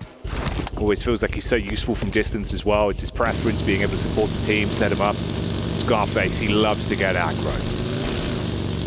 It's kind of funny, right, in the way that that's happened, where Scarface in the past has been absolutely the long-range specialist for the team, but we're seeing a lot more where Scarface is moving over towards that front line and catches playing the back line for them. So it's a complete role reversal into this one. But it's also nice to see that they're comfortable to switch those roles frequently, because that does hamper you. You know, you lose Scarface, what are you going to do? Yeah. Suddenly you lose a long-range player. So having both your main fraggers on that team be interchangeable, that's an indispensable characteristic for a squad. Yeah, having that level of dynamic gameplay that can keep squads guessing gives you the extra oomph you need, especially in these kind of lobbies that are global like this. Can't afford to be one note in reality. Much prefer that double quaver, quick off the beat. And that's not going to be the case for a lot of teams here. It's going to be a slow rollout. Circle doesn't really confirm onto anything too drastic here. Still that high ground towards that south side is open. The ditch that Regnum Kai is playing is nice. Quite a few open areas in terms of the rows that cut through here. In the meantime, AX has taken a knock. That's potentially from R8, who are watching the overlook here on that northeast side. But you can hear there is plenty of fighting. And is that Regnum Kaya losing player? No, finding shots over towards Kinotrope. A lot of the players from Kinotrope who made a big old dash over their way with little to no information either. Yeah, went for a bit of a stab in the dark and ran straight into Regnum Kara, that of course have been playing for this latest setup. They were waiting for a fight to be instigated so they could push up towards Influence Rage or Gamax clean up on that one. They've been gifted a bounty of eliminations off the back of that. And of course the last player is miles out of position as well. Ridgeside angle up on top, effectively trapped on an island. And it's the Falcons that are underneath, slowly skulking their way further forward. They were a little bit more split. They've grouped up now. Finale could be a bit of an issue for them, though. He's hidden. Closed off, squared away. See if he opts to take shots. In come Nongshim Red Force versus Fireflux, and there's one. Narvalo, I think he took 2 shots there. Should be down? No? Yeah. So Narvalo once again goes back to a spectating position. The Falcons play on with 3. Tell me if you haven't heard that before, but I need to stop beating that horse at this point. It was the quick crash in as well from Nongshim Red Force. Obviously, that's worked out relatively easily for them. So the duo from Fireflux that were further ahead have been caught there. Oh, even Catch just barely getting away. Sliver of health as he'll try and duck down. Bullets whizzing over the top, offering up a short back and side. It's a free haircut, but he's still breathing for now. We'll drop some smoke. He's very exposed. Fireflux, not ideal. Right? Nongshim Red Force, they saw an opportunity and did absolutely go for it. Fireflux was a little bit slow across the road there. Nongshim Red Force took a couple of knocks, but it was a 4v2 advantage. A pretty easy cleanup. But now, Valo, I think that there is an instance where if you know someone's up there, you kind of want to send another player with him. As you imagine that scout there was for that reasoning. They know a player's in the vicinity as well, so you did get somewhat of a scout coming through. Alpha 7 playing on this north side and playing very, very slow, waiting for these next circles to come through. And I think the reason because of that is there is so many points of interest around this map that you can see here. I mean, you've got the ruined town up towards that north side for Alpha 7. You've got this big overlook coming here where we're watching Falcons play down towards the south side, and then that real intense area over towards that eastern side, which is just filled with teams because of the ridge sides that are available and the little space that you want to cut through on this central circle because of this road and valley. So you are closing a lot of teams together on this eastern side, and that's only going to happen a little bit more as this next circle hits us over towards the east.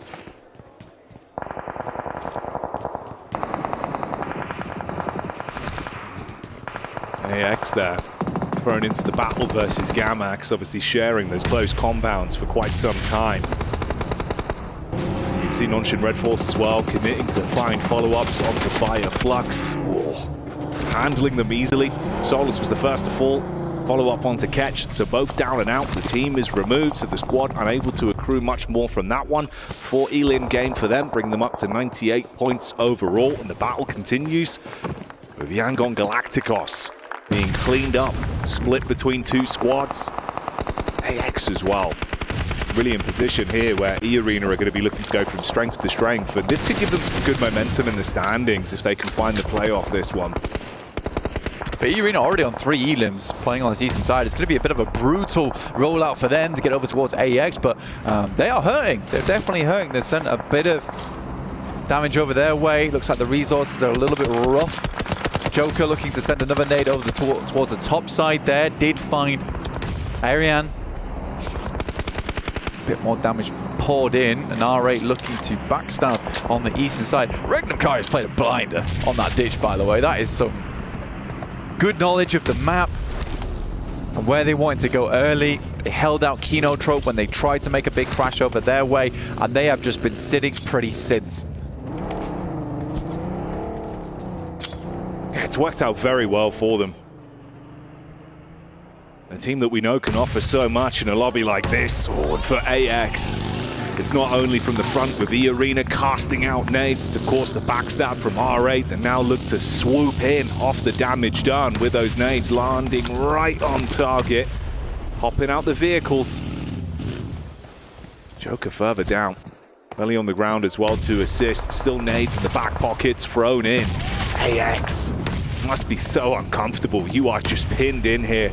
Henry with the smoke at least trying to buy time as they get close. You've got the shoddy to work with. The entire team just looking fragmented. It's only Henry that remains. Quick bandage to try and top himself up.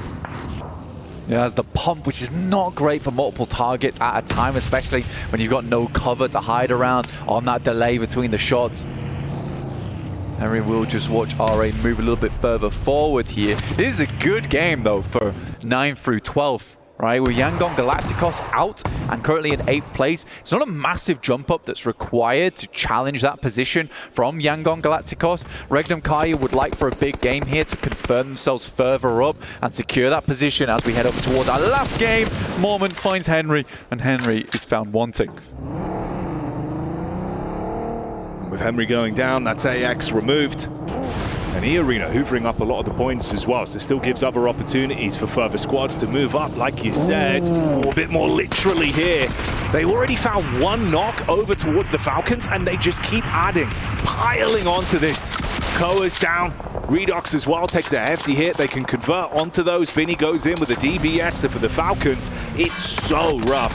That vehicle's going up 100%. He has to get out soon and find some kind of cover. He holds it, though. A little bit further forward. Don't wait for that thing to blow up, though. Just to get back. Blow it up himself. Can't really go too far back at risk. Opening up an angle. Vision, Marcelo holding off R8. Dropping the smokes in, give him a little bit more room to play around with. Nongshim Red Force, love the playstyle. Love the playstyle from them. In every single game, at least trying to get above those 5 elims. And yeah, they're taking a lot of damage right now, but that's enough each game right now from the point standing they sit on to keep them inside that top 8. Yeah, they're not going to be disappointed whatsoever with how this has flowed. Good elims, taking out some important teams as well. It's an ideal scenario for them.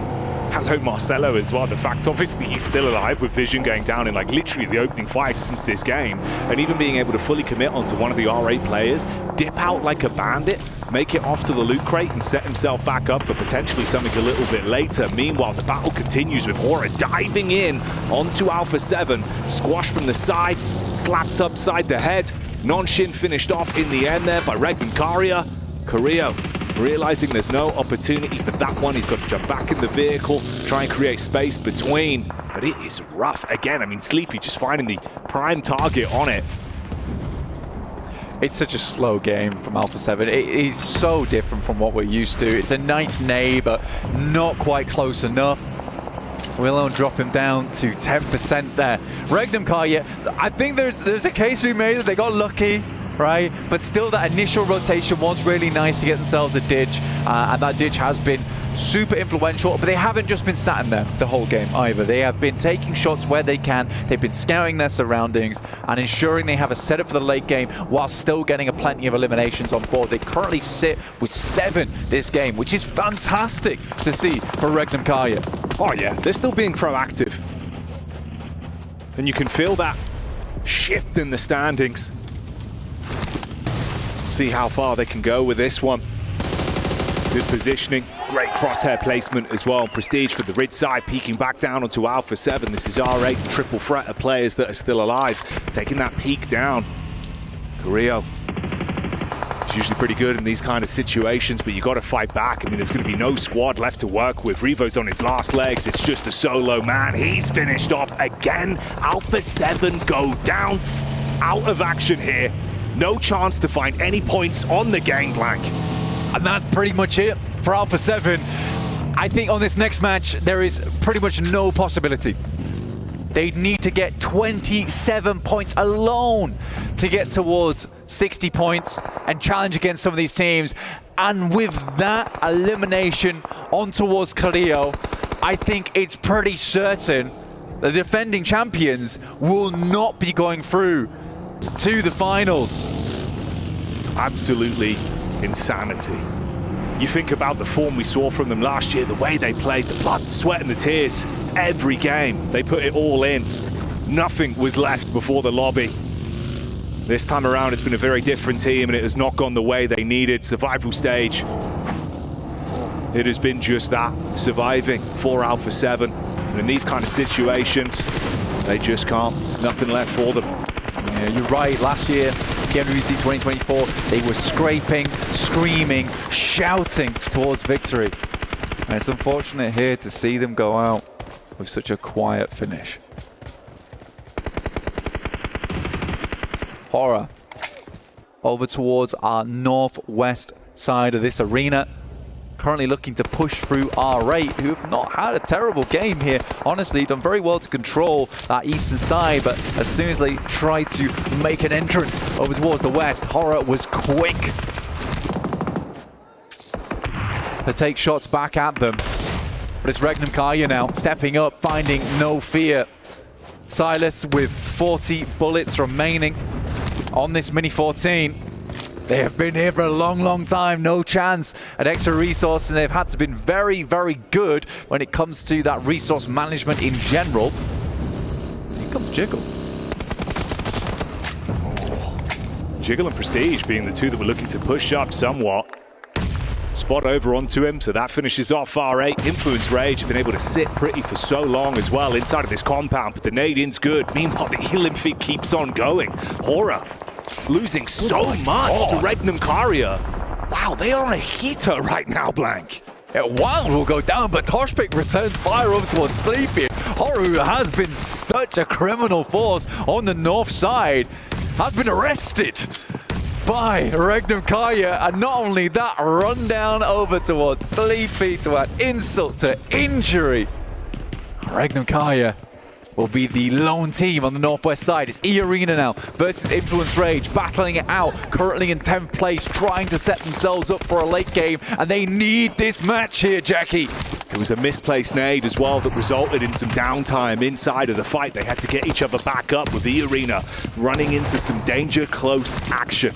Joker Looking to get up close and personal, though, with the shotty in hand. And Regnum Karia realizing this is the opportunity to scout out. Silas moves into position whilst the fight continues. Spams into the smoke. Lorizit gets one from the sideline. We say goodbye to Joker as they commit onto that. Mormon as well falls to Diego. Regnum Karia looking to shut this one down quick though. Little boy on that top side of the concrete and he will be solid. Finds the first initial knock over towards Silas. Will flush him out. Looks for more on the drop down. Gets two. An influence rage up to 5 elims. If they can get the chicken dinner, it will be a massive, massive start to their run at the end of the day to potentially take over Yangon Galacticos. But will Regnum Karia even care? Lil Boy being the big man on that one. Makes all the right plays at the perfect time. Loxy with the rock face to work with, tucked in, looking for the elevated peak from the top. You can start to slow down the pace now. It was chaotic among the three. But with the 2 squads remaining, knowing how important this is for either side, Influence Rage do not want to throw their opportunities away. Scout out from Lorizin. Loxy locked on target. Clean connection shuts down one. Toss pick, baiting them out to face. Little Boy goes in for the fight. The nade, the only thing to keep them in this one. One sent out, Little Boy extremely low, will be taken down. Diego on the backside, that's at least a nade to keep this one going. Wild walks up, and it will be an easy finish. From the ditch, they were down low, but they end up on high for Regnum Karia, and that game will secure their position in the top 8. For Influence Rage, they were so close yet so far. Getting that 10 point in that game would have made their game so much easier going into our final match on Miramar. But they have much, much further to go now. Fought hard, but that's a memory that could come back to haunt you, potentially leaving your fate up to other teams now, whereas Regnum Karia, they set it for themselves. Massive game. Great positioning, but still, like we said, even though you had such a good angle, they were being able to be proactive on so many different fights, just hoovering up points after points, and then going on to close it out with a chicken dinner. That's a great game. I think they finished on around about 15 elims, so that's a 25-pointer on that match is unreal stuff. Fireflux goes down early, gets a few points, but as does Power. We'll see how this all ends up in the final match on Miramar. But in the meantime, we've got to head to a break. We'll see you soon.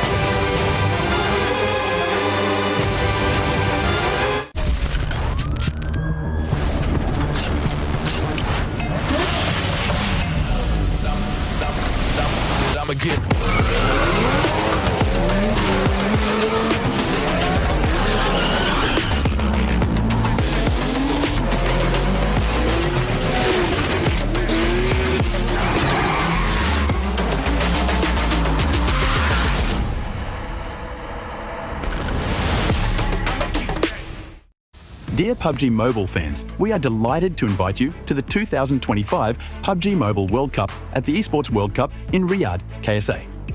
This exciting event will take place from July 25th to August 3rd at the Boulevard City. We've prepared tons of event perks, such as the PMWC Avatar Frame, Esports Passion Set, Esports Passion Parachute, and tons more items. Let's check out how you can get all these rewards. During the tournament, go to the Pandora event page via Lobby, Event Center, Esports to join the event. Mormon from SEA, Top from CSA, Pedrinho from the Americas, Silas from the EU, and Prestige from Mena will guide you through the 5 major parts of the event. They consist of tournament celebration, prediction rewards, esports shop, themed outfit, and champion challenge. Join these activities to earn rewards and collect esports tokens to redeem even more gifts in the esports shop. The more esports tokens you collect, the better rewards you'll get. You can get up to 2,870 esports tokens from the prediction event. It takes place from July 23rd to August 5th and consists of 3 stages that coincide with the tournament: group stage, survival stage, and grand finals. During the group stage, get 20 esports tokens by predicting the 8 teams you think will advance directly to the grand finals. Each correct prediction will grant you an additional 60 tokens. Make a total of 3, 6, and 8 correct predictions to get 300, 680, and 720 tokens, respectively. You'll get another chance during the survival stage to guess the other 8 teams that will make it to the grand finals. The rewards are the same as the group stage. During the grand finals, you must try and predict the ultimate champion. Just predicting will grant 30 tokens, and a correct prediction will grant 400 tokens. If you're unsure about your predictions, you can let your friends' predictions guide you. Find someone reliable, copy their predictions, and wait to be rewarded. The 3 prediction rounds take place on July 27th, July 30th, and August 3rd at 10:45 UTC 0. Rewards are issued the second day after each stage ends at 4 a.m. UTC 0. You'll receive esports tokens based on your prediction results. Note, esports tokens don't expire and can be used in future esports events. Who do you think will be the ultimate champion? Join the 2025 PMWC event and share your predictions. Invite your friends to join the predictions and watch the tournament unfold.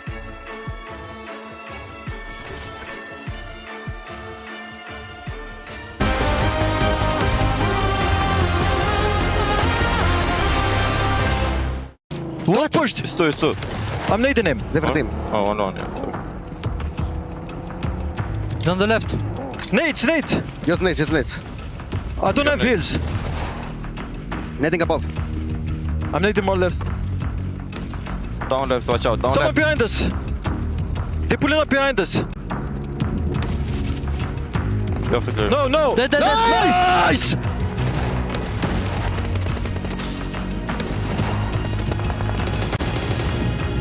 ماسك نايس باقي البعيد بس حجي اطلع يسار اطلع يسار حجي اطلع يسار خذ الصخره اطلع يسار خذ الصخره تسكه اطلع فوق ترى ما اشوف تطلع من فوق تسكه يسار حبه الدو بس هذه هي شوفه سكه بس خلاص حجي يطلع نايس لا وحش يا حجي واحد نايس يلا يدك هذا حجي.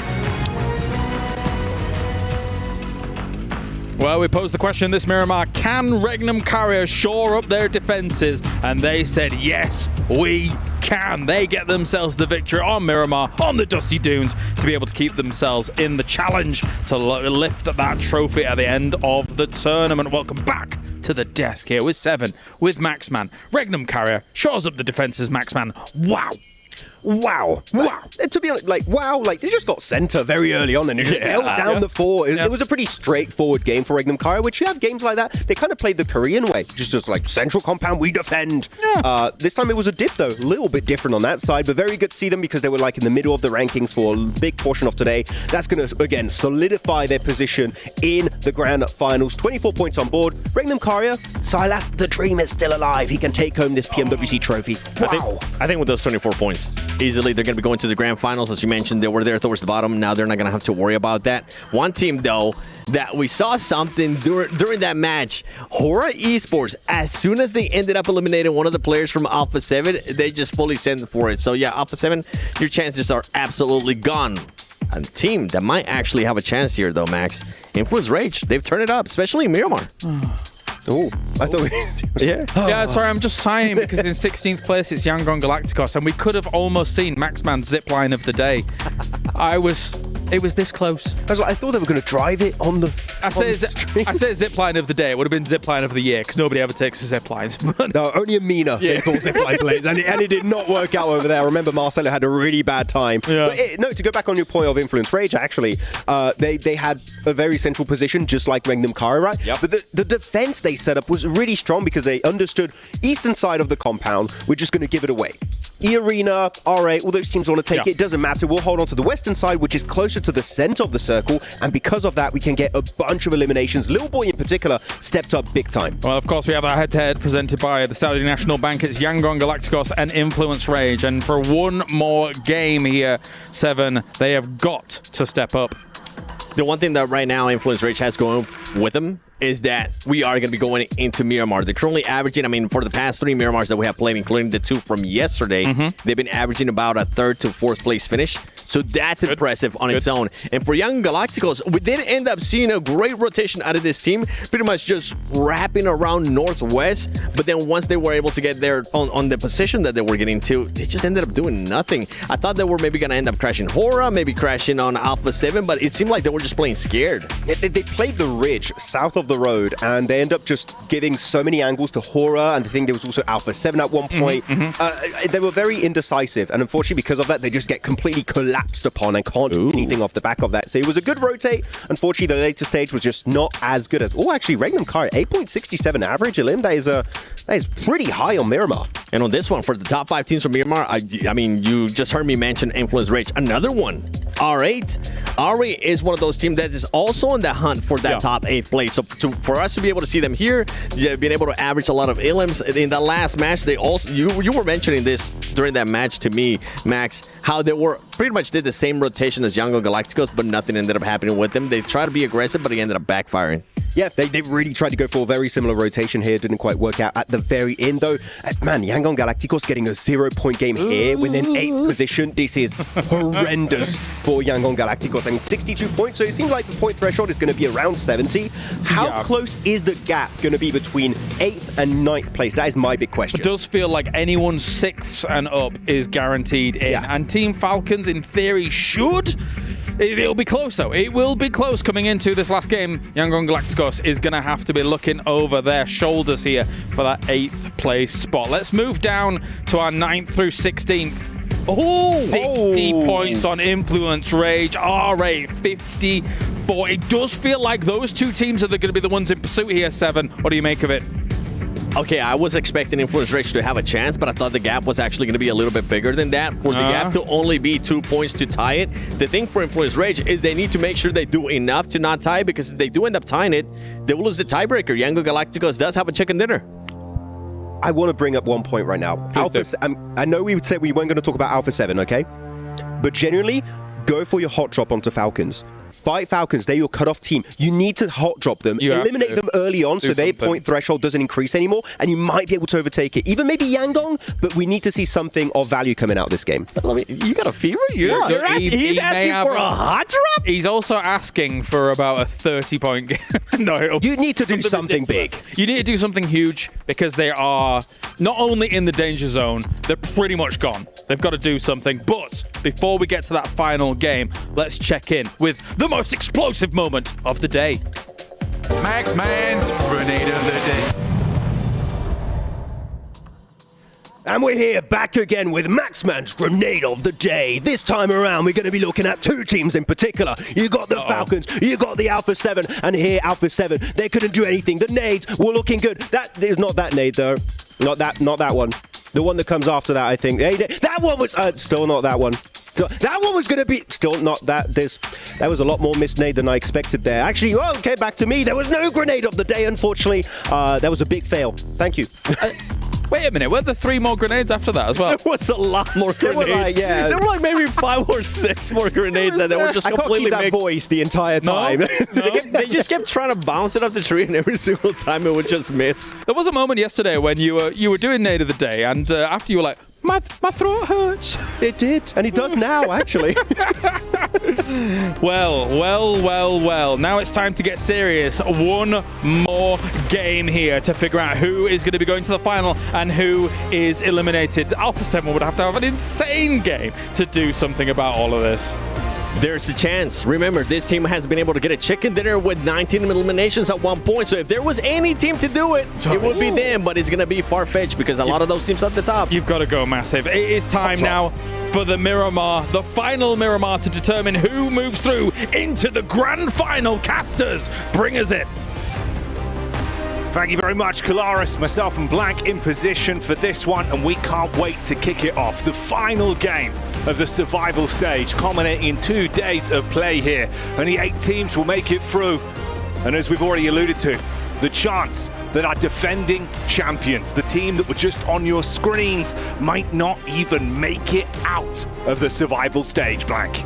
So our teams are primed and ready to kick this one off over towards Miramar, because as you say, 8 teams will go through, but 8 teams are going to go home right after this next thrilling Miramar. Coming here live for you from Riyadh. Oh, it's a nail biter. Influence Rage. Looked like they were trying to contain the rage. For something of a little bit more calm here to make it happen. They are on the rise, just behind Yangon Galacticos. Will there be hot drops? Will there be moments of fury? The answer is probably. You'd expect so, and I think if anything, the opportunity, like we heard just at the end from the desk, I imagine it was Max that slipped it in.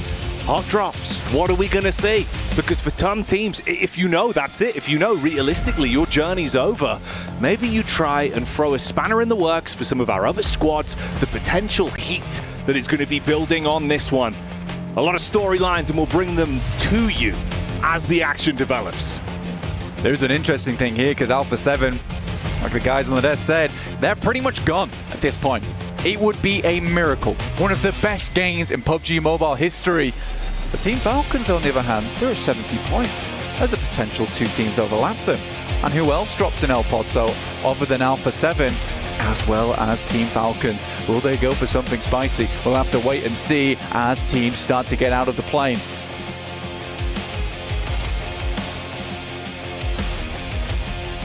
I'm curious, mate.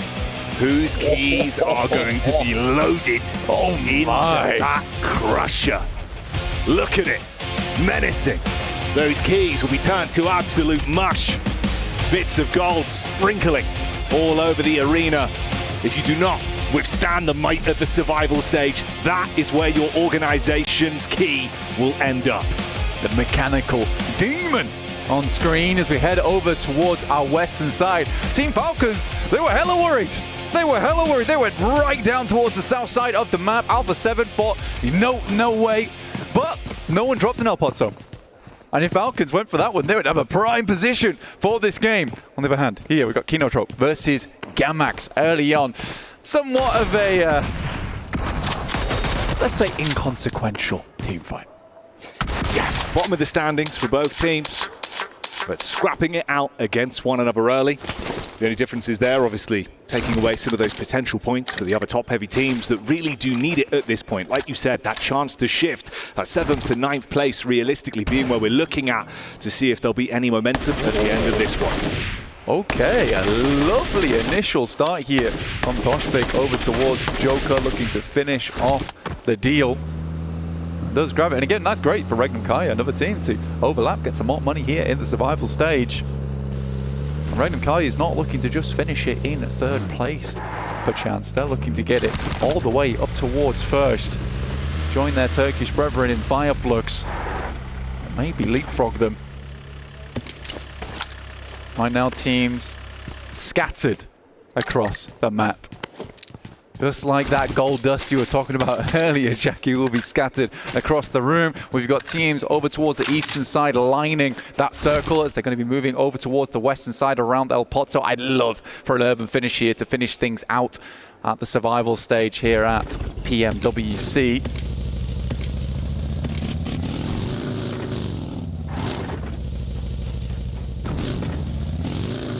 Influence Rage as well.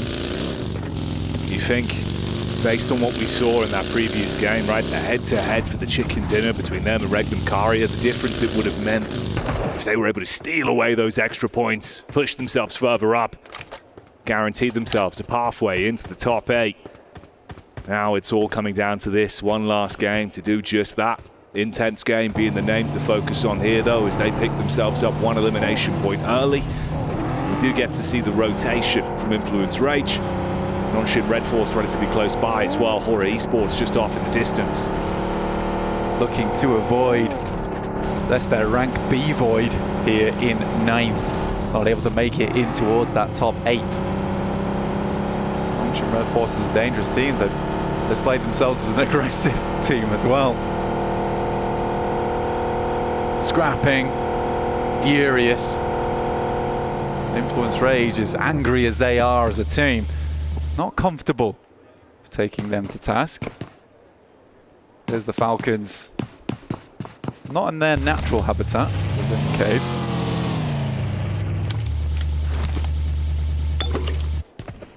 And I think for them, again, natural habitat really hasn't been what we've seen from the Falcons throughout the run of the tournament.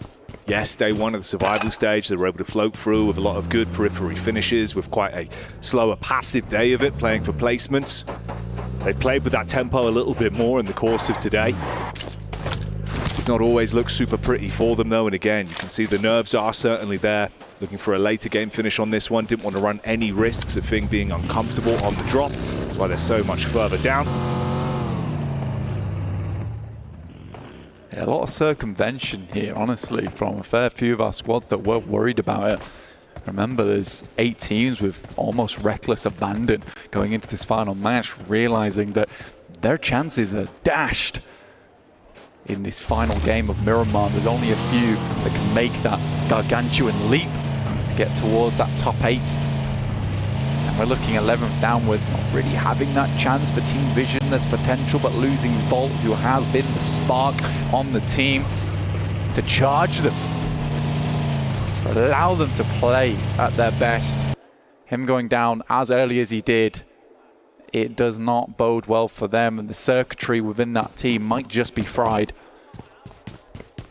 I think that short circuit actually came in the previous game as well, where Never Alone had the opportunity to absolutely clean house early on into that matchup, but you remember the Wrath from Rafa completely fragmented the squad, just left Marcelo in a horrific position towards the end, trying to barely scrape away any points. Just that one elim over towards R8.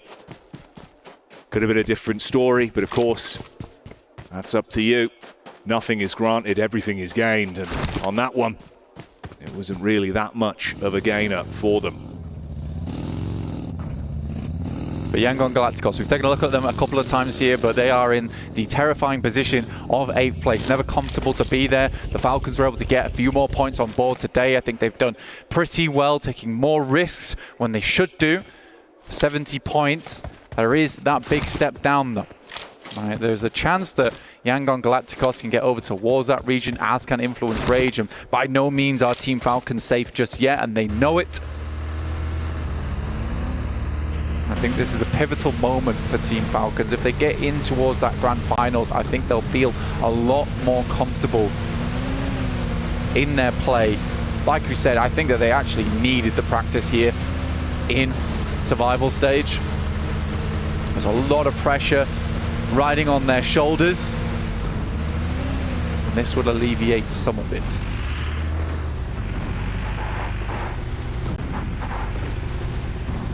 It's not the cleanest opening path though on the rotation.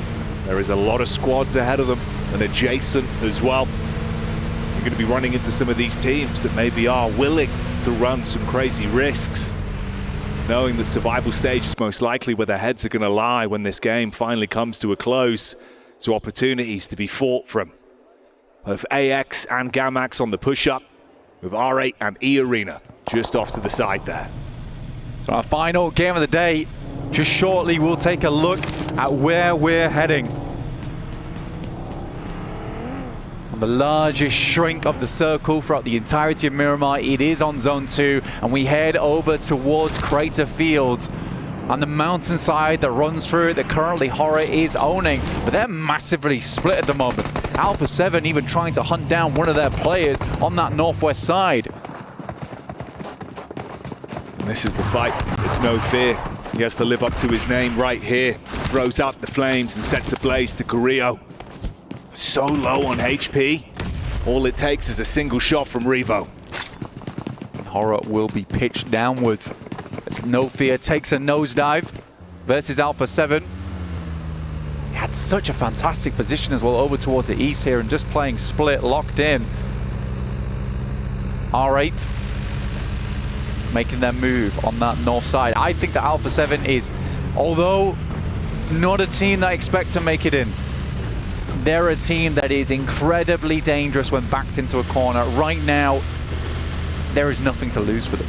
There is absolutely, and they are a loose cannon inside of this match. I think honestly, that's literally the mentality they have to play with. Like we said, as much as it would be an impossible task for some teams, their old form, when they hit their stride in these kind of games, that's when magic would happen. But you have to factor in how they've looked throughout the entire tournament thus far this year at the PUBG Mobile World Cup, at the Esports World Cup. It is not the same team. It hasn't had that same level of lethality. Falcons, they delay moving into the fray on that north side. Biding our time and waiting it out. You got to go through the checkpoints though, obviously. I'll respect that. But we're closing in now. A lot of teams making their way on over. This southern side of the circle is jam-packed. AX, Kino, Trope, or at least what's left of them. Power also, who took an early dip on that last game. Yangon Galacticos on that western side, getting peppered right now by Gamax and potentially over also Alpha 7 shortly.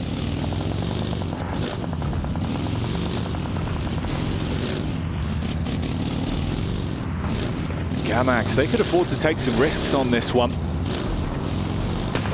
Alpha 7 not wanting to dilly-dally there, instead committing to their rotation and looking to get themselves into a better position rather than being caught up with a fight where they could be stabbed in the back by Gamax.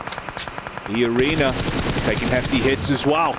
And who else but Fireflux? Of course, currently in the top spot, position number 1 for them, and that's already another point found, 99 being their total off the back of that.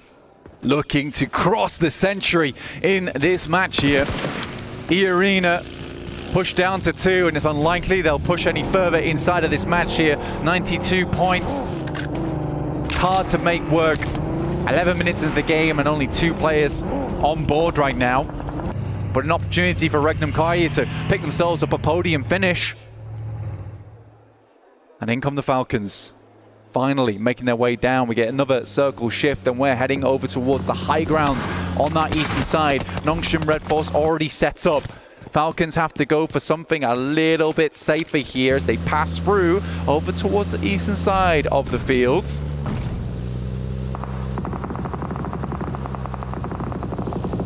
They took a few shots. The paint on the cars being chipped off, but we can focus up on what's ahead of us. Yangon Galacticus up on the rock side. It's a clean connection onto Squash. Smile being able to commit onto that one bullet back over from Revo. But of course, they cannot afford to lose a single man on this. It's got to be clean. They're going to wrap round, leave Yangon Galacticos in the dust, but it's Gamax who's coming in, potentially finish the job over towards Yangon Galacticos. They've got to bide their time. They've got to pick up Smile in the meantime and get her moving.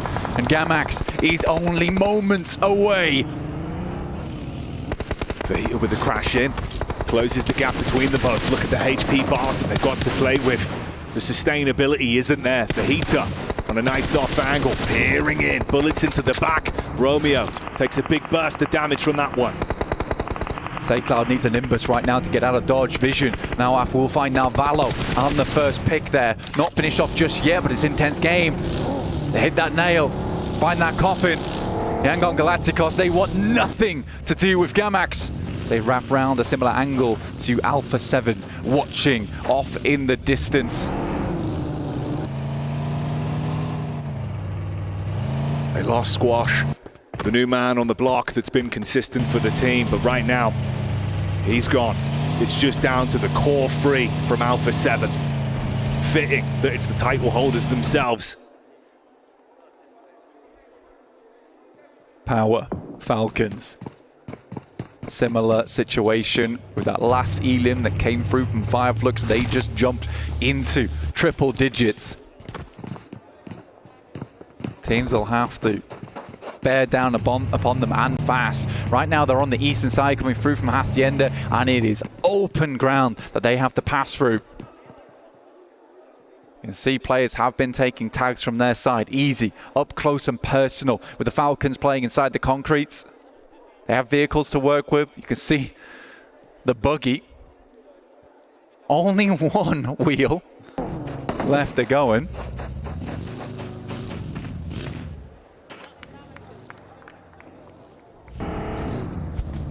Center circle again as well from Regnum Karia. Influence Rage close by. Two teams that went head-to-head for the chicken dinner into the previous matchup. A lot riding on this one. You can see the move up as well. Gamax swerve round Yangon Galacticus as they make their move. And the interesting thing with Power as well, Easy, I think his position's been undetected. He got clear vision onto the Falcons, didn't take the first shot. Instead, he can play off his teammates when their attention is turned and they've got to go for the move. He could sideswipe them.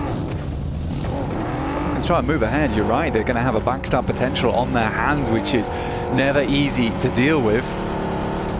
Yangon Galacticos currently struggling, though. Constantly hounded by teams here from Gamax, who have taken a bit of a split. Fajita waiting down low. And do they even know his position? As they head over towards Horror right now. Ragnar finding shots over towards AX. Scarface is taken low there from R8. And they'll have to move, Jackie. In the meantime as well, we saw a shot over onto Alpha 7 from Aura. Ooh, quick peek up. Thought he could grab that one, but the response is good from Yangon. Crosshairs instantly flick up, their eyes light up as they grab onto the knock. They're hanging on, the speed at which they're flicking around as well. They are hyped, filled with adrenaline going into this match, knowing that their life's on the line here in terms of the tournament. Judo finding more players over towards Vision, but they clap back over towards APK. Say Cloud on the high ground. These shots are just not hitting, Jackie. Sleepy, looking shaky. Didn't instantly bite on the bait that was shown from Say Cloud. And when he did go for the spam, a few bullets going awry. Quite a distance firefight on it, can't commit onto the knock, and he's being flanked from the back line. Turns his attention. Meanwhile, Gamax as well being hit heavy by Vision, still being able to at least respond. They lost 2 players off the engagement, but go 2 for 2 in the fight so far. Yangon Galacticos shopping around right now, but no, apartments are open and they are struggling to find a home inside this circle. Influence Rage, Diego will find a shot over towards Revo. Inside the shack and more damage done. Sleepy finds Mafioso. 1 player left remaining for Alpha 7. With that, Vision received the final curtain call in the survival stage, going down to Gamax. Intense game. Just inches away from Fajita as well, trying to keep himself out of dodge for now with the smokes to protect himself. Like you said, Alpha 7, it's been uncomfortable. Twice Revo has gone down. Twice they have had to get him back on his feet. Supplies have got to start to run low. Easy continues to be a terrifying prospect there on the south side for the Falcons. Hasn't whispered a word, laying in wait. Yangon Galacticos have come through some pretty tumultuous situations. The caltrops were laid down for them and they swerved, they've avoided, and they've made it in with some tumbles, some rolls, some dashes to get towards this position. And the circle continues to move out of their reach. So how will they play out these next couple of minutes to make it in? Intense game, Alpha 7, Gamax all weakened, all injured. It's a full 4-man squad from Yangon. I take that back. 1 player gets knocked and will get shut down. That's by Sleepy. Sleepy's been doing a great job from the angle up top. But look at this. R8 moving on in to join the party to split down the middle. Meanwhile, Easy, he's been biding his time for so long on this, but the rest of the squad has come over to assist. They look to fight up close versus the Falcons. Good chip damage onto Ragnar. Redox confirms onto that one. Tries to finish him off and will do so valiantly. Still pushing over, but the nades come in. The Falcons get finished. Fahidan's the one to send them out as they fall. And Power live to fight another day. At 71 points there, Yangon Galacticos is furious going into this game. They have a real stalwart game so far. It's looking worrying. Fireflux move on top of AX, only losing Scarface, and it's an immediate removal from them. But what's terrifying for the Falcons is Yangon Galacticos are still going. Influence Rage with 4 players are in a prime position on that eastern side. They are not through yet. It comes down to the bitter end, and this is the issue. You have left the fate of the Falcons in the hands of the other teams in the lobby. 8th and 9th position with a huge opportunity here. Last game, leave no stone unturned. How will Yangon Galacticos play this next maneuver? Much like that zipline above them, they would love for a straight rotation directly into the circle. And they're going to move over towards Kinotrope. SayCloud making the first move here.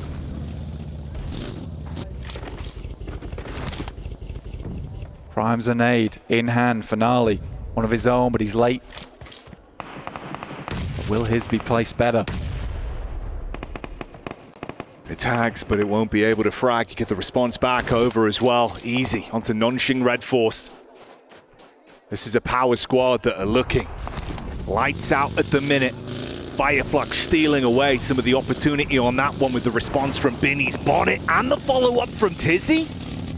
My God, Nongxing Red Force were taking the heat coming through from Power, but have just annihilated. Turn tail. Dare you get involved in our fight, Fireflux? We're going to send your way immediately. They angered the wrong beast. With that, the arena starts to quake. Another move being made. Power plays from the team's namesake themselves. Yangon and Influence Rage still in positions to cause issues later on into this one as well, depending on how this starts to shift. Regnum Carrier, R8 and Influence Rage all inches away from one another, just mere space between them on this compound setup. Ragnar might be down, but cheering them on from Valhalla. Seeing how far and how much glory Power can obtain. That's E-Arena out, and the only team within the top 3 is Power, looking for a first place here. Regnum Kaya will find shots over towards Nongxing Red Force. Binny, with the power of the buggy, survives, stays dead still, and they don't spot him. He will take a lot of damage, but can he crawl away? Lorizin's able to find it. The UMP hits. Binny thrown away, shut down. That's one elimination they claim, but they've still got much more to get done on this one. On the back line, Power will take a knock, but it is answered. They will look to pick him up. That's from Kinotrope. Al-Haji, he's just going to come back down again. He's got the side angle. They don't know, but it's still 3 players they are roaming into. Let's see how Power handles this. Yangon Galacticos yet to make their sprint.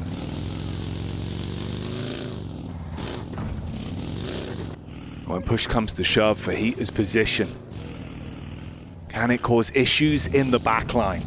Have they forgotten about him? The solo man from Gamax that tucked himself away quite some time ago. Influence Rage watching on. A fantastic position for them that they can work, but they will have to move. Yangon Galacticos up against Gamax. The first is found. It's from Kinotrope to steal that one away. So Yangon still only up to 2. Looking for the res, but they're trapped in the tunnel. Jiggle will find Carrillo as well as Mafioso. Alpha 7 being collapsed upon as Horror outdo them. On the push down, Alpha 7 are removed from the battleground. And those reigning champions not having an opportunity to show us the might they were made of last year, falling to the wayside.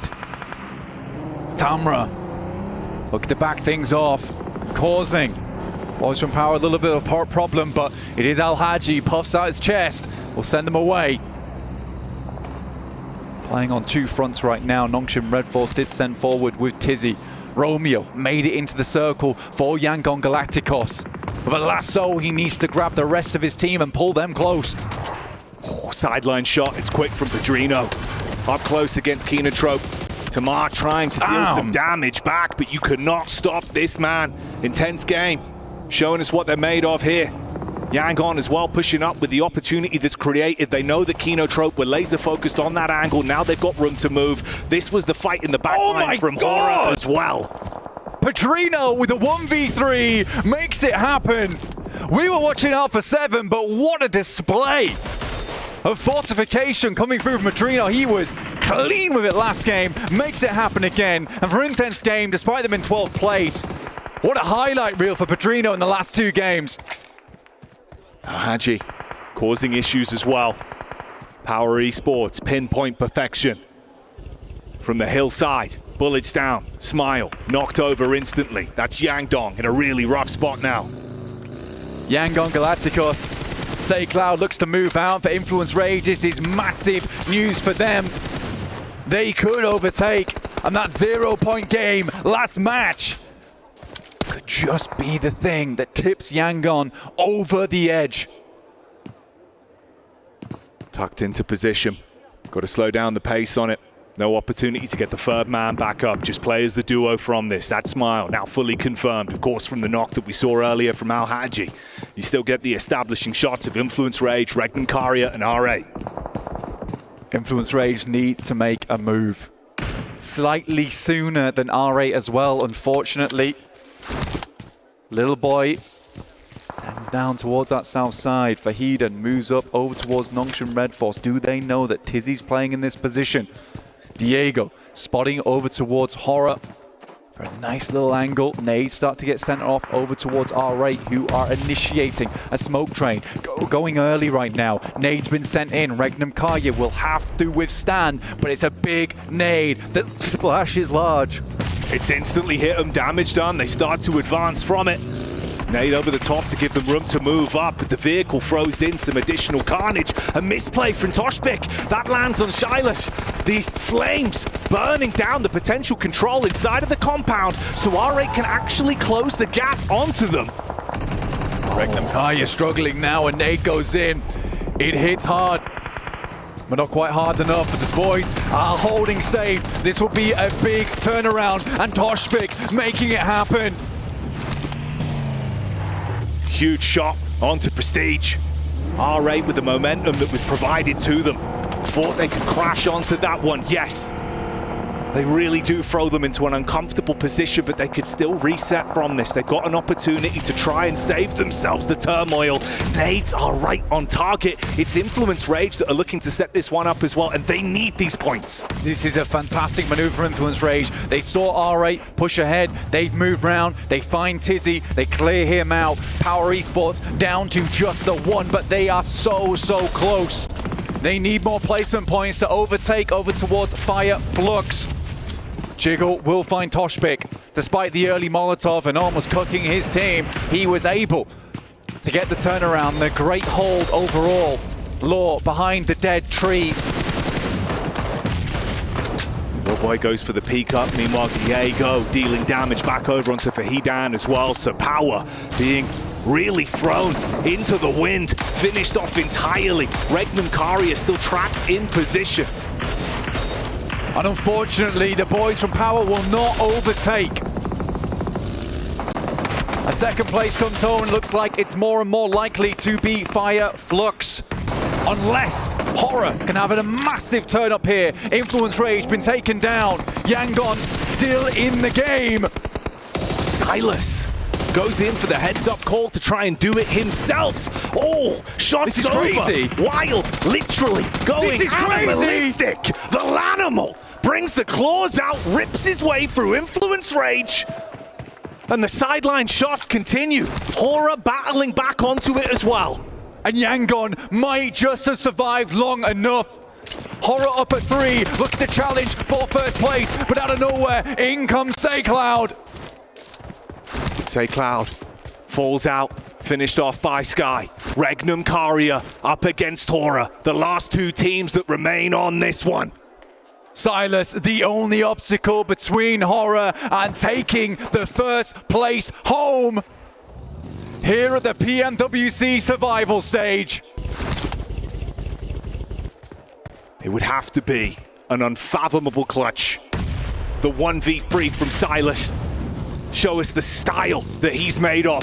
Jiggle looks for the move up. Sky with the first late. First connection's clean, but he can't do more. Regnum Kari a fall, and with that, Horror Esports do exactly what they needed to. An incredible performance from Horror. We're going to have to tally up the total slightly later on with those placement points. But with that, Jackie, for Alpha 7, we will not be seeing them over towards the main stage. Regnum Kaya has a massive step up towards the end of this one. But Fireflux, Power, Horror all towards that podium. What an amazing finish. And even Yangon slightly surviving towards those end moments despite Influence Ray chasing, but shut down by the man himself, Silas. And you hit the nail on the head, the trophy that is behind that winning team, the pinnacle of PUBG Mobile. Everything these squads give everything for, game after game, will be crowned to a new team, a new squad. 4 players will take the title this year with Alpha 7 being unable to survive. They did not make it through the survival stage. A new champion will be crowned this year. 2025 is going to be a whole different story. Tears have been shed. Emotions have been let loose here. Unbelievable performances throughout, and Power just love it here at the survival stage. Easy, making them look queasy with the sickening plays he's been showing and putting on display. Horror just making it in consistent time and time again. But it's the Falcons who do make it through. It was a terrifying finish for them.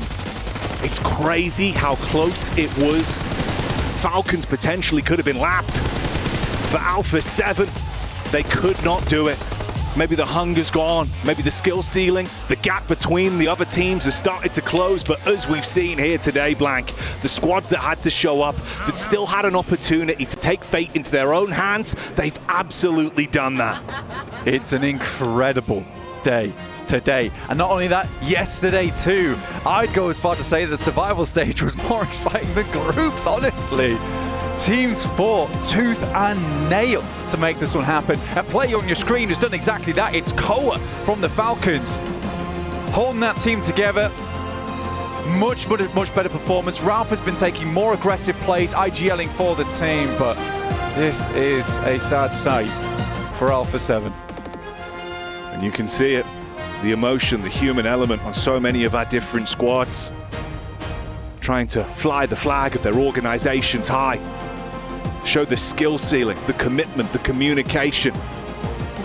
But here today, the reigning champions were unable to deliver. And of course that means for the 8 teams that don't make it through, your keys will be crushed. Let's get over to Barney and begin the process of removing those teams' keys.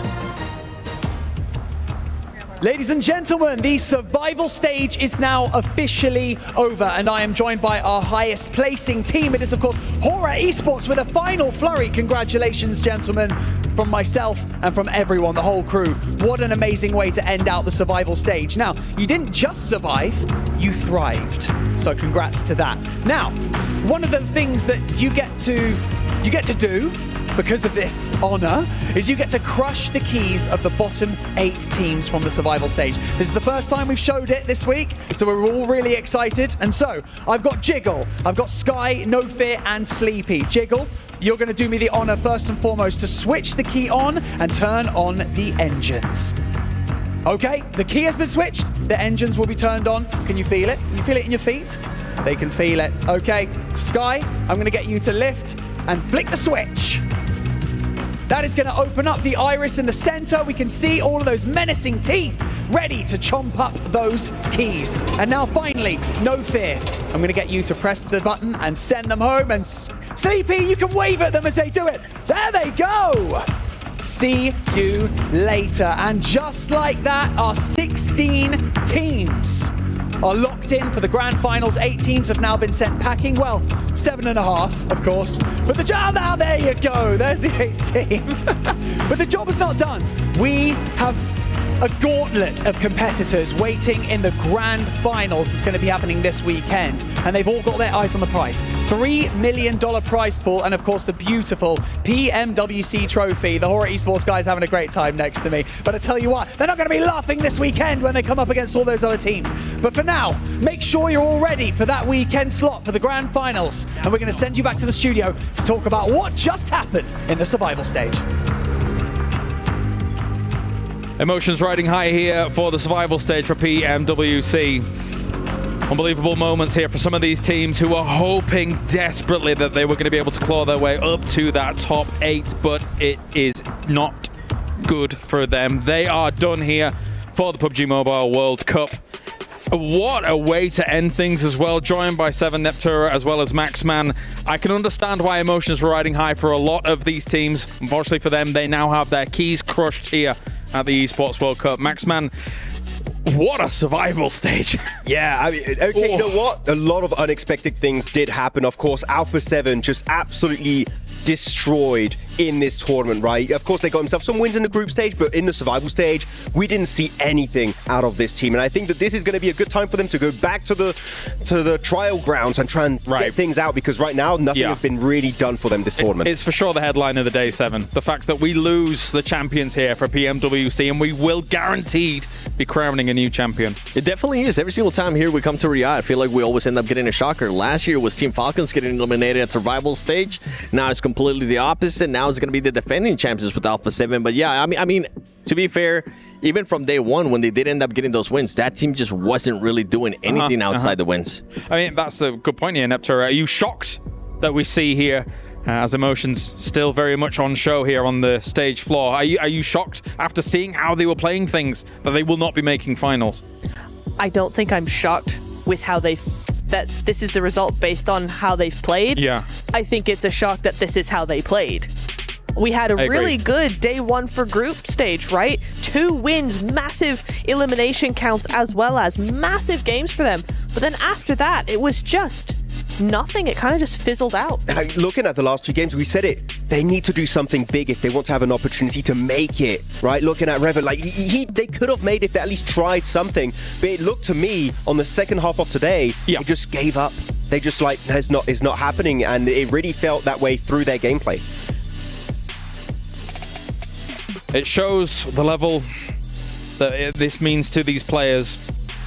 Of course, here, crazy scenes coming from Riyadh, Saudi Arabia. But whilst this does mean that 8 of our teams are now done here at PMWC, on the flip side, 8 teams survive. 8 teams go through and they continue to try and fight to become the champion here, 7. And as we just witnessed, Horror was able to take number 1 after all that. It was close towards the top 7, but Horror now number 1 for the survival stage. Can I just say, I'm just happy that Horror Esports actually ended up being in first place. They came in confident too, and I feel like overall for the past 2 days, they were the team that was actually willing to play in a way that going to grand finals will actually do good. Fireflux, I mean, yes, congratulations Fireflux. You do end up getting the second place here, Power as well, but for overall, Horror for me, Neptura, is a winning team. They are a winning team. I think we saw it in CSA. We saw less of it in group stage, a little bit of it here in survival stage until the very last match where, of course, they are going to be able to top the leaderboard here. They did keep up with appearances, though. I think like we have seen a much quieter Horror than we're used to seeing in terms of wins. I'm used to seeing Horror win a lot more. But we liked how they adjusted their strategy, being a little bit more aggressive, those third parties coming into play, less so being able to convert them into super consistent points, but obviously doing far and above enough to actually top the leaderboard here. I mean, correct me if I'm wrong, Max, but I feel like we put Horror in our contenders category at the beginning of our survival stage, and oh boy, did they contend. Oh yeah, big time. I mean, that's not contending. They dominated right there. I mean, Horror for me, looking back at CSA, were definitely a lot more macro-oriented team, just very smart, going for smart fight. Here, they just kind of turned up the aggression to 11. They were just taking really smart fights all over the place, controlling positions, controlling large areas of the circle.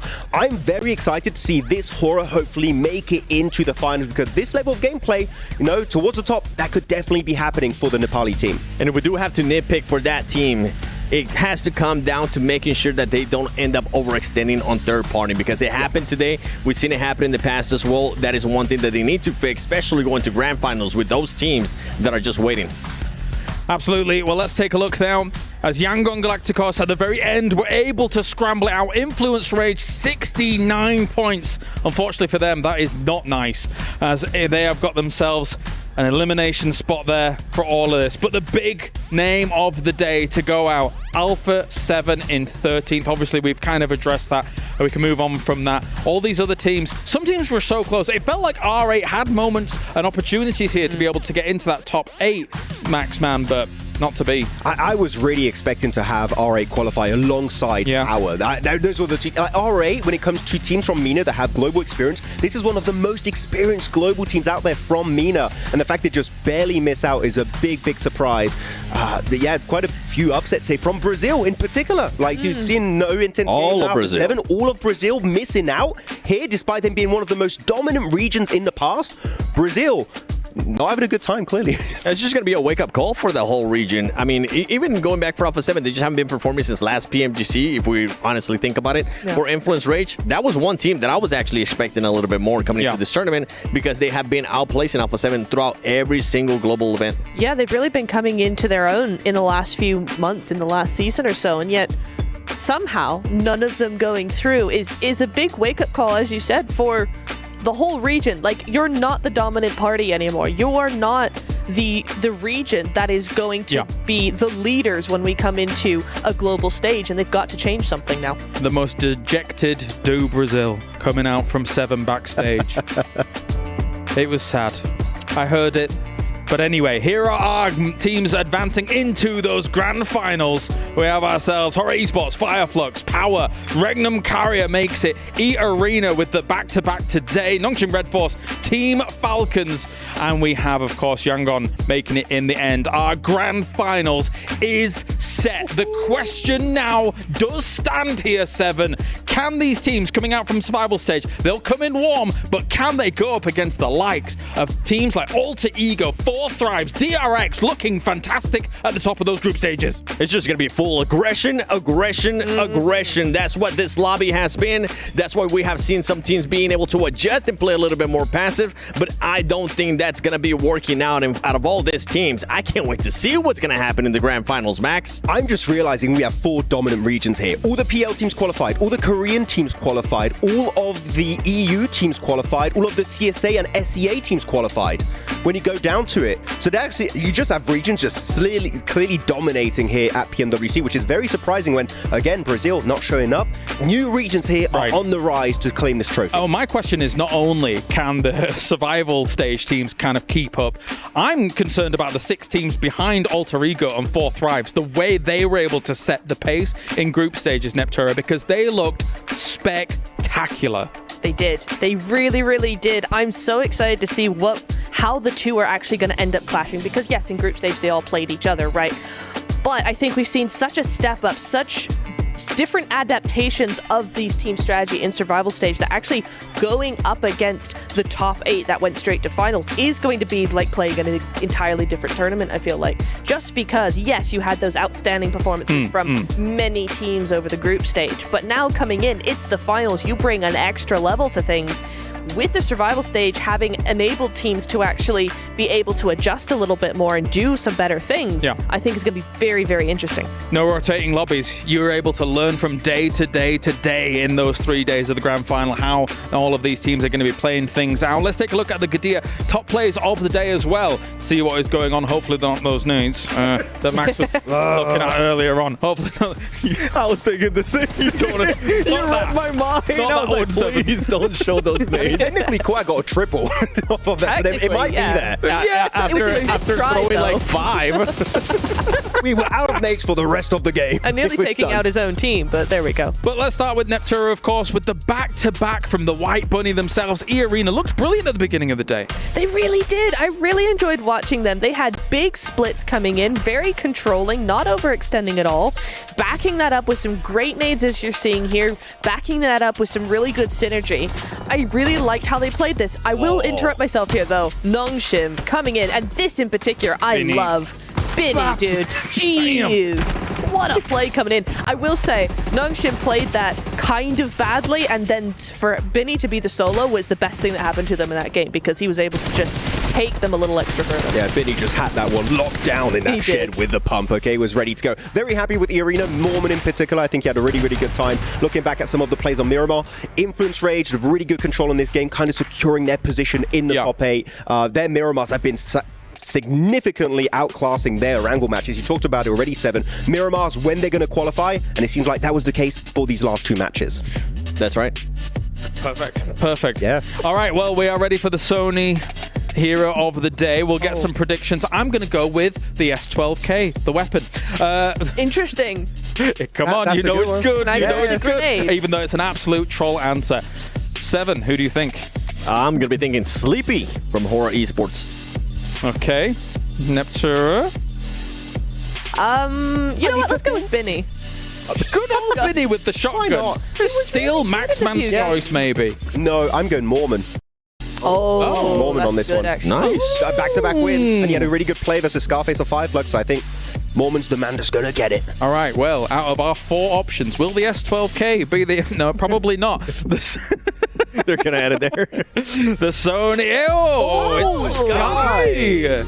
Okay, I mean, hey, he was an MVP contender back in PMSL CSA. Sleepy, he's good long range, but don't forget that because of the new formula, it's all about the elims, all about the knocks, and Sky's the one bringing them home. 14 elims. He's on fire. He is. With that Mini 14, he's absolutely just a dangerous man, so...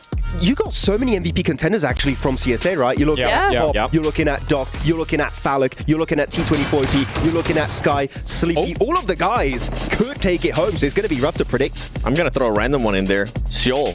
I think Seoul might end up surprising. Honestly, going into the grand finals, I know we're still here, but I'm excited to see what APG is going to be doing. I'm full on the APG train. I got a chance to go back and watch some of the stuff that they were doing in group stages. It is just that minimal thing that we've been talking about. The docketing, that needs to stop, and whenever it does stop, the team performs really well. Max's favorite thing. Yes, that is a good point with Doc. I love it. He loves it. He wishes he could be on the side of Doc. You wish you could play with Doc. I wish. You wish. I wish. Yeah, very. Maybe. Yeah. Ex-pro player. Max, an ex-pro player. What's going on? Yeah, he played once. I did like one PMCO game because someone did not show up like years ago. I also remember you playing a show match with some of the teams, and that was interesting. Yeah, let's forget about that. Anyway, all right, well, let's take a look at the Honor domination for the day as well and see what we've got as a flavor to tantalize and tease you here for PMWC. The triple elims coming in. Actually, you know, your sleepy call, Seven, was pretty on point because he was blasting as well. He was just so close. I mean, he was able to perform too. I had Catch as well, the way that he's been able to scout for his team, the way that he's been able to position for his team. I'm really intrigued to see Fireflex is going to be able to do that too in the grand finals. You know what I'm even more impressed by? Of course, Intense Game will not be advancing here, but at least you're one member in the... Doing all right. This is the closest Alpha 7 got to winning a game was thanks to Pedrino, that was on the roster a while ago. It was a while ago. Yes, but still the closest they ever got. You're mean. You're going to incur the wrath of the Alpha 7 fans. Don't go to Brazil. Don't go to Brazil anytime soon. He's gone rogue. He's gone rogue. But it has been a great survival stage, Neptura, of course, watching all of these teams really scramble for these final moments, these final opportunities. And we have a great lobby for our grand final. We really do. I'm so excited. I mean, we came into PMWC, right, going, this is the best lobby we've ever had. Going now into grand finals, this is the best lobby we've ever had. It's looking so, so good. You've got so many different strategies all coming together to try and battle it out and go, which one's the best? I mean, Hora now starting to do those third parties, but they're more of a passive team over on the outside. Then you've got, who else? You've got Nongshim, and many teams like the Chinese teams as well, they all go center. They like to get those 4v4 fights going. You know, 4 Thrives also love their third parties. So it's going to be just very different strategies all coming together on the same map. And it's going to be so, so interesting because I think at the moment, the meta is starting to split off. It's not just center. This is the only way to do it. You're starting to see different strategies and different metas starting to come into play, and that's going to make for such an interesting finals. A clash of regions, a clash of countries here. It won't be any less. We're here for the PMWC. And of course, you guys at home can be involved in everything that's going on, not only watching, as well as the map stream, I'm going to keep reminding you of that, but also we have the PUBG Mobile Airdrop Carnival, and it is now live this weekend from August the 1st to the 3rd. Log in for the summer surprise airdrops and collect 2025 airdrop vouchers to enter prize draws from official merchandise. You can get yourself smartphones, BD partner rewards, permanent in-game items, and more. Every participant is guaranteed to win. Additionally, you can jump in game now and vote for your favorite airdrop partner. You might even score yourself some awesome surprise gifts from them. So don't miss on out here for this year's Airdrop Carnival, because you could unlock yourself some surprises. Max, I know you unlocked some lovely stuff yesterday, and I'm very happy for you. I still have my James Yang winner chicken dinner t-shirt. He loves that I love shirt. it. I have an X suit and I'm putting the James Yang t-shirt instead. It's beautiful. That's amazing. Thank you. All right, well, final thoughts before we wrap things up here for the survival stage. Stop laughing. Go on, Seth. Alongside with one Nepturo saying now we actually have one of the best lobbies that we have ever seen at a global stage. I'm excited to see how these teams are going to be adjusting. I'm excited to see which team is going to be surprising us as well in grand finals. Nepturo? I need Falcons to do so much better, because they broke the top 3 curse, the 3rd place curse. They got 2nd in PMGO. Now they barely qualified to finals. As much as I love them, please do something else, something better. Oh, we'll have to pull the stick out again. Yeah. Do something. Do something, Yeah. please. Yeah. Max, man? No, I'm very All right, happy. thanks. Oh. No, go on. No, I was very happy with the entire tournament so far, but we've seen some of the top teams still like 4th thrives, still a few things that need to be fixed, like for example their decisiveness. Don't rest on your laurels, because this lobby in the finals is going to be cracked. It's going to be crazy, so you better get ready for the next raid. Yeah, this is how you know I've known you for too long, when I'm doing things like this live on broadcast. Yeah, you're kind of rude, actually. A little bit. You know. He's still waiting for his coffee. Good point. Where is my coffee? Anyway, whatever. We are done here for day number 2 of the survival stage. Let's head over to the stage and finish things up for day number 2 here for PMWC Survival. He might be called sleepy, but one thing is for certain, the performance you boys put up was very far from a sleepy one. Now, heading into this entire tournament, it was rumored that Alpha 7 were your top competitors, your rivals, the team you wanted to knock out of the running, and you did exactly that. I have to ask you, why Alpha 7? Because they were making fun of us. I don't know why, but they were making fun of us, and yeah, that's it. And we don't like it then. Well, you certainly showed them who was boss. Now, heading into the grand finals, obviously you boys have had an extra 2 days to kind of warm into this tournament with the survival stage. Do you feel like that's going to give you an added benefit, an advantage going up against those other 8 teams? Yeah, of course it will, and we have more time to practice, and that's why we're gonna get more confident also. That's why it's gonna help a lot. And who do you think your biggest rival is going to be in the grand finals? You've already taken out Alpha 7 from the competition, so who's next on your list for grand finals? Our main competitor will be Alpha Gaming, because they are our regional champions also. That's why they are the main contenders. Okay, you're taking out all of the alphas over here at PMWC. I'm loving this from you. Do you have a message for the fans that have been cheering you on throughout your entire journey so far? Yeah, I want to thank all of our fans who have been supporting us from the very beginning. I'm so thankful for you guys, and keep supporting, keep loving. That's it. There you go, you heard it here. From the man himself, Sleepy and Horror Esports. Remember, folks, the grand finals will be taking place on Friday for Championship weekend. We have an abundance of talent and $3 million on the line. We'll see you there.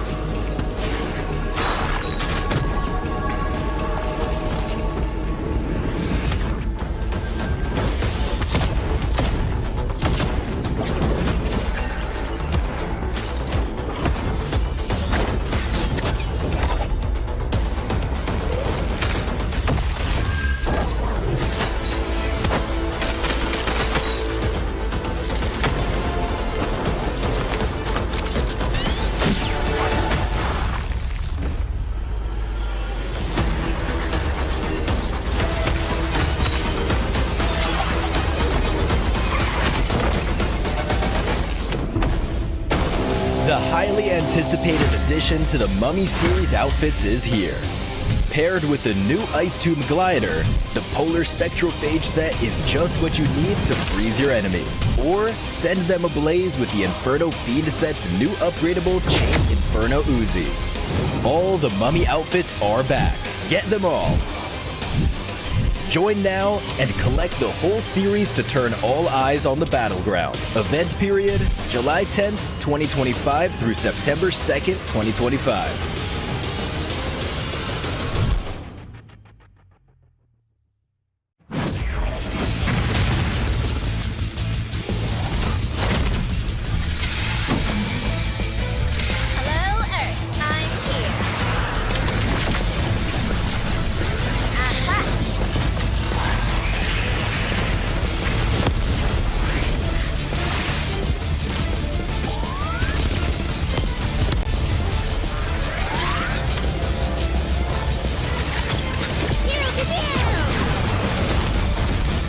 Pulsar Legionnaire available now. First outfit with special head animations and voice lines. The Pulsar Legionnaire set comes with its own super cute voice lines that can be toggled on or off. What happened? Bye, friend. Hello, Earth. I'm here. It also features the upgradable Hyperion ship DSR and Jet Reaver glider with special animations. Experience parachuting like never before. That's not all. Even more rewards await. Event period, July 25th, 2025 through August 26th, 2025. What are you waiting for? Get the new Guild set now.